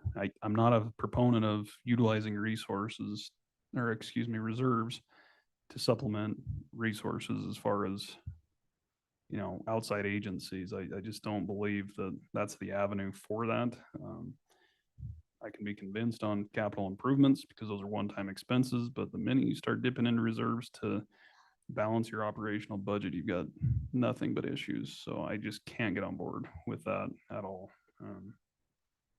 I don't have an answer. I don't know, cutting some, completely, cutting others a certain percent, going at it 50%. I don't have that crystal ball. I've tried to be realistic and be fiscally responsible as well. And, I've went in and made cuts to all of them at about 20%. But maybe that's not deep enough. So, Mr. Chairman, if I can get through the rest of my recommendations. oh, sorry to cut you off. We're gonna make changes though and tell everybody. So food bank, I have recommended that we cut their funding to $15,000. With the thought there that many years ago, apparently a commission chose to start funding the health insurance of the employee at the food bank. And back then that funding was at about $15,000. And over the years, the cost of providing that funding has just continued to increase and increase and increase. I think that needs to be reevaluated. Funding them $15,000 would allow the food bank to continue to keep their employee on our insurance until the end of this year and give them the opportunity to look for other alternatives, whether that's their own funding to stay on our service. But I question why that's a good idea anyway, because we don't let every nonprofit organization out there sign on to our county's health insurance program. So I think that was a strange agreement to enter into when they did it. And I think it's time to start weeding ourselves off of that. YWCA, I did not provide an additional cut to YWCA. They took 10% off of their request, but unlike every other organization, they provided a plan a long-term plan to start reducing their requests completely. They want to completely restructure their organization. And I think it's an opportunity for them to do that. So I have not changed anything from their request other than to just level it out to $197,000 instead of $197,100. Golden Hour, I have recommended a 40% cut to $114,000.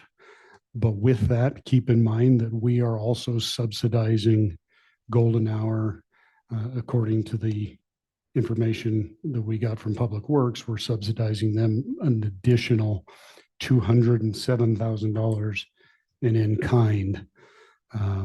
So with this, we're still funding them at over $300,000.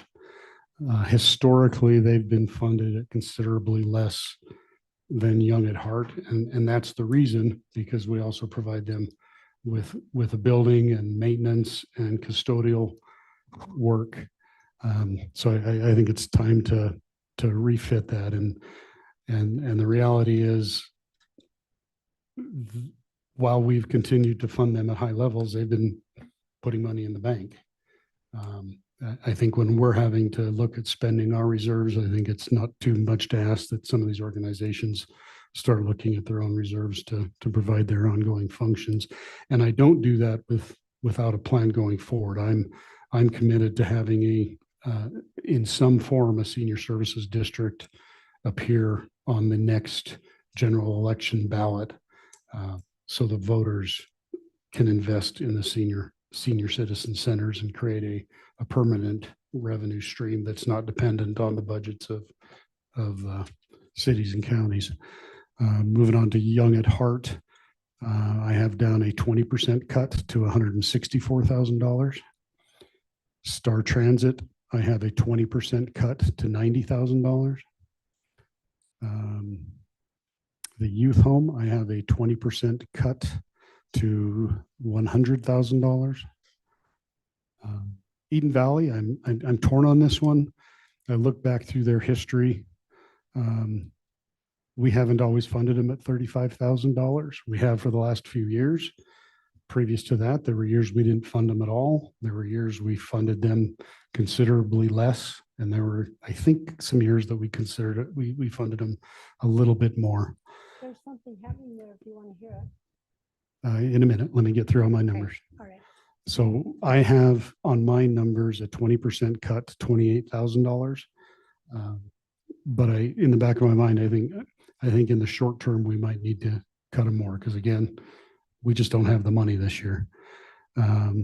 Conservation District, I have them at a 40% cut to $120,000. And then Treatment Court is its own animal. I had them, they requested $9,000 with the note that it's the same as they got last year, but last year they actually got $8,000. And I noticed in their presentation, they had $9,000, but they only had $8,000 in the actual request. So I have $8,000, but obviously that changes if we changes to a in-house request, core request, instead of an agency request if we bring that under the umbrella of the county. I think that's all the ones that I have recommendations on. So Eden Valley did not request this year. No. They are going up, they're gonna do a mill levy. They were in my spreadsheet, but Probably to look Placeholder? to the difference between the years. Yeah, they're going to try to extend because that'll be paid for in, I think, 2 years. Mhm. And they're going to try to, they think they can do it without holding an election. They can do 1% for maintenance. so let me edit that. Eden Valley, I was going to fight for 100% for you, Oh, be but quiet. but if you're not asking for anything, thank you. You're going to fight for me, huh? Well, you do pretty good most of the time. Except when you don't. Mr. Chairman, if I could I make a suggestion? Sure, go ahead, Ron. I think we can go back and forth on these indefinitely. You know, I kind of took the same tact as what Taylor did with respect to the cuts, but it might work better if we looked at each individual agency and talked about them and got each one done and move forward. Because I have a much differing opinion than what Commissioner Richards does on several of these entities. And I think we should talk about them individually with those entities rather than trying to talk about where we're at with respect to a total on it and working that way. Once again, that makes more sense to my mind. I'm good with that. If we want to get into it. I don't That's know fine how by we me. do things. I don't know how we get to a point if we don't do that is what I'm thinking. So on that form, Rebecca, just start at the top. Okay, so the Boys and Girls Club. It looked like they had a lot of reserve thing. They had reserves too. So I would be okay with cutting them. We know Islands, we know Mary's, any other? Yeah, I had put a 50% cut down for them. I agree. We have been talking about this since we were elected. You know, we kind of started this conversation in the first budget. We've continued that dialogue. I think we're showing with what we're doing at this point in time, and obviously we do have $8.5 million we have to cut, but I think there are several big items that will affect how we look at some of these potentially in the long run. So I think that a 50% cut shows that we are definitely serious about this and that they need to be looking at further funding from other entities. But I think 100% cut it can be devastating. So that was my feeling.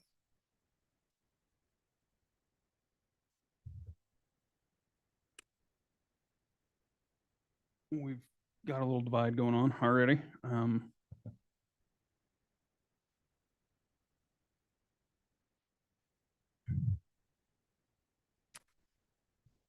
Didn't you tell me they were able to raise the funds that we cut last year? It looked to me, and of course the applications they give us don't tell all the story, but it looked to me like when we cut them, they went out and raised more money. I was disappointed that they vouchered the county for the entire funding last year all at once, even though our agreement with them was to provide that funding in 1/12 increments. But I'm at the point now, after talking about this now for the third time, that in certain situations, we need to rip the Band-Aid off. It is not government's responsibility to fund every nonprofit agency. And they all provide great services. But I just don't think it's the taxpayers' obligation to fund them directly. So I'm sticking, I'd like to see 100% cut to Boys and Girls Club. Another point is some of these, you fund them at 1/12 and the other ones you make them submit a voucher for every single dime they get. It's not consistent across the board on these entities. Like Conservation District, they don't get a dime unless they submit a voucher. Others, you pay them a 12th to 12th to 12th for the total amount. Is that true? I thought we paid them all at 12. No. Yeah. They all voucher. And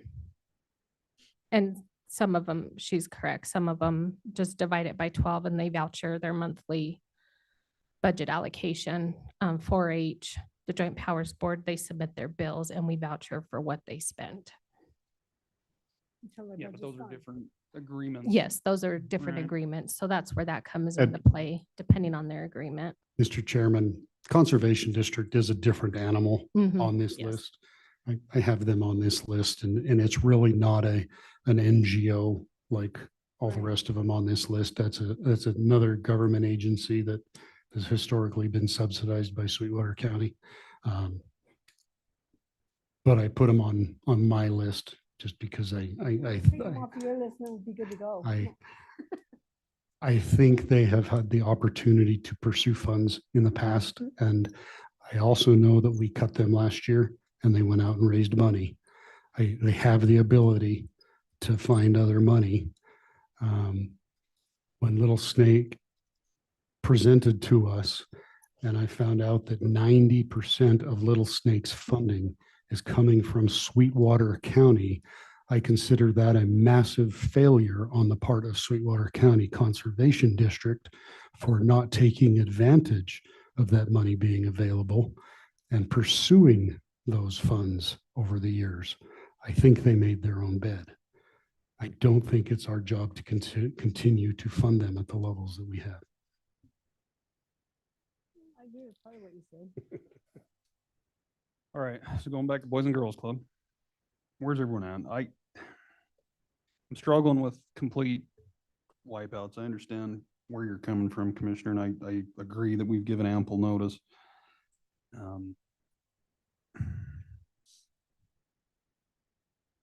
But I don't know that it's any better to go along with the 50% than it is to rip the Band-Aid off. I mean, obviously they're getting a little money, but if the ultimate goal is to try and get back to just taking care of what we can afford, then ultimately we're probably, I guess, a little bit better off biting the bullet right now. So I can go along with that. So I guess it's on you. Thanks. I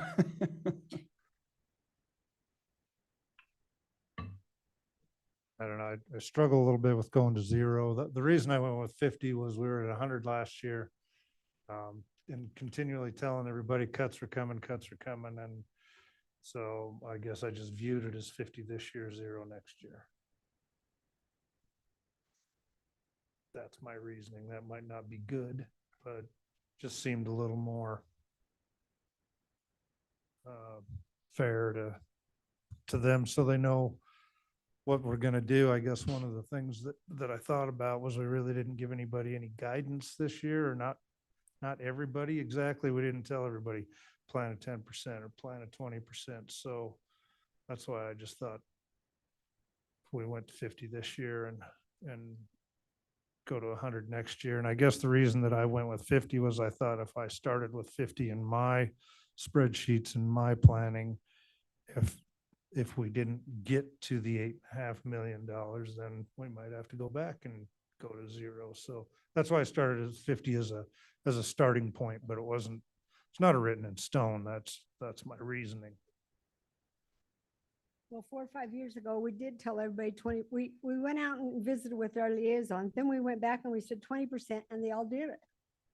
They did their voluntary 20%, which I think is more fair than us sitting in here going, you're out, you're in, you get a little, you don't get any. I don't know.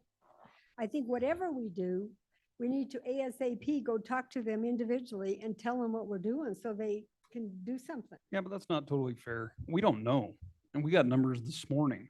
So the direction that was given is, tighten your belts, it's coming, and it rolls downhill. So when we get cut, we're going to have to be forced to make cuts. We don't know at that point in time. That's why it's taken until the end of May to even get a census of how far we're off. And so now we know it's at least 8 million, and that's if we use 100% carryover, which I think is totally irresponsible to do. So,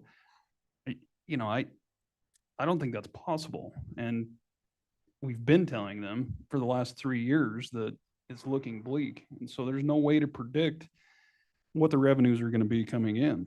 And that's why we've gone the avenue that we have. We've given other resources for them to try and obtain. And again, some have, some haven't. And so it continues to come back on our laps. So, 100% cuts are tough. And I'm with you on that. I don't necessarily disagree with your logic there that, ultimately that's probably going to have to be the case. And if we need more, we can cut more from then. So I can go along with that, but I get kind of tired of everyone pushing back that they don't get any direction from the county. We don't get direction until the very last minute, and we can thank our legislature for that. So it's impossible to, have everyone come in and present their case and tell, all the good services they provide. We know that part. What we don't know is where our revenues are going to be. And so it's hard to predict until those numbers come in. And a lot of those don't come until the 1st of June. So we're still a little bit premature. So you got to start somewhere and take a stand and adjust as that information comes available. And that's all we can do up here, as far as I'm concerned. Mr. Chairman, I would agree also that we have given direction.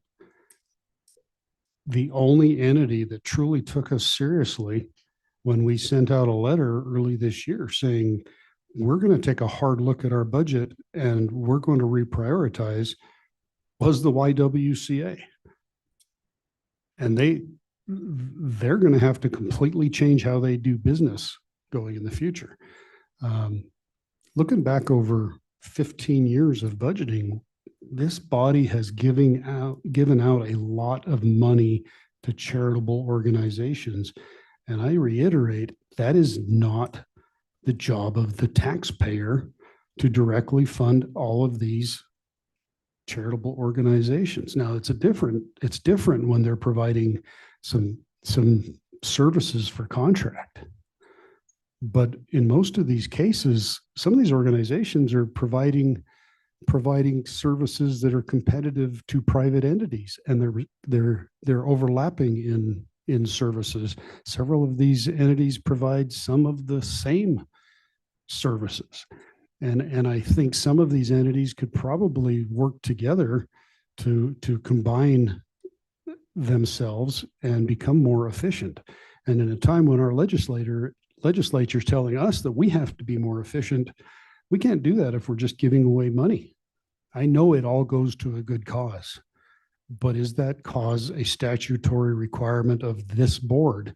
No, and I don't want to make cuts to our statutory responsibilities because we're funding nonprofit organizations. So I'm still at 0 on that one. And once again, I see it differently. I see, while it may not be a statutory obligation, I think that there's a moral obligation.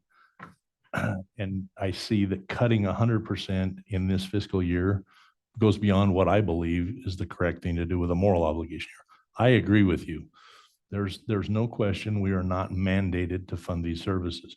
But when we get talking about other of these human service agencies, there are several of them that have been the agencies that constituents have reached out to me and said, please don't make cuts there. They're the things that I've heard. And I think that there is a moral obligation to some of that. We talk about essential governmental services all the time. And typically that has been meant to mean the core county government functions. But I believe that there are some other things, and I'm not including the Boys and Girls Club in this, but I believe that there are some of these human service agencies that are an essential governmental service because of the service they provide to our citizens. And when we get into those, there's going to be more of a question with respect to that. The Boys and Girls Club, I tend to agree with Commissioner Jones. If we start at 50%, if we can't get there, then we go back and we cut it to 100% at that point in time. But I'd like to start at 50 and say, hey, we tried to do that. When we got to the bottom line, we couldn't. So we had to go back, and ultimately we had to cut it at 100%. All right, I'll go along with 50. There's 3. So let's move on to what's next? Climb. Climb, Wyoming. So just to be clear, that'd be 13,500. Yes. Yeah. On Climb, Mr. Chairman, I support everything Climb does. I believe the $3,000 we've been providing them is simply a token so they can express to their other donors that they have buy-in from Sweetwater County. But looking back at their history, we provided a good portion of their seed money. There's been years that we funded them more, years we funded them less. But they have a really good funding system in place. And I would argue that they simply really don't need our $3,000. It's just been there as a token to keep the door open. Well, they do get TANF funds through us. Isn't that off the tripartite?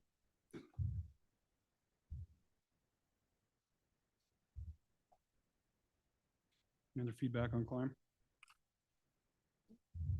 I thought I was of the understanding that if we just gave them something, that they did receive some additional grant funding. So I took them 50%, just the same as the others, but Yeah, that's what I did also. $1,500. So it wasn't the amount to me. It was that if they're using that money to generate some grant funds or what have you, then They can leverage off the county name. yeah. That was how I felt. Mary? So then family resources. So are we going 50 on that? Where are you at, Mary? Are we back on Climb, Wyoming still? Yeah. We've funded them at 1,000 in the past. So it's been up and down over the years. All right, let's go 1,500.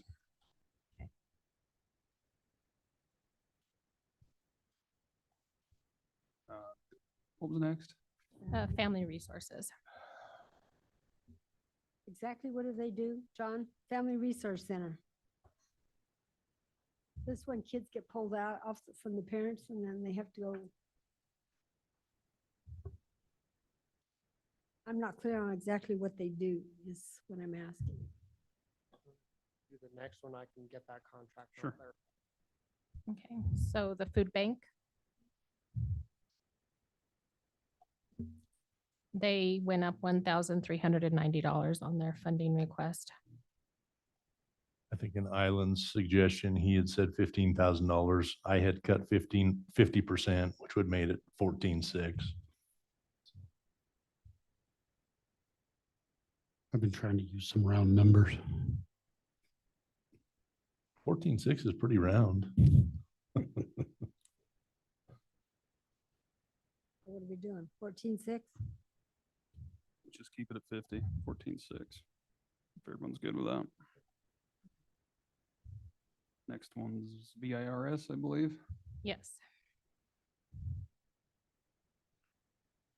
That was my liaison. I can talk to that. They take care of, they go in and give showers and take care of the people who are totally destitute, basically.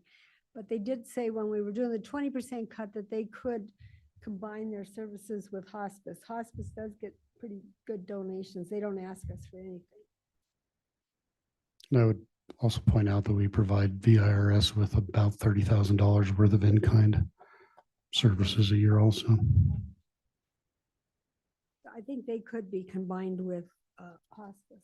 But I also want to point out that there's other agencies that are providing some of the same services. Like Young at Heart has that help. Like Young at Heart, like Now Cap and Cowboy Cares. There's other agencies that do that, and we're providing subsidy to one agency to do that. And again, what they do is important, but so is what all of those other nonprofits that we don't fund. Everything they do is important too. Following through with my logic, this was another one I didn't see legitimacy in cutting 100%. I had 50% as a starting point again.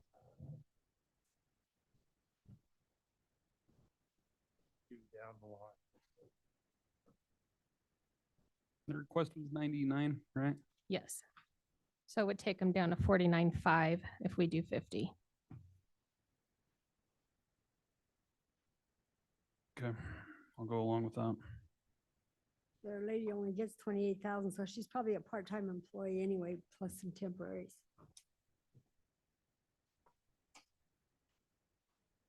Mr. Chairman. Go ahead, John. So the Family Resource Center, they provide supervised visitation and exchange program, which provides a safe, monitored place for non-custodial parents to spend time with their children. The program provides visitation and exchange times in the evening and on weekends in Green River and Rock Springs. The program is also available in cases where there is a no contact order.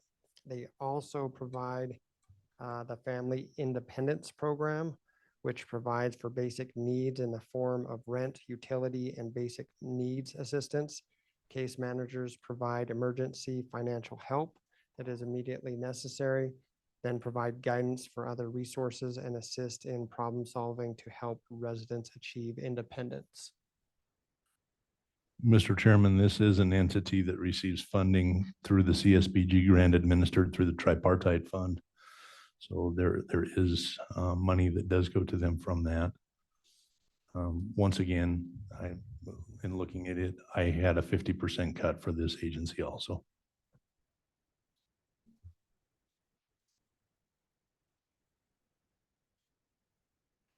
Any other feedback? It is a valuable service for divorced parents and when one of them's a bad parent, but I'm surprised they don't charge the parents because they charge them for the lawyer.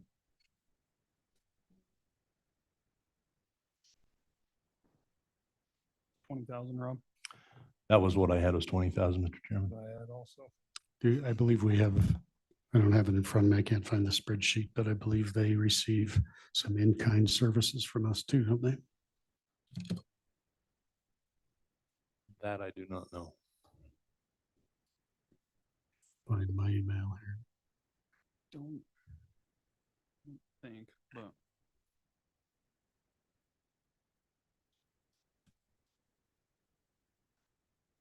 Okay, so moving on.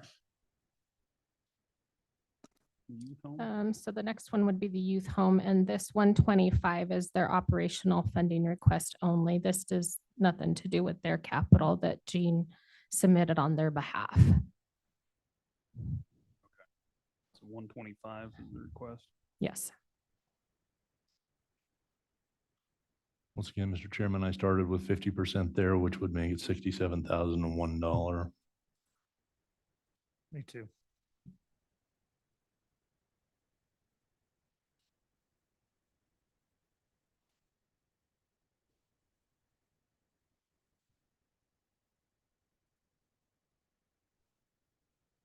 Any other feedback?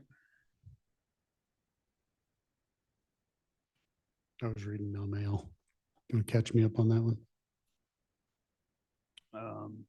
The youth home request of 125,000.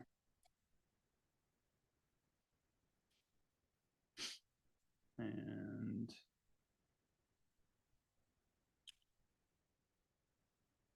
Mr. Chairman, I must have been using data from a different spreadsheet because I had $134,002. So my 50% cut was $67,001. If the request is currently $125,000, it would be half of that, or $62,500. Is that what you show, Rebecca, is 125 Yes, for their request? yes. The 134 that you're looking at may include their capital. Oh, and that could be, Mhm. I didn't separate that.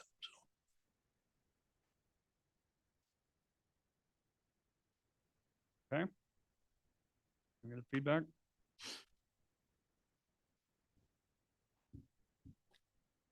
Got the YWCA, I believe. Yes, and their request is at 197,100, and so they went down 21,900. And they are looking to restructure their organization.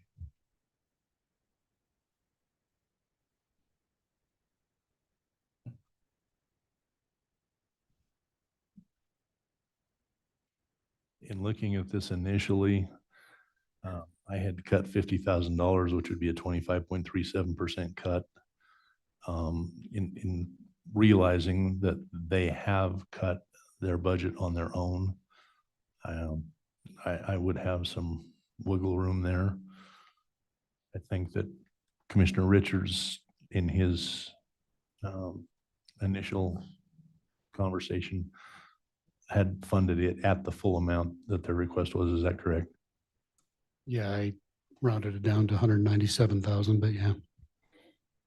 But with us funding all the other entities, I would say maybe we should think 20%.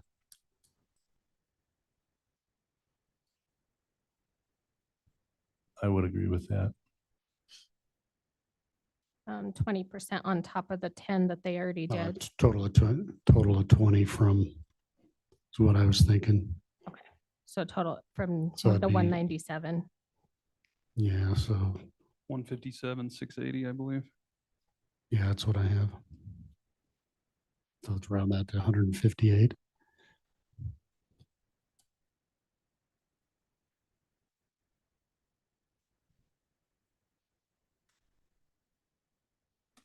So that'll take them down 27.85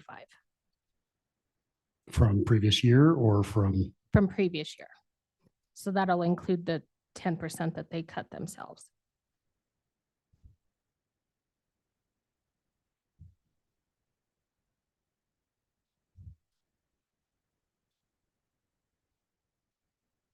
I was still at my 50%, but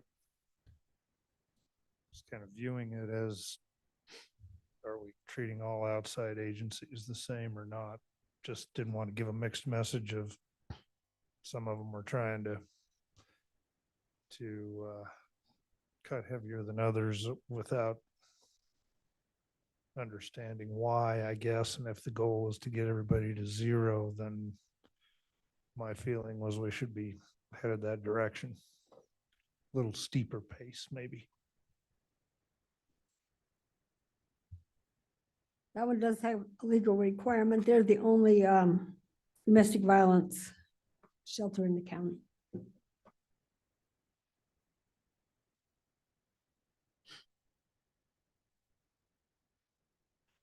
Other thoughts on that?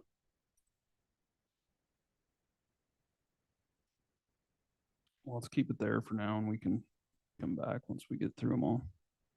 Okay, so next up is Golden Hour. They cut 15,000 because they still have 15,000 left over from the budget allocation from last year. They're going to save that to do payroll. So they do have a note on their funding request that next year they would probably go back to requesting the 205. Mr. Chairman, this is one of the areas that I see as being a moral obligation. I have participated at each of the senior centers quite often over the last couple of years. I see what it means to those residents who are using that as potentially their only contact with outside people during the course of the day. I see it as being maybe the only meal that some of these people are having during the course of the day. So while I 100% agree with the concept that Commissioner Richards has brought forward on forming senior citizens district, what I had started with here was a $40,000 cut, which would be 19.5%. And this is a tough one because they do have a significant reserve balance. I started talking with them initially when I was their liaison immediately upon being elected. They did make some strides toward investing some of the funding that they had rather than having it sitting out there. So I felt like they made some good strides with respect to that. But we do have the in-kind services which we provide with respect to the building that have to be taken into account also.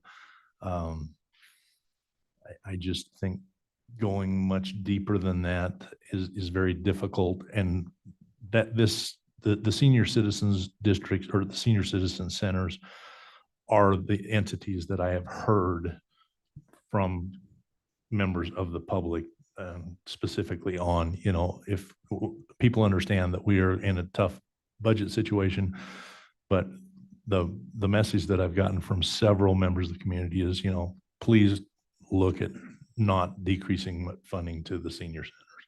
So that was where I was with it.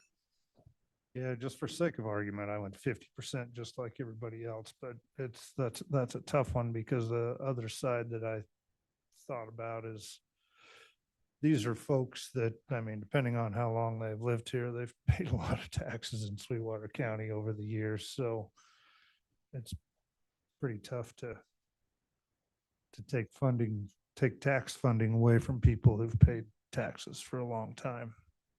So that's a tough one. I went with 50% just as a starting point for sake of argument, but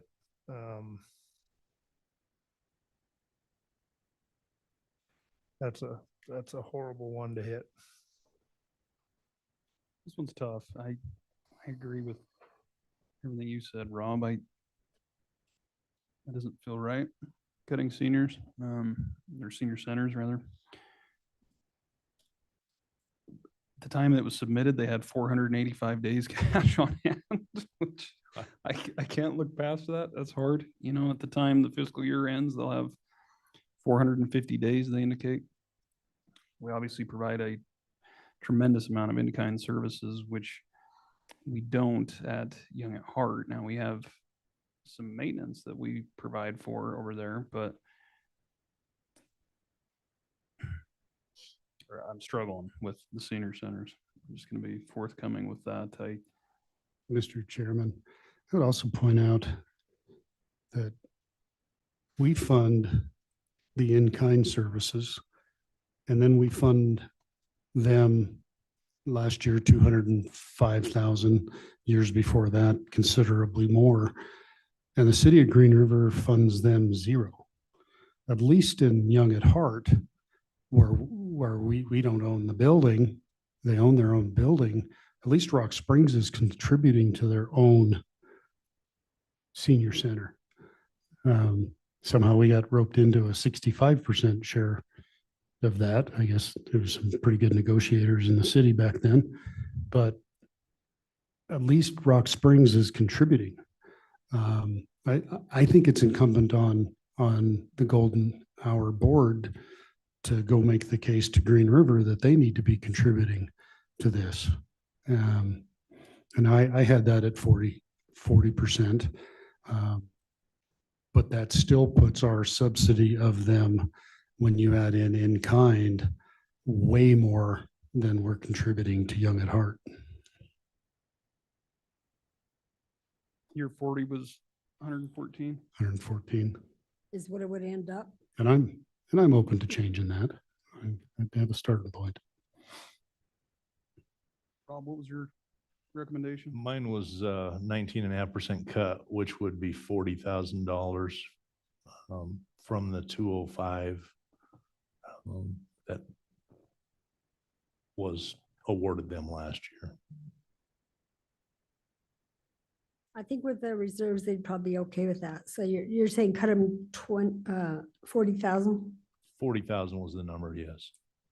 So it makes it at what? Yes, because this year they requested 190. Yeah.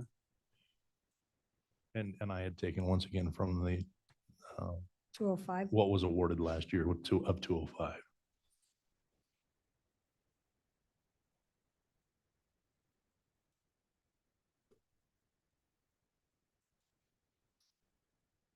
So what is the percentage that you guys would like to cut from that 190 then? Or a dollar amount? Once again, I had 19.5%, not saying that's the number, but that was where my number came from on the 40,000 that I had.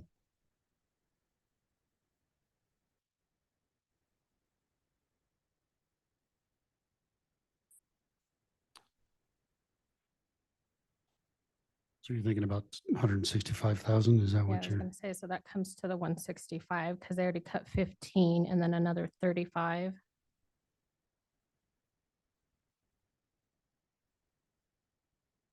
Right, there we go. 19.51. So 165. Yes. Any other thoughts on that?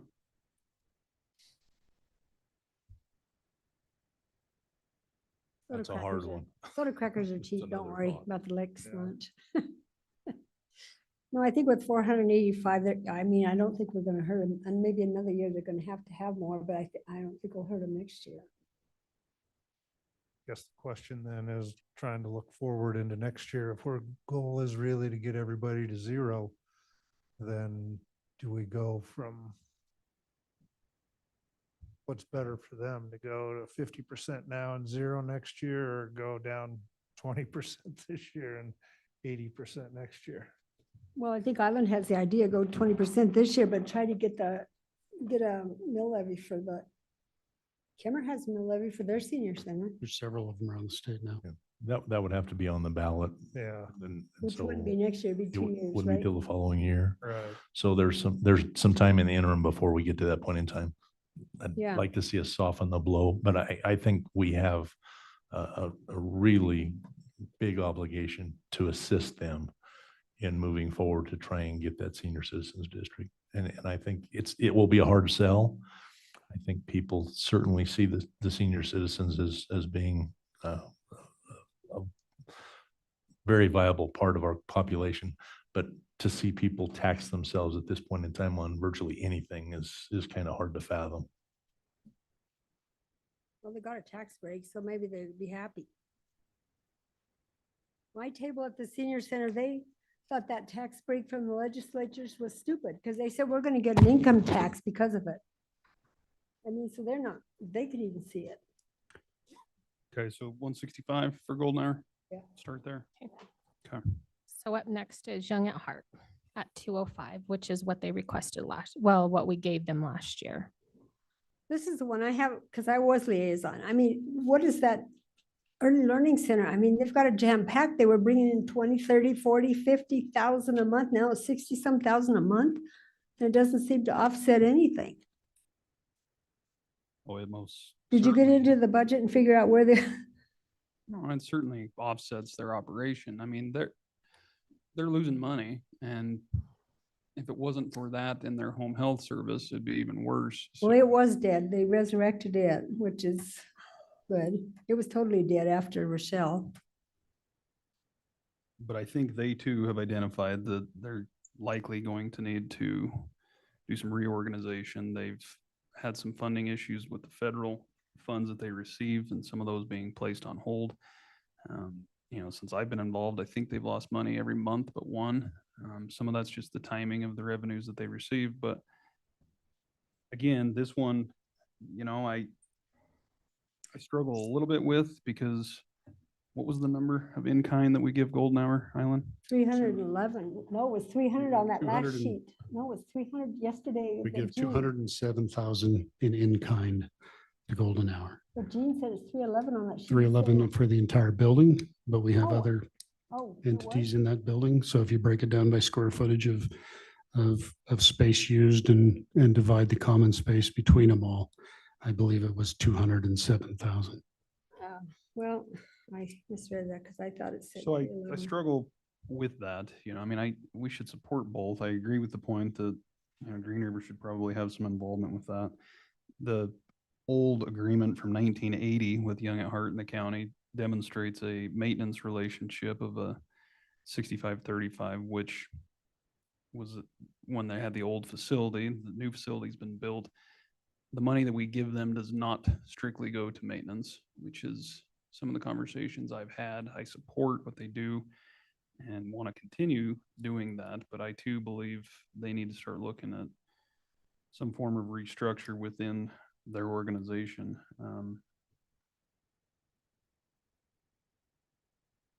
I, not knowing, going back to that conversation, didn't really know what to recommend to them.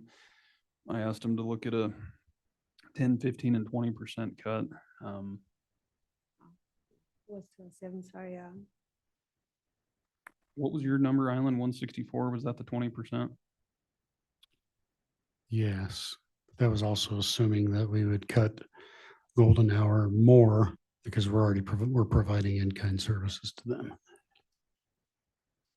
And I started at a $20,000 cut to them, which would be 9.75%. Yeah, they're not, you shouldn't compare them, but they're not comparable because of the in-kind and because of the amount of cash on hand that Golden Hour has. I mean, and they've had that since we've been up here. They could survive an entire year without us. And that's one of those situations that's really, it's a real fine double-edged sword, because basically at that point in time, you're penalizing people for being fiscally responsible. I have a problem with that too, but I think we have to get to that point. I think it's certainly something we have to look at. So yeah, it's just hard. Tough because then they take the money we give them, that's just taxpayer money, to build their reserve, and we're giving up other. It's tough. It's difficult. Let's see, what does this come to?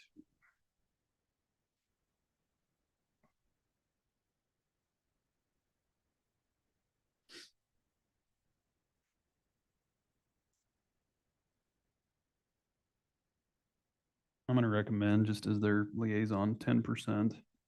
What? Take it to 185,000. Yes.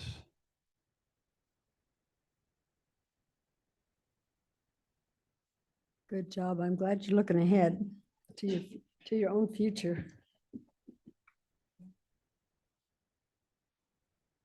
It's a starting point. Doesn't mean where we're going to end.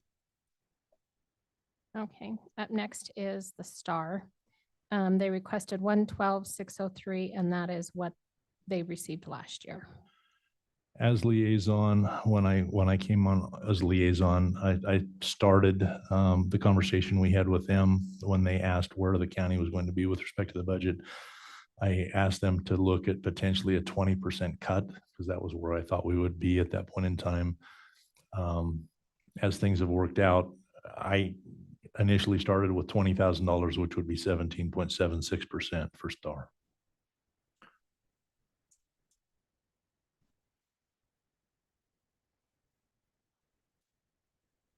Sorry, Rob, say that one more time. $20,000? Yeah, $20,000 cut, 17.76%. Okay, so 92.6, give or take. 603, it looks like. And I had them a 20% cut down to 90,000. This is a difficult one because I think they provide a good service, but they have also haven't raised their rates to their users for decades. I'm sorry, what was that percentage again?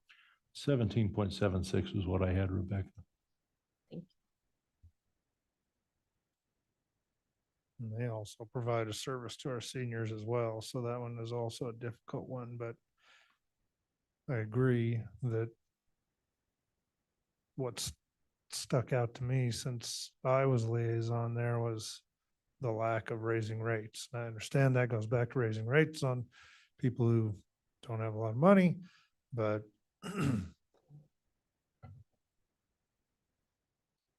cheaper than a cab. What did that come to? I'm showing 92.6, but I know that's not. Yeah, perfectly with the accurate. percentages, I can change it to 92.6 to make it an even number.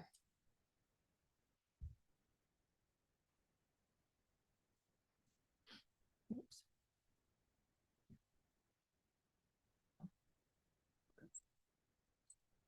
And the next is SkyWest Airlines. It looks like they went down because we didn't fund them. They don't no longer have that lawsuit going on, so we don't need to help them with that this year. So their request is 839,244. So that. No, the lawsuit's So on the the lawsuit would airport. have been on a separate line item. Yeah, it's on the airport, not the. Oh, SkyWest. sorry. SkyWest is the subsidy for the air. Yes, you're right. Traffic. I apologize. That's my mistake. So the 839,244 is what Devin sent us with the agreement for SkyWest. We don't have any say-so on that one, basically. No. Right. Yeah, so Of that's course. the agreement, and that'll be the max. And of course, in our budget, we can guess that it's not going to get used, but there's always the potential that that gets used. For some reason I had that as 855, but I know he sent us an I think he shrunk it. Okay. Yeah, he sent a second email and it went down just to the 839. Okay. Up next is Castle Rock, and they went down 50,000.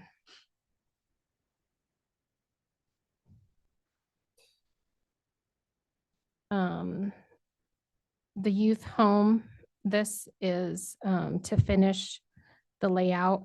$76,000 of this $85,000 we still have from the sale of the home here in Green River. So the difference between the 85 and the 76 will be coming out of funding. Okay. Okay, Child Development Center, we are only going to do their building fund this year, so we have them at 0 for their regular funding operating. The same with Eden Valley. So up next, we have the co-op extension, which is the 4-H. They have it at $119,660, which is a $24 increase from last year. They did note on their funding request that they have 3 new employees that may need training, so they may need to amend the amount that they need at some point this budget year. That's on an agreement too.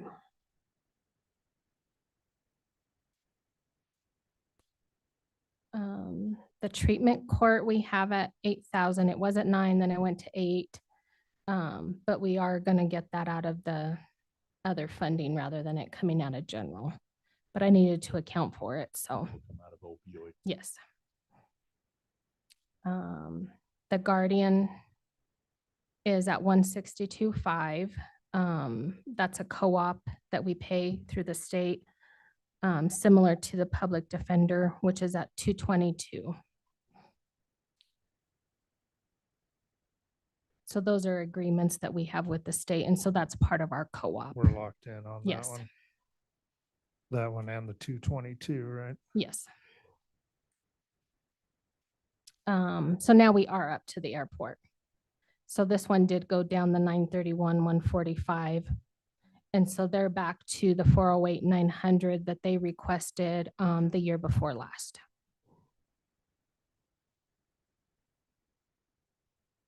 Looks a lot better on paper. Which is, I think, 5% less than they had requested that previous year. Mhm. And we jumped over combined communication.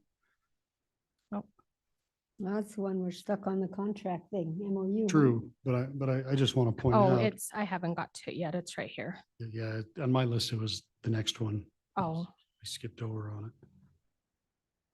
So I'll wait till you get to it then.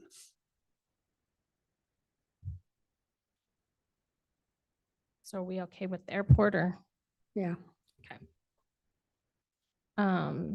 Title 25 did go up a little over 30,000.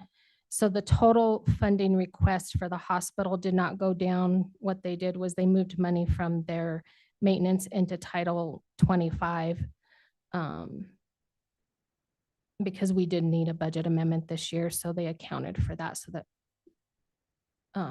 for those extra expenses that we had this year. And then 15,000 is what the county does every year is our part. 12,000 for the Carbon County Fire District. That's an agreement we've had for years. And then now we're on to the Joint Powers Board, and they're at the 1 million. Let me back you up real quick. On Okay. the Title 25, what was that Yes. amount?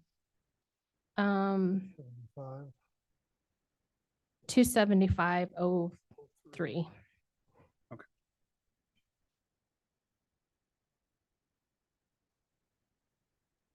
Sorry about that. Back to combined, was it? Is that what you said? Yes, the combined is at a little over 1 million. So they actually went up this year by 53,000. Mr. Chairman, I just want to mention on that, almost every government entity has stayed flat or taken a cut. And it disappoints me that Joint Powers Communication is the one that jumps in with an increase. The whole point of Joint Powers Combined Communication was to save the community money, and it just continues to cost more and more and more. And they know we don't have recourse. They put it into their budget. We have to pay it. But I hope you'll pass on my unhappiness, because everybody else is doing true due diligence to try to cut, knowing that this was a bad year, and to see an increase here is disappointing. Well, Cindy Johnson did ask him at the meeting. She's our appointee. She said, "What if you have to do a budget cut? What would you do?" She said, "Well, we wouldn't hire another dispatcher that's not hired right now." But I don't know, John, we don't really have any authority to tell them to hold the line, do we, with that MOU? So They could pull it back, because I think they got plenty of dispatchers. I hate to say it, but I don't know. yeah, it is a joint powers agreement. I think there have been communication in the past with the other entities, and you certainly could engage in discussion with those entities. And there are options, not necessarily for today and for this budget, but I think that the prior discussions have been in terms of looking at various ways of allowing the governing bodies to have some say over the final budget. So that is an option that you could explore. It's been explored in the past. Different boards might have different opinions on how to do that.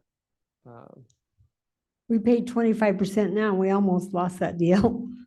Roy, bless his heart, was trying to make it more equitable, and it was going to be way more, so we had to pull it off the table. So those are discussions you could have for the future if you want to. The mayor's meeting, you've already tried it, right?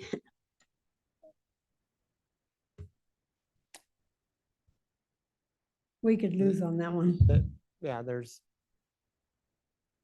different boards might have different opinions on how to deal with it. So again, that would be something you could talk about in the future. My understanding of the joint powers agreement is we don't have leeway. We have to fund it fully, but that doesn't keep us from expressing our disappointment that they haven't done what the rest of the government agencies across Sweetwater County done. As have early done, and as that's on. tighten their belt. I'll ask him if they can pull it back, but I don't think it's going to happen. As I recall, they had some What? capital requests in there this year, I believe they had in their presentation. Right. So Yeah. worth the conversation. I guess we'll leave that as is. Okay, so up next would be the Conservation District at 200,000.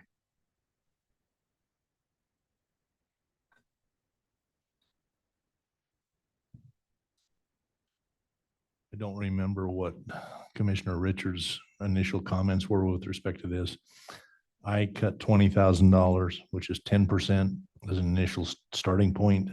This is another of those entities that Commissioner Richards has been very vocal about, and I agree with him.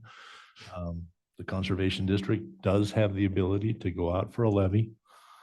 Yes, they did it previously and it was unsuccessful. I think there were various reasons for that, but I think that they have an obligation to go out. If they have the ability to create funding, they have the obligation to do that. We've had that conversation with them that we would like to get to that point in time. We would like to help them and we would try and do the same thing. I was, once again, as Commissioner Richards stated earlier in our conversations today, the numbers that came out of that Little Snake River presentation were somewhat overwhelming in seeing, the valuation that we lost when that boundary was changed and the value that went to Little Snake River, and Sweetwater County lost that potentially, or lost it actually, I guess. So that was my point, starting at 10% or $20,000. Mr. Chairman, I had it to 40%, dropping them to $120,000. And I would go back in history, when the county started funding them, it was at, I believe, about $25,000.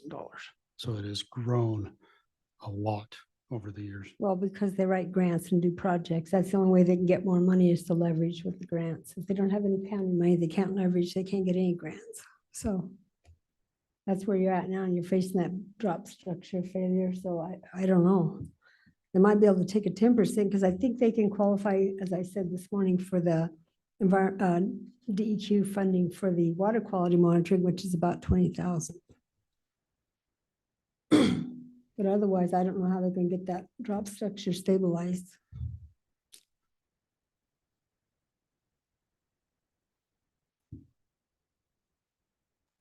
So I would say 20,000 maybe, but I don't think you better go more than that, or they're going to be in here asking for money anyway. I know how to say no. Like your house, it gets washed away.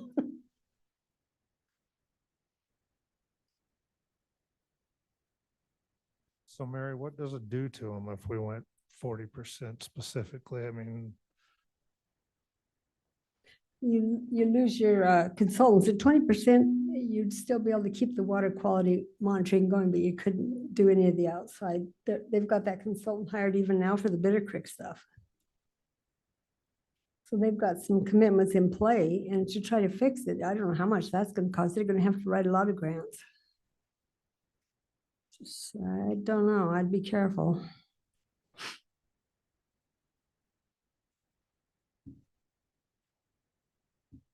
I'm struggling with this one as well because I think Island brought up some pretty good points. The day we had both Snake River here and them presenting, it was, not even comparable to some of the potential that Little Snake River's been able to, achieve regardless of the mill that they receive. Well, it's hard for me too, because I'm not sure I would have, as chairman, ever let it happen that way, because they didn't ask for anything in return, name change or anything. But on the other hand, it is the only natural resource entity in the county that looks out for our interests, that set up the coalition, that saved us on the RMP and all the BLM issues. If we didn't have all that history, we wouldn't have a leg to stand on. I don't question their importance. That's not it for me. Well, it is important though, because if you eliminate them, then what? Well, that's why I said I don't question their importance. That isn't what the question is for me. The question for me is, how much money do we have? Truthfully, I'd rather just fund everybody at 100% of what they ask and we call it a day, but that's not where we're at. So what are the odds of them somehow getting some money from Little Snake? We actually gave Little Snake money every year to do projects in eastern Wyoming. We gave them as much as $35,000 a year, but they did use the money in Sweetwater County because they had staff, and the commissioners never wanted them to build staff. So we only have one administrative person and had to consult everything else out, which costs a lot more money. So I guess my question is, what assistance or what help can we get from Little Snake? Anything, nothing, something? I don't know. They did show up at the meeting though with the Bitter Creek the other day, so I thought that was because most of that drainage is now in their district. Not the head cut, but most of the drainage is in that district, but not the water quality part or the head cut. I'm gonna go along with Island on this one. For what? For what amount? 40% would be 120.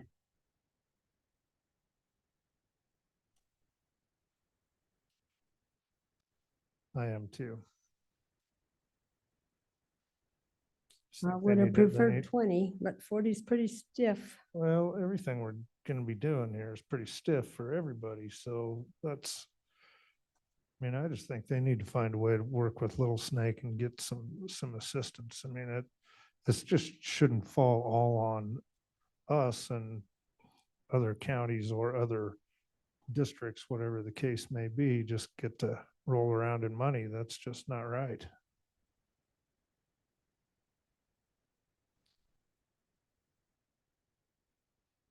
I believe that's all of them. That is the last one for the outside agencies. After all of that, if I'm showing numbers correctly, that was only $346,000. What I mean, we spent We're 2 close. hours. 2 hours on 300,000. We're done. We got 8 million. I was afraid of, we started. Yeah, out about hitting it pretty 300,000 hard, because the then- shortfall was at 19,804. So I can change that. What was it? 19? Don't take more than that, I'm afraid. I just like to remind everybody that if the goal is to cut some of these to zero, eventually they're cut to zero. I mean, if we cut 50% this year and do we cut another 50% this year and take them to 25%, or do we take them all the way to zero? At a certain point, they have to stand on their own.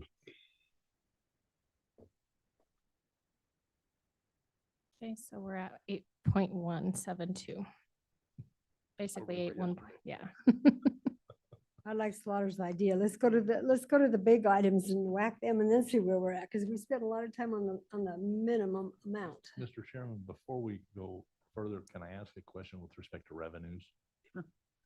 Rebecca, one thing that I didn't notice in our revenues, and I may have missed it, I'm not sure, but in the Craig report that we get through the County Commissioners Association, it was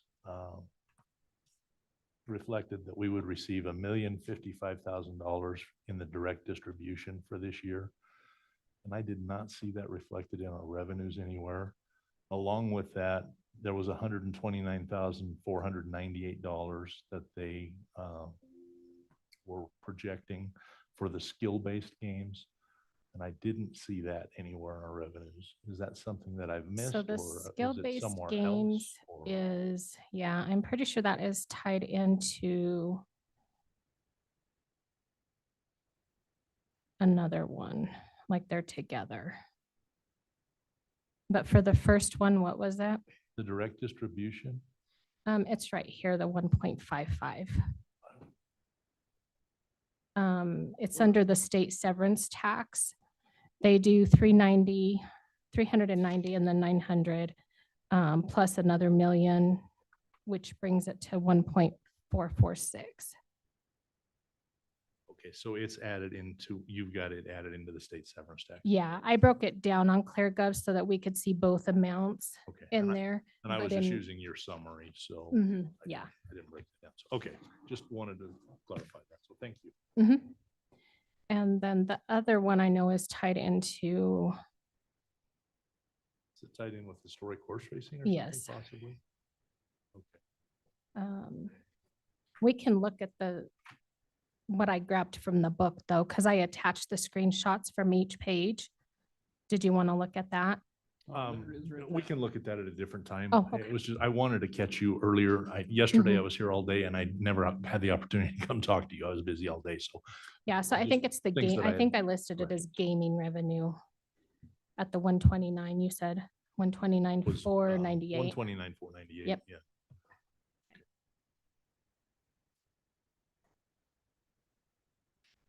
All right. Do we want to look into capital? What's everyone's flavor? That's the outsides, unless we want to continue to negotiate on those or call it good for now and try again on the next workshop. See what we can do with capital. I just assume go move on to capital. Okay.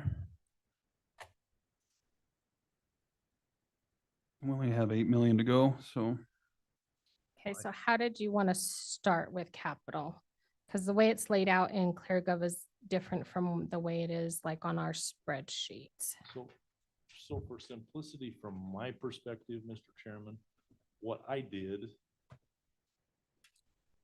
was I took, and this all factors in with the way I computed this, but I had gotten to the point where I felt like if we were to delete payment in this fiscal year's budget of the last 3 capital items for the core county, which were ranked by the capital committee, it would be number 23, which would be the demolishing the Carnegie Library, which would be $965,000.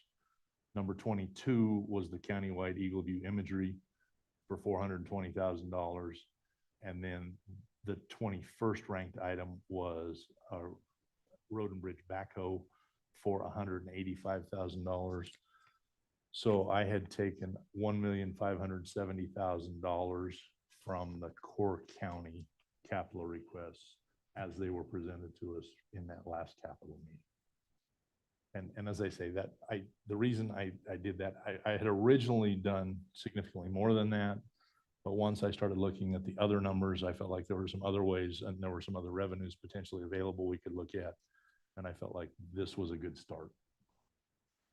Then with respect to the component unit capital items, I took the last 4 capital items from that list. So it would be number 15, which was the museum building front facade repairs for $125,000. Number 14 was asphalt painting at the events complex for $15,500. Event equipment at the events complex for $25,000. And the exhibit hall door replacement at the events complex, which was number 12 on the capital committee's list, of $22,838.65. So I removed $188,339 from the capital list. Now, once again, that's looking in the composite view of how I looked at everything else. We may need to look at if there's a reluctance to look at some of the other items, which I looked at, we may need to look certainly at higher decreases in the capital.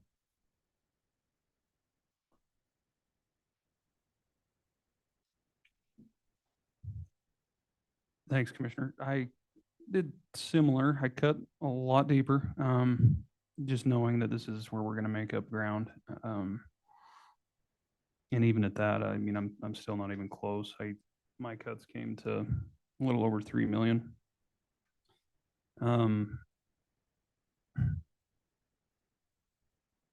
But I mean, that's kind of where we're at. Operations somewhat are what they are. Obviously, we've got a plug number in there for the COLA.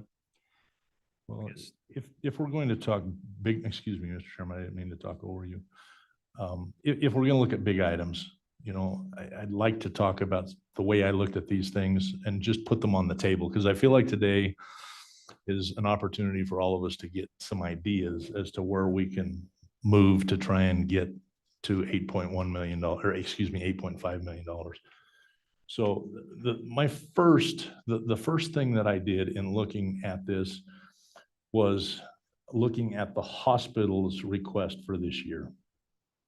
And in that request, we have $2.7 million, which is still included in that request, which is to fund the hospital lab project. Now, when we originally were elected 3 years ago, we were kind of saddled with that by the previous commission. And I think that at that time, the intent was to fund that lab project with reserve funding from the county.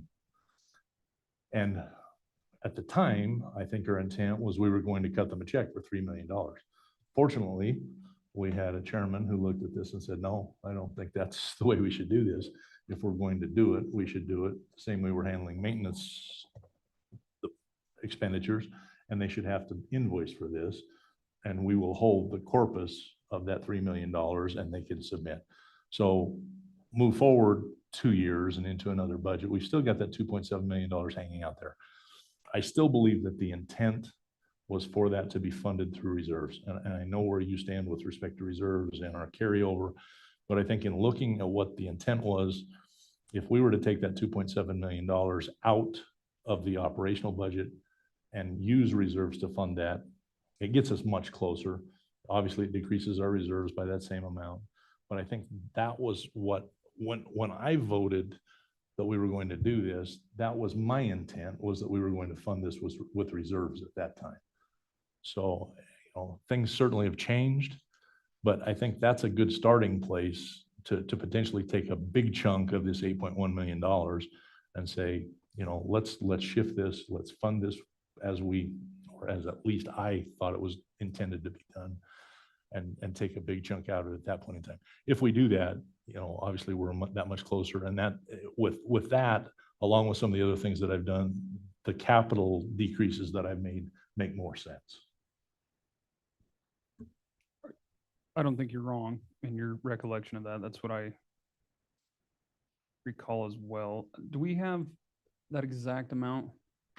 Is it right at 2.7 million? 2.77 lab, or yes. 2.75. I just rounded it, but And that's in operating right now? yeah, well, it's in the hospital's request for this year of 4,000,000. Yeah, we just carry it over. 89,000 or Okay. whatever there. Um, It's in reserves right now, though, isn't it? It is. Well, yeah, the $2.7 million. Yeah. It's 2.74495081. My thought would be to continue handling it as we do, but as those invoices come in for that lab project, as they're doing it now, that those invoices are, the funding is taken from reserves rather than taking from our general fund. I see what you're saying. I'm fine with that. I mean, I think that probably makes more sense. I believe that was what we had agreed to at that time anyway, because we inherited 2.5 million of that. We just supported the extra 500, I believe. And then we found out none of it was budgeted for. In keeping with that, Mr. Chairman, can I just move forward with some of the other things that I had brought that kind of work or make sense to me? In previous years, we have collected impact tax for various projects. And we currently have $2.5 million in a separate fund that has come in for impact tax. This is another of those situations where I believe the intent should have been to fund projects during those fiscal years as that money was coming in. So that money is sitting there. About $1.3 million of it, I believe, is encumbered. But I took $1 million from that fund also to decrease the liability or the deficit by another $1 million at that point in time. And once again, thinking, having been here at the time we were receiving that impact tax funding, I think there were specific projects that should have been used for. It was not. And therefore it has just moved through. It sits, and we have that funding sitting in the bank. So there's $2.5 million sitting there, and it will just sit there forever if we don't choose to use it at some point in time for some of these things that have taken place. And I think it's appropriate at this point in time to look at that. We talk a lot about the state and its rainy day fund, the permanent mineral trust fund. It's raining. This is something where that funding should have been done. We can mitigate some of the rain by using that. The big concern I think that we get into, obviously, using our reserves or using something of this nature is it going to be something that's going to create something in perpetuity, or is it going to follow through in next year's budget also? You know, I think there's still funding that we could use for next year. And I do believe, you know, having once again the experience of 30 years in the system, we have seen the valuation decrease over time. I do believe every time that it has come back. And I think in a couple of years, we will be seeing an increase in value. I think we'll, at that point in time, potentially be able to restock reserves and things of that nature. You know, I have to believe that's the case. So one of the other things that we've talked a little bit about is the ARPA PILT funding that we received. So through the American Rescue Plan Act, we received $3.55 million to make payment for our public lands that are not taxed. I took $2 million of that ARPA PILT funding.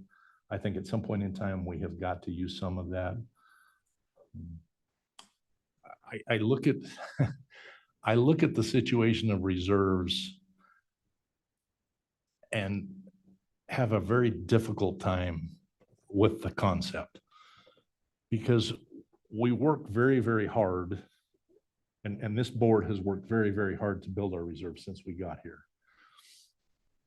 But we build those reserves in anticipation of having exactly what's happening right now take place. You know, in my 30 years, I've not seen a situation. We had one year where our valuation dropped $900 million. I've never seen a situation where our valuation dropped $300 million.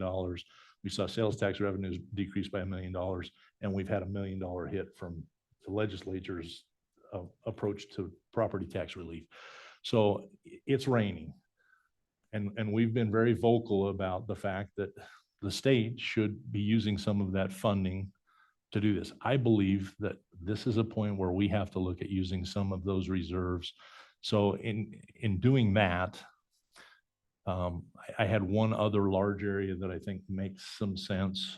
I talked with Gary McLean earlier in the week. We had talked previously, and I asked him to provide me a report. One of the things that has made a lot of sense to me and really had an impact was in your comments a couple of weeks ago, Chairman. You brought forth the number of positions that have been cut at the county, the number that are currently fully funded at this point in time, and the number of positions that we actually have personnel in. In looking at those FTEs that are currently out there in two specific areas, it looks to me like we have had significant carryover, which has happened from year to year. And Gary and I talked a little bit about this, and you know, it just makes sense to me with respect to the county attorney's office. For example, we have, Gary prepared a sheet for me. Let's see if I can find it, Mr. Chairman. We had about $390,000 in FTEs. So two positions at the county attorney's office. I don't have it here, but I think I can wing it. That we will probably not be able to fund again this year. There's a high likelihood that the county attorney will not be able to fund those. I would like to talk with the county attorney, see if he would agree to taking one of those positions out of his request for this year, with the concept being, if he's able to fill those positions, bring it back to us, and we would certainly be able to look at that and amend the budget at that point in time to fill that position. We also have the situation which has arisen, I think I'm locked back out of my computer again here, with the county sheriff's department. There were several positions that were not able to be filled this year. There was a carryover, or there will be a carryover of roughly $1.8 million between the sheriff's office and detention center, I believe. And so what I did was the same concept. You know, 100% believe that I would love to see the sheriff's office and the county attorney's office fully staffed. But if we cannot do that, if it's not reasonable to believe that we're going to be able to do that during this year, I think it's unreasonable for us to put that money in the budget to fund those. Once again, if we find out that there's a new graduating class that, you know, the sheriff's able to fill positions or things of that nature, I'm more than happy to relook at this and say, you know, yes, let's look at this and refund that potentially. But there's a very high likelihood we're not going to be able to fund those positions. In looking at the two entities, the Sheriff's Department Detention Center and the County Attorney's Office, there's $893,000, which we could take out of requests for this year. And once again, look at it in a little bit different manner. You know, obviously that's going to limit the amount of carryover we would have next year, which is somewhat dangerous because we have learned to live on carryover. But I think that's something that we need to look at potentially. And once again, not saying that's the way to go, just saying it's an option that I think we need to look at this point in time. The ARPA pill, does that go till next year? I thought. The ARPA pill does not have any restrictions on it at all. It can be spent 20 years from now. Oh, okay. The ARPA regular funding had restrictions, had to be done through by December of 2026. Yeah. The ARPA pill does not have those regulations on it. Okay.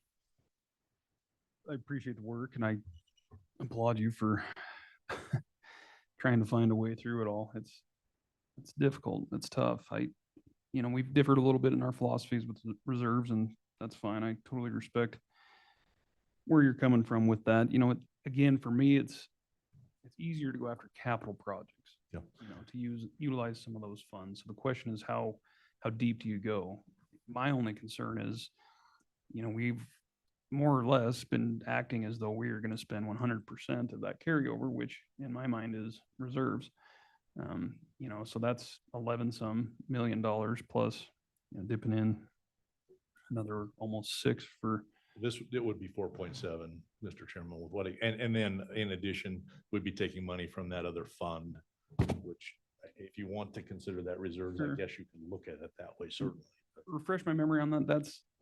That's impact assistance funding that's come in through other projects in prior years. So we classify it kind of like a grant, don't we? As far as where it's at in the budget? Well, it's in a separate fund. Sure. So it's actually classified as the impact assistance fund. Mhm. And as of, I believe as of the 1st of May this year, balance is right at $2.5 million. Okay.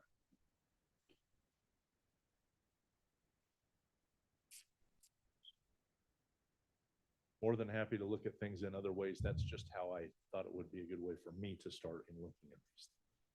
Well, you made up some significant ground there. I can see where you're coming from, and I don't know that I'm fully on board with all of it, but for me, I'm more looking at, you know, we're, as you mentioned, heavily relying on carryover year after year, and in a way, thank goodness, that's what's saving us. But even at that, we still have these large deficits. But a large majority are capital projects that, you know, we approved $10 million, I think it was last year. There's around 4.5 of that that's still left unspent that we're, you know, calculating into that carryover to get done. So how much can we actually get done? You know, and I think that priority rank helps with that. And well, and I think, Mr. Chairman, that was one of the things in the capital meeting that I brought forth was, you know, because of the way the contracts work for our road and bridge department and those contracts that they're entering into, they're crossing fiscal years. Yeah. And so we knew that there was significant funding coming through and carryover for this year. And so one of the suggestions that I made to the capital committee was, let's take those projects, which we know have not been able to be completed. You know, the contracts are still in place. Let's take that out and prioritize those. And so there was, I think, and I may be wrong, I think it was about $4.1 million that we took out that was basically something that was really committed in a prior year. And so that certainly limits the amount that we can spend on capital for this year. But that money is coming through on something in which we had agreed to fund previously. And I felt like it was important to take that out and then prioritize the capital items after that was done. Any other thoughts? How deep do you want to go today? Mr. Chairman, it makes me, I don't completely disagree with you, but if we're using the funding that would be set aside for FTEs this year, and if we're in the same situation next year, we're in trouble. Thought potentially. Just trying to think a little farther down the road. I mean, your idea gets us through this year, there's no question, or gets us closer. What's the discrepancy now after your? Well, in doing everything that I've done and what, we've not talked component units, and I have some ideas with respect to component units. But basically in going through with what I had done, I come up with a surplus. So, you know, and I really tend to agree with the chairman. You know, having done this, I was working on this late last night, and I had lots of different thoughts with respect to this. The capital cuts that I made were the last thing I did last night, and I had much more significant. In fact, I have my handwritten notes, and my initial cuts on capital were on the top 9. I would have cut the top 9 capital items from our core county, would have been $2.45 million. And I had cut items 10 through 15 from the component units, which was $499,000 rather than $188,000. So really a significant difference. And I would certainly be willing to look at, once again, delving deeper into the capital and seeing where we're at with respect to that, and amending where we are with some of these other things that I had brought forth. But there are only so many hours in a day. So.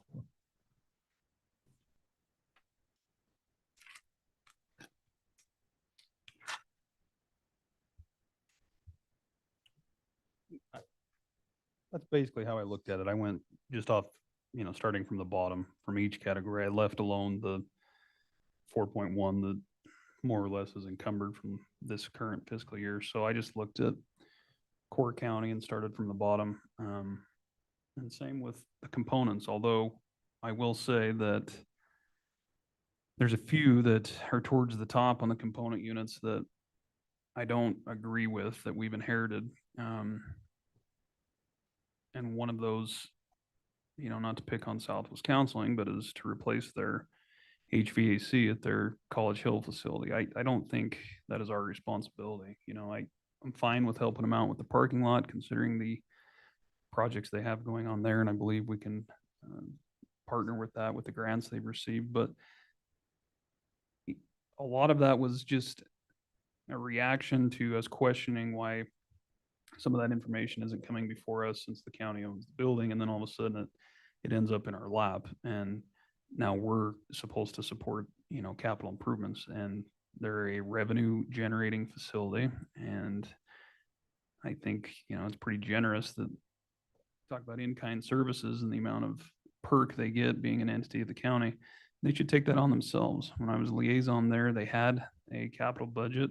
Over the years that went away. I've had this conversation with Commissioner Richards, but you know, that's on them. That's not a county issue. So I cut that, which was item number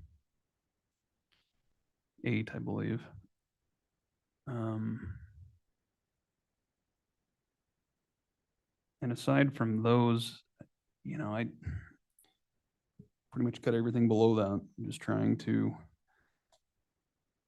get us closer. You know, there's quite a few bigger ticket items on county core as well. But again, my philosophy has been try and get as much of that done for county core and take care of our own. So I don't know what the approach should be. Maybe it's a combination of everything, like I think we normally end up doing. But as far as today, you know, it's difficult to say.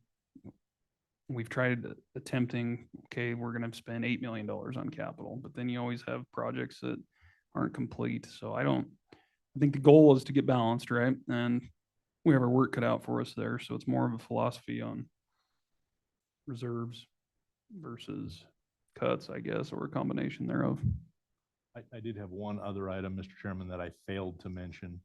In conversations yesterday with Attorney De Leon, one of the things that came about was with respect to Southwest Counseling, his belief is that by the middle of the fiscal year, and I hope that this is the case, that we will have the ability to identify a portion of the funding going to Southwest Counseling as being related to the opioid epidemic. And so the number that we had talked about with respect to it is during the course of the fiscal year, we could potentially supplant some of the funding that we did through Southwest Counseling, $325,000 from the opioid settlement fund, which we currently have, which has $1.5 million in it at that point in time. And I hope that, obviously you and I are going to be meeting with Christina, talking about a needs assessment potentially on this and moving forward on the opioid settlement. I hope that we get to a point where we can use some of that money, obviously, to help supplant some of the other issues in our budget moving forward in next year, because that money sitting out there is not helping the crisis.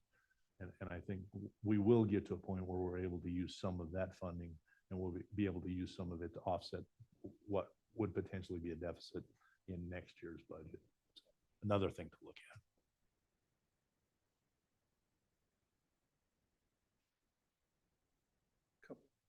Go ahead. Couple thoughts, Mr. Chairman.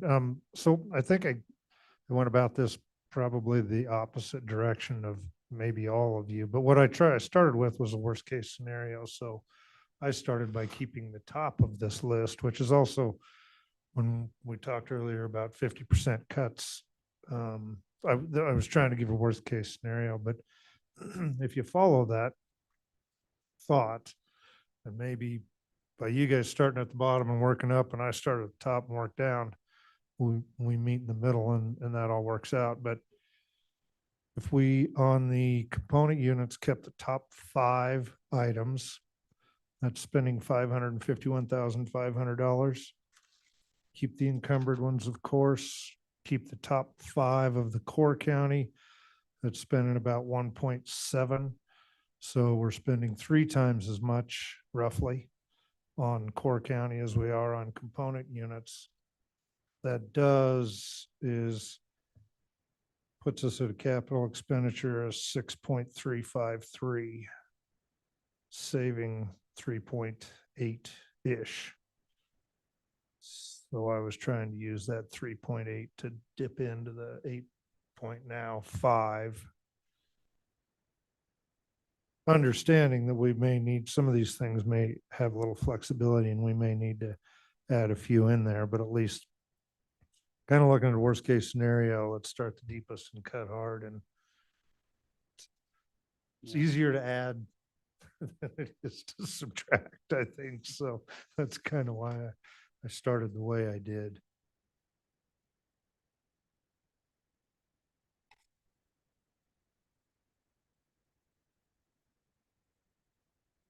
Any other thoughts? We had not. You're on a roll. I don't want to interrupt.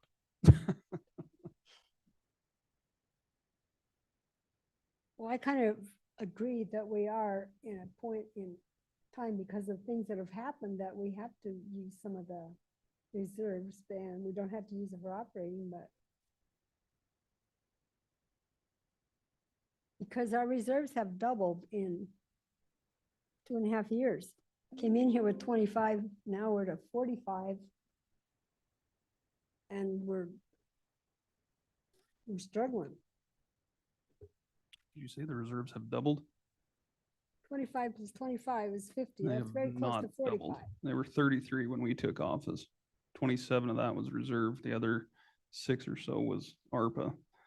So they have Right. grown, but they have not doubled. I can assure you that. We made a resolution to do 25 in reserves. The other things were ARPA and other things, but really our true reserves, not counting the outside things that were grant type things, it's double. It's almost double. Doesn't matter. It's gone from whatever, to Matters whatever. significantly, from my opinion, because if we're making significant cuts and you're telling me that we've grown our reserve account We have, by twice as much, we have not. The data does not show that. but we have grown it. That's not the argument. We have not doubled it.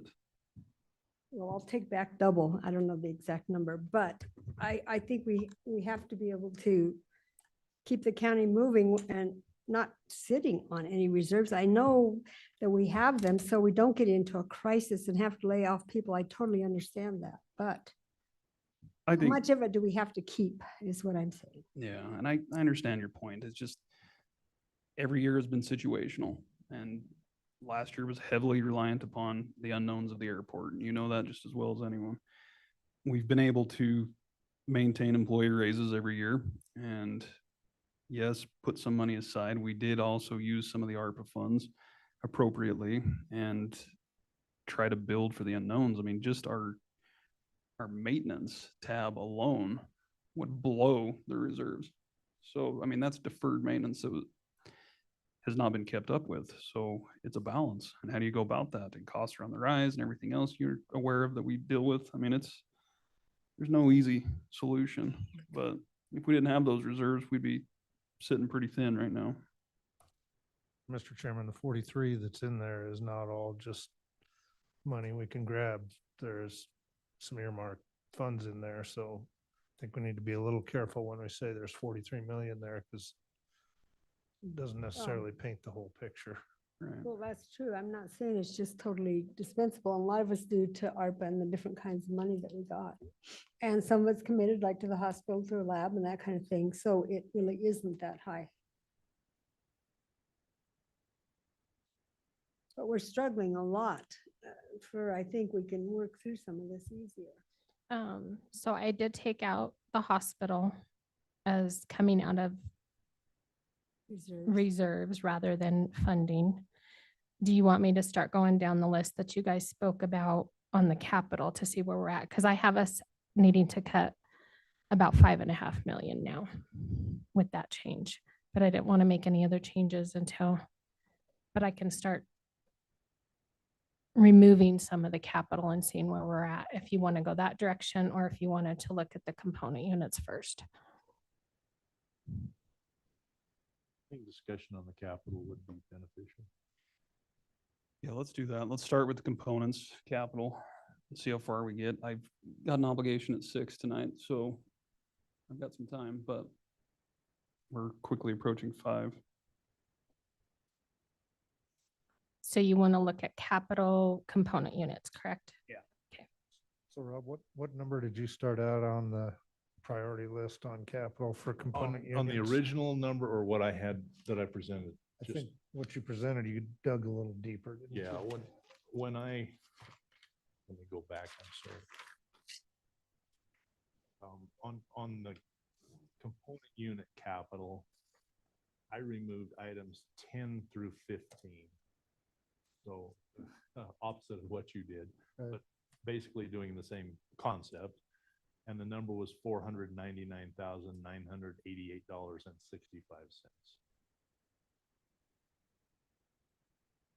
Then the original number that I had done with respect to county's core units on capital, I removed items 15 through 23. So it was the last 9 items prioritized by the capital committee.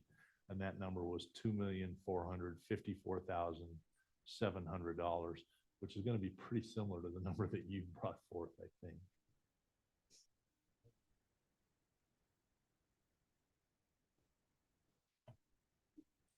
Three, seven and change.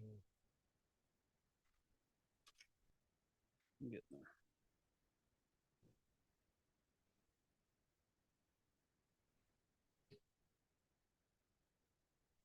$2.954. Yeah, plus the 4-1.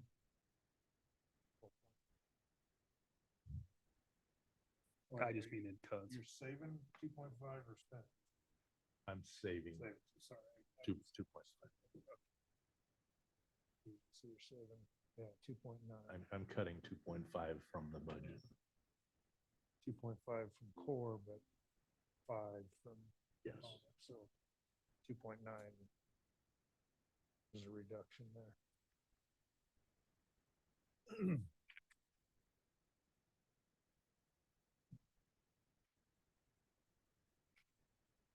Rebecca, what did you say we were at? 5.5 roughly? Yes, and I just denied the 125 for the museum for that, so it brought us down to 5.4, that top number. Okay. That right there. So it's gonna look for. So the next one was the asphalt painting, correct, for the, Yeah. 2.9.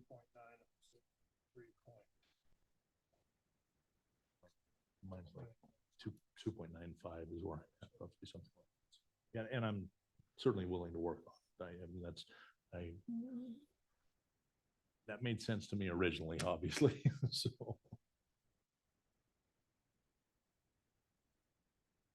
that was before some of these other things came to light that I presented. Can you put those in as a plug? That might be what you're doing right now anyway, but yeah. So I'm on the component units. I did the first 3 bottom. Are we doing number 12, yeah, so it was Okay. 10 through 15. 10 through 15? Okay. Then I would also vouch to remove number 8, which is what I spoke to earlier.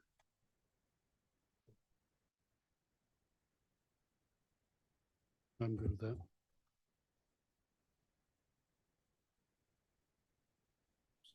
We could just go 8 on.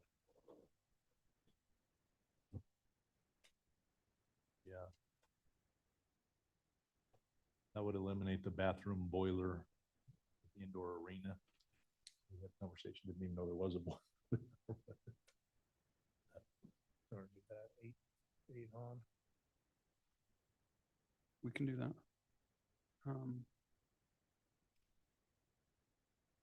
That's 8 through 15. Rebecca. 8 through 15 or 8. Start including.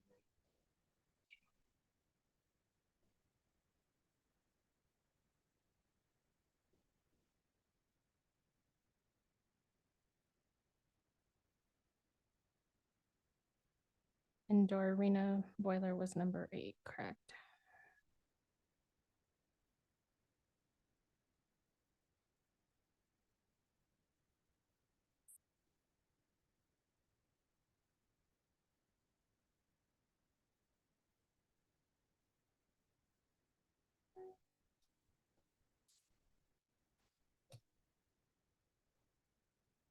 So the boiler is well for the bathroom at the events complex? Correct. Okay.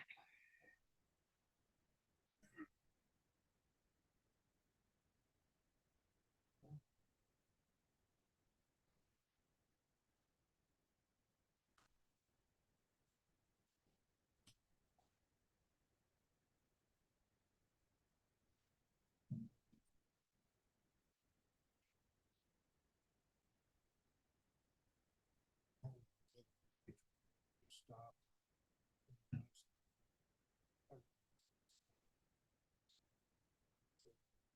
Doesn't add too much. Your spot.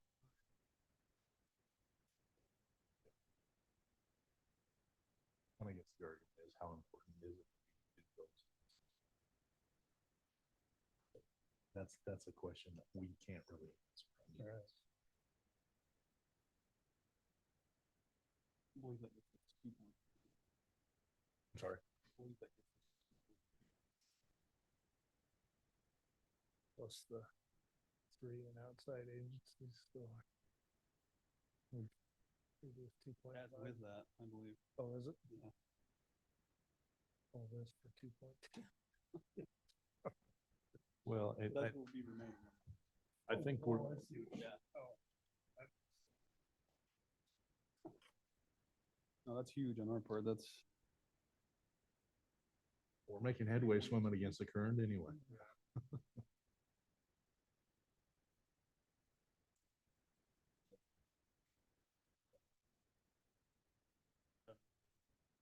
300 and whatever from outside. And then component capital and core capital is another 3.2. So let's see what her numbers are showing, but I'm 223 somewhere in there.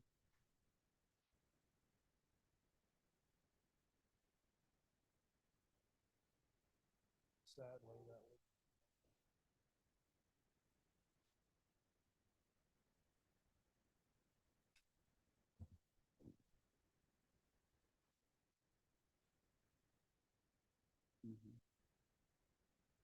Yeah, we can get into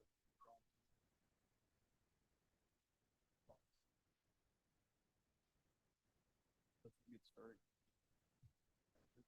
I think we've laid some good groundwork to discuss. Yeah.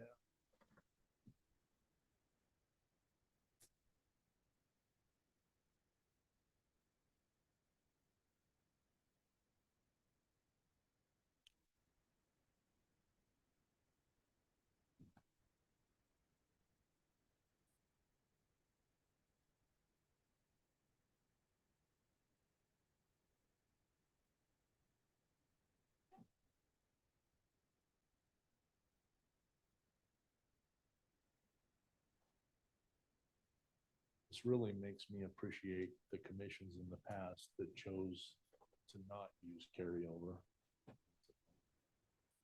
I still don't agree because of what we see with the changes in valuation, the drastic changes. But I'll tell you what, they made some tough decisions to do what they did.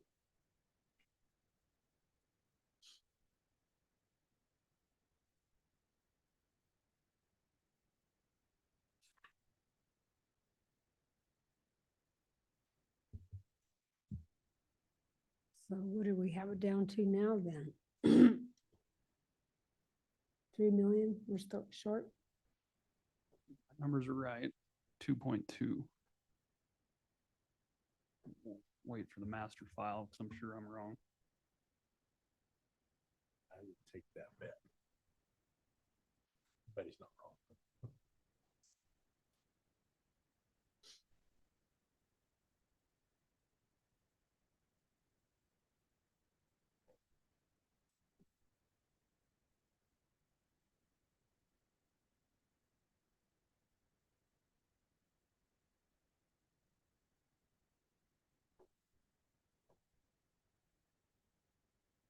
Okay, if I got all of them, we're at 4.63.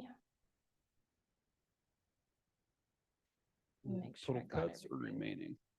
I don't think she's taken out. Have you taken out the core county capital? No, Rebecca? I was just That's- working on the component units. 8 through 15. Then 15 through 23. On core county. Uh-huh. Okay. And just real quick, where are you at right now without those? That top number, the 4.636214.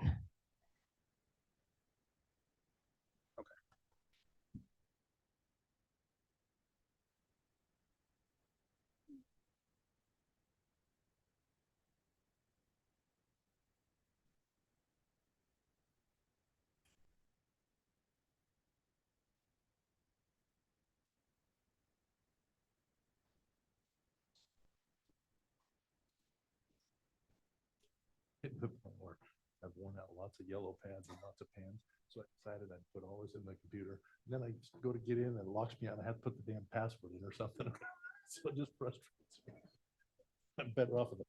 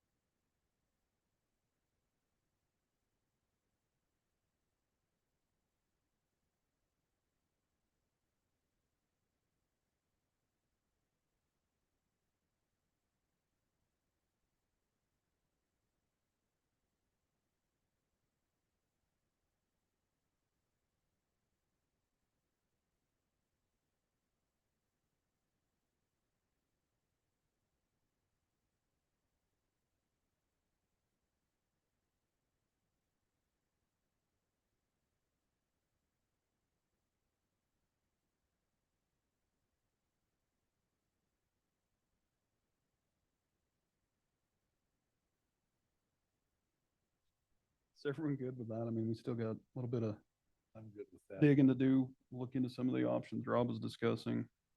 Continue to scratch our heads and get a fresh brain, maybe. Been a long day. Doesn't mean any of those are final, but if nothing else, it's a starting point, I guess, so. Did you want to schedule one more workshop between now and the next one, or it would have to be a special one?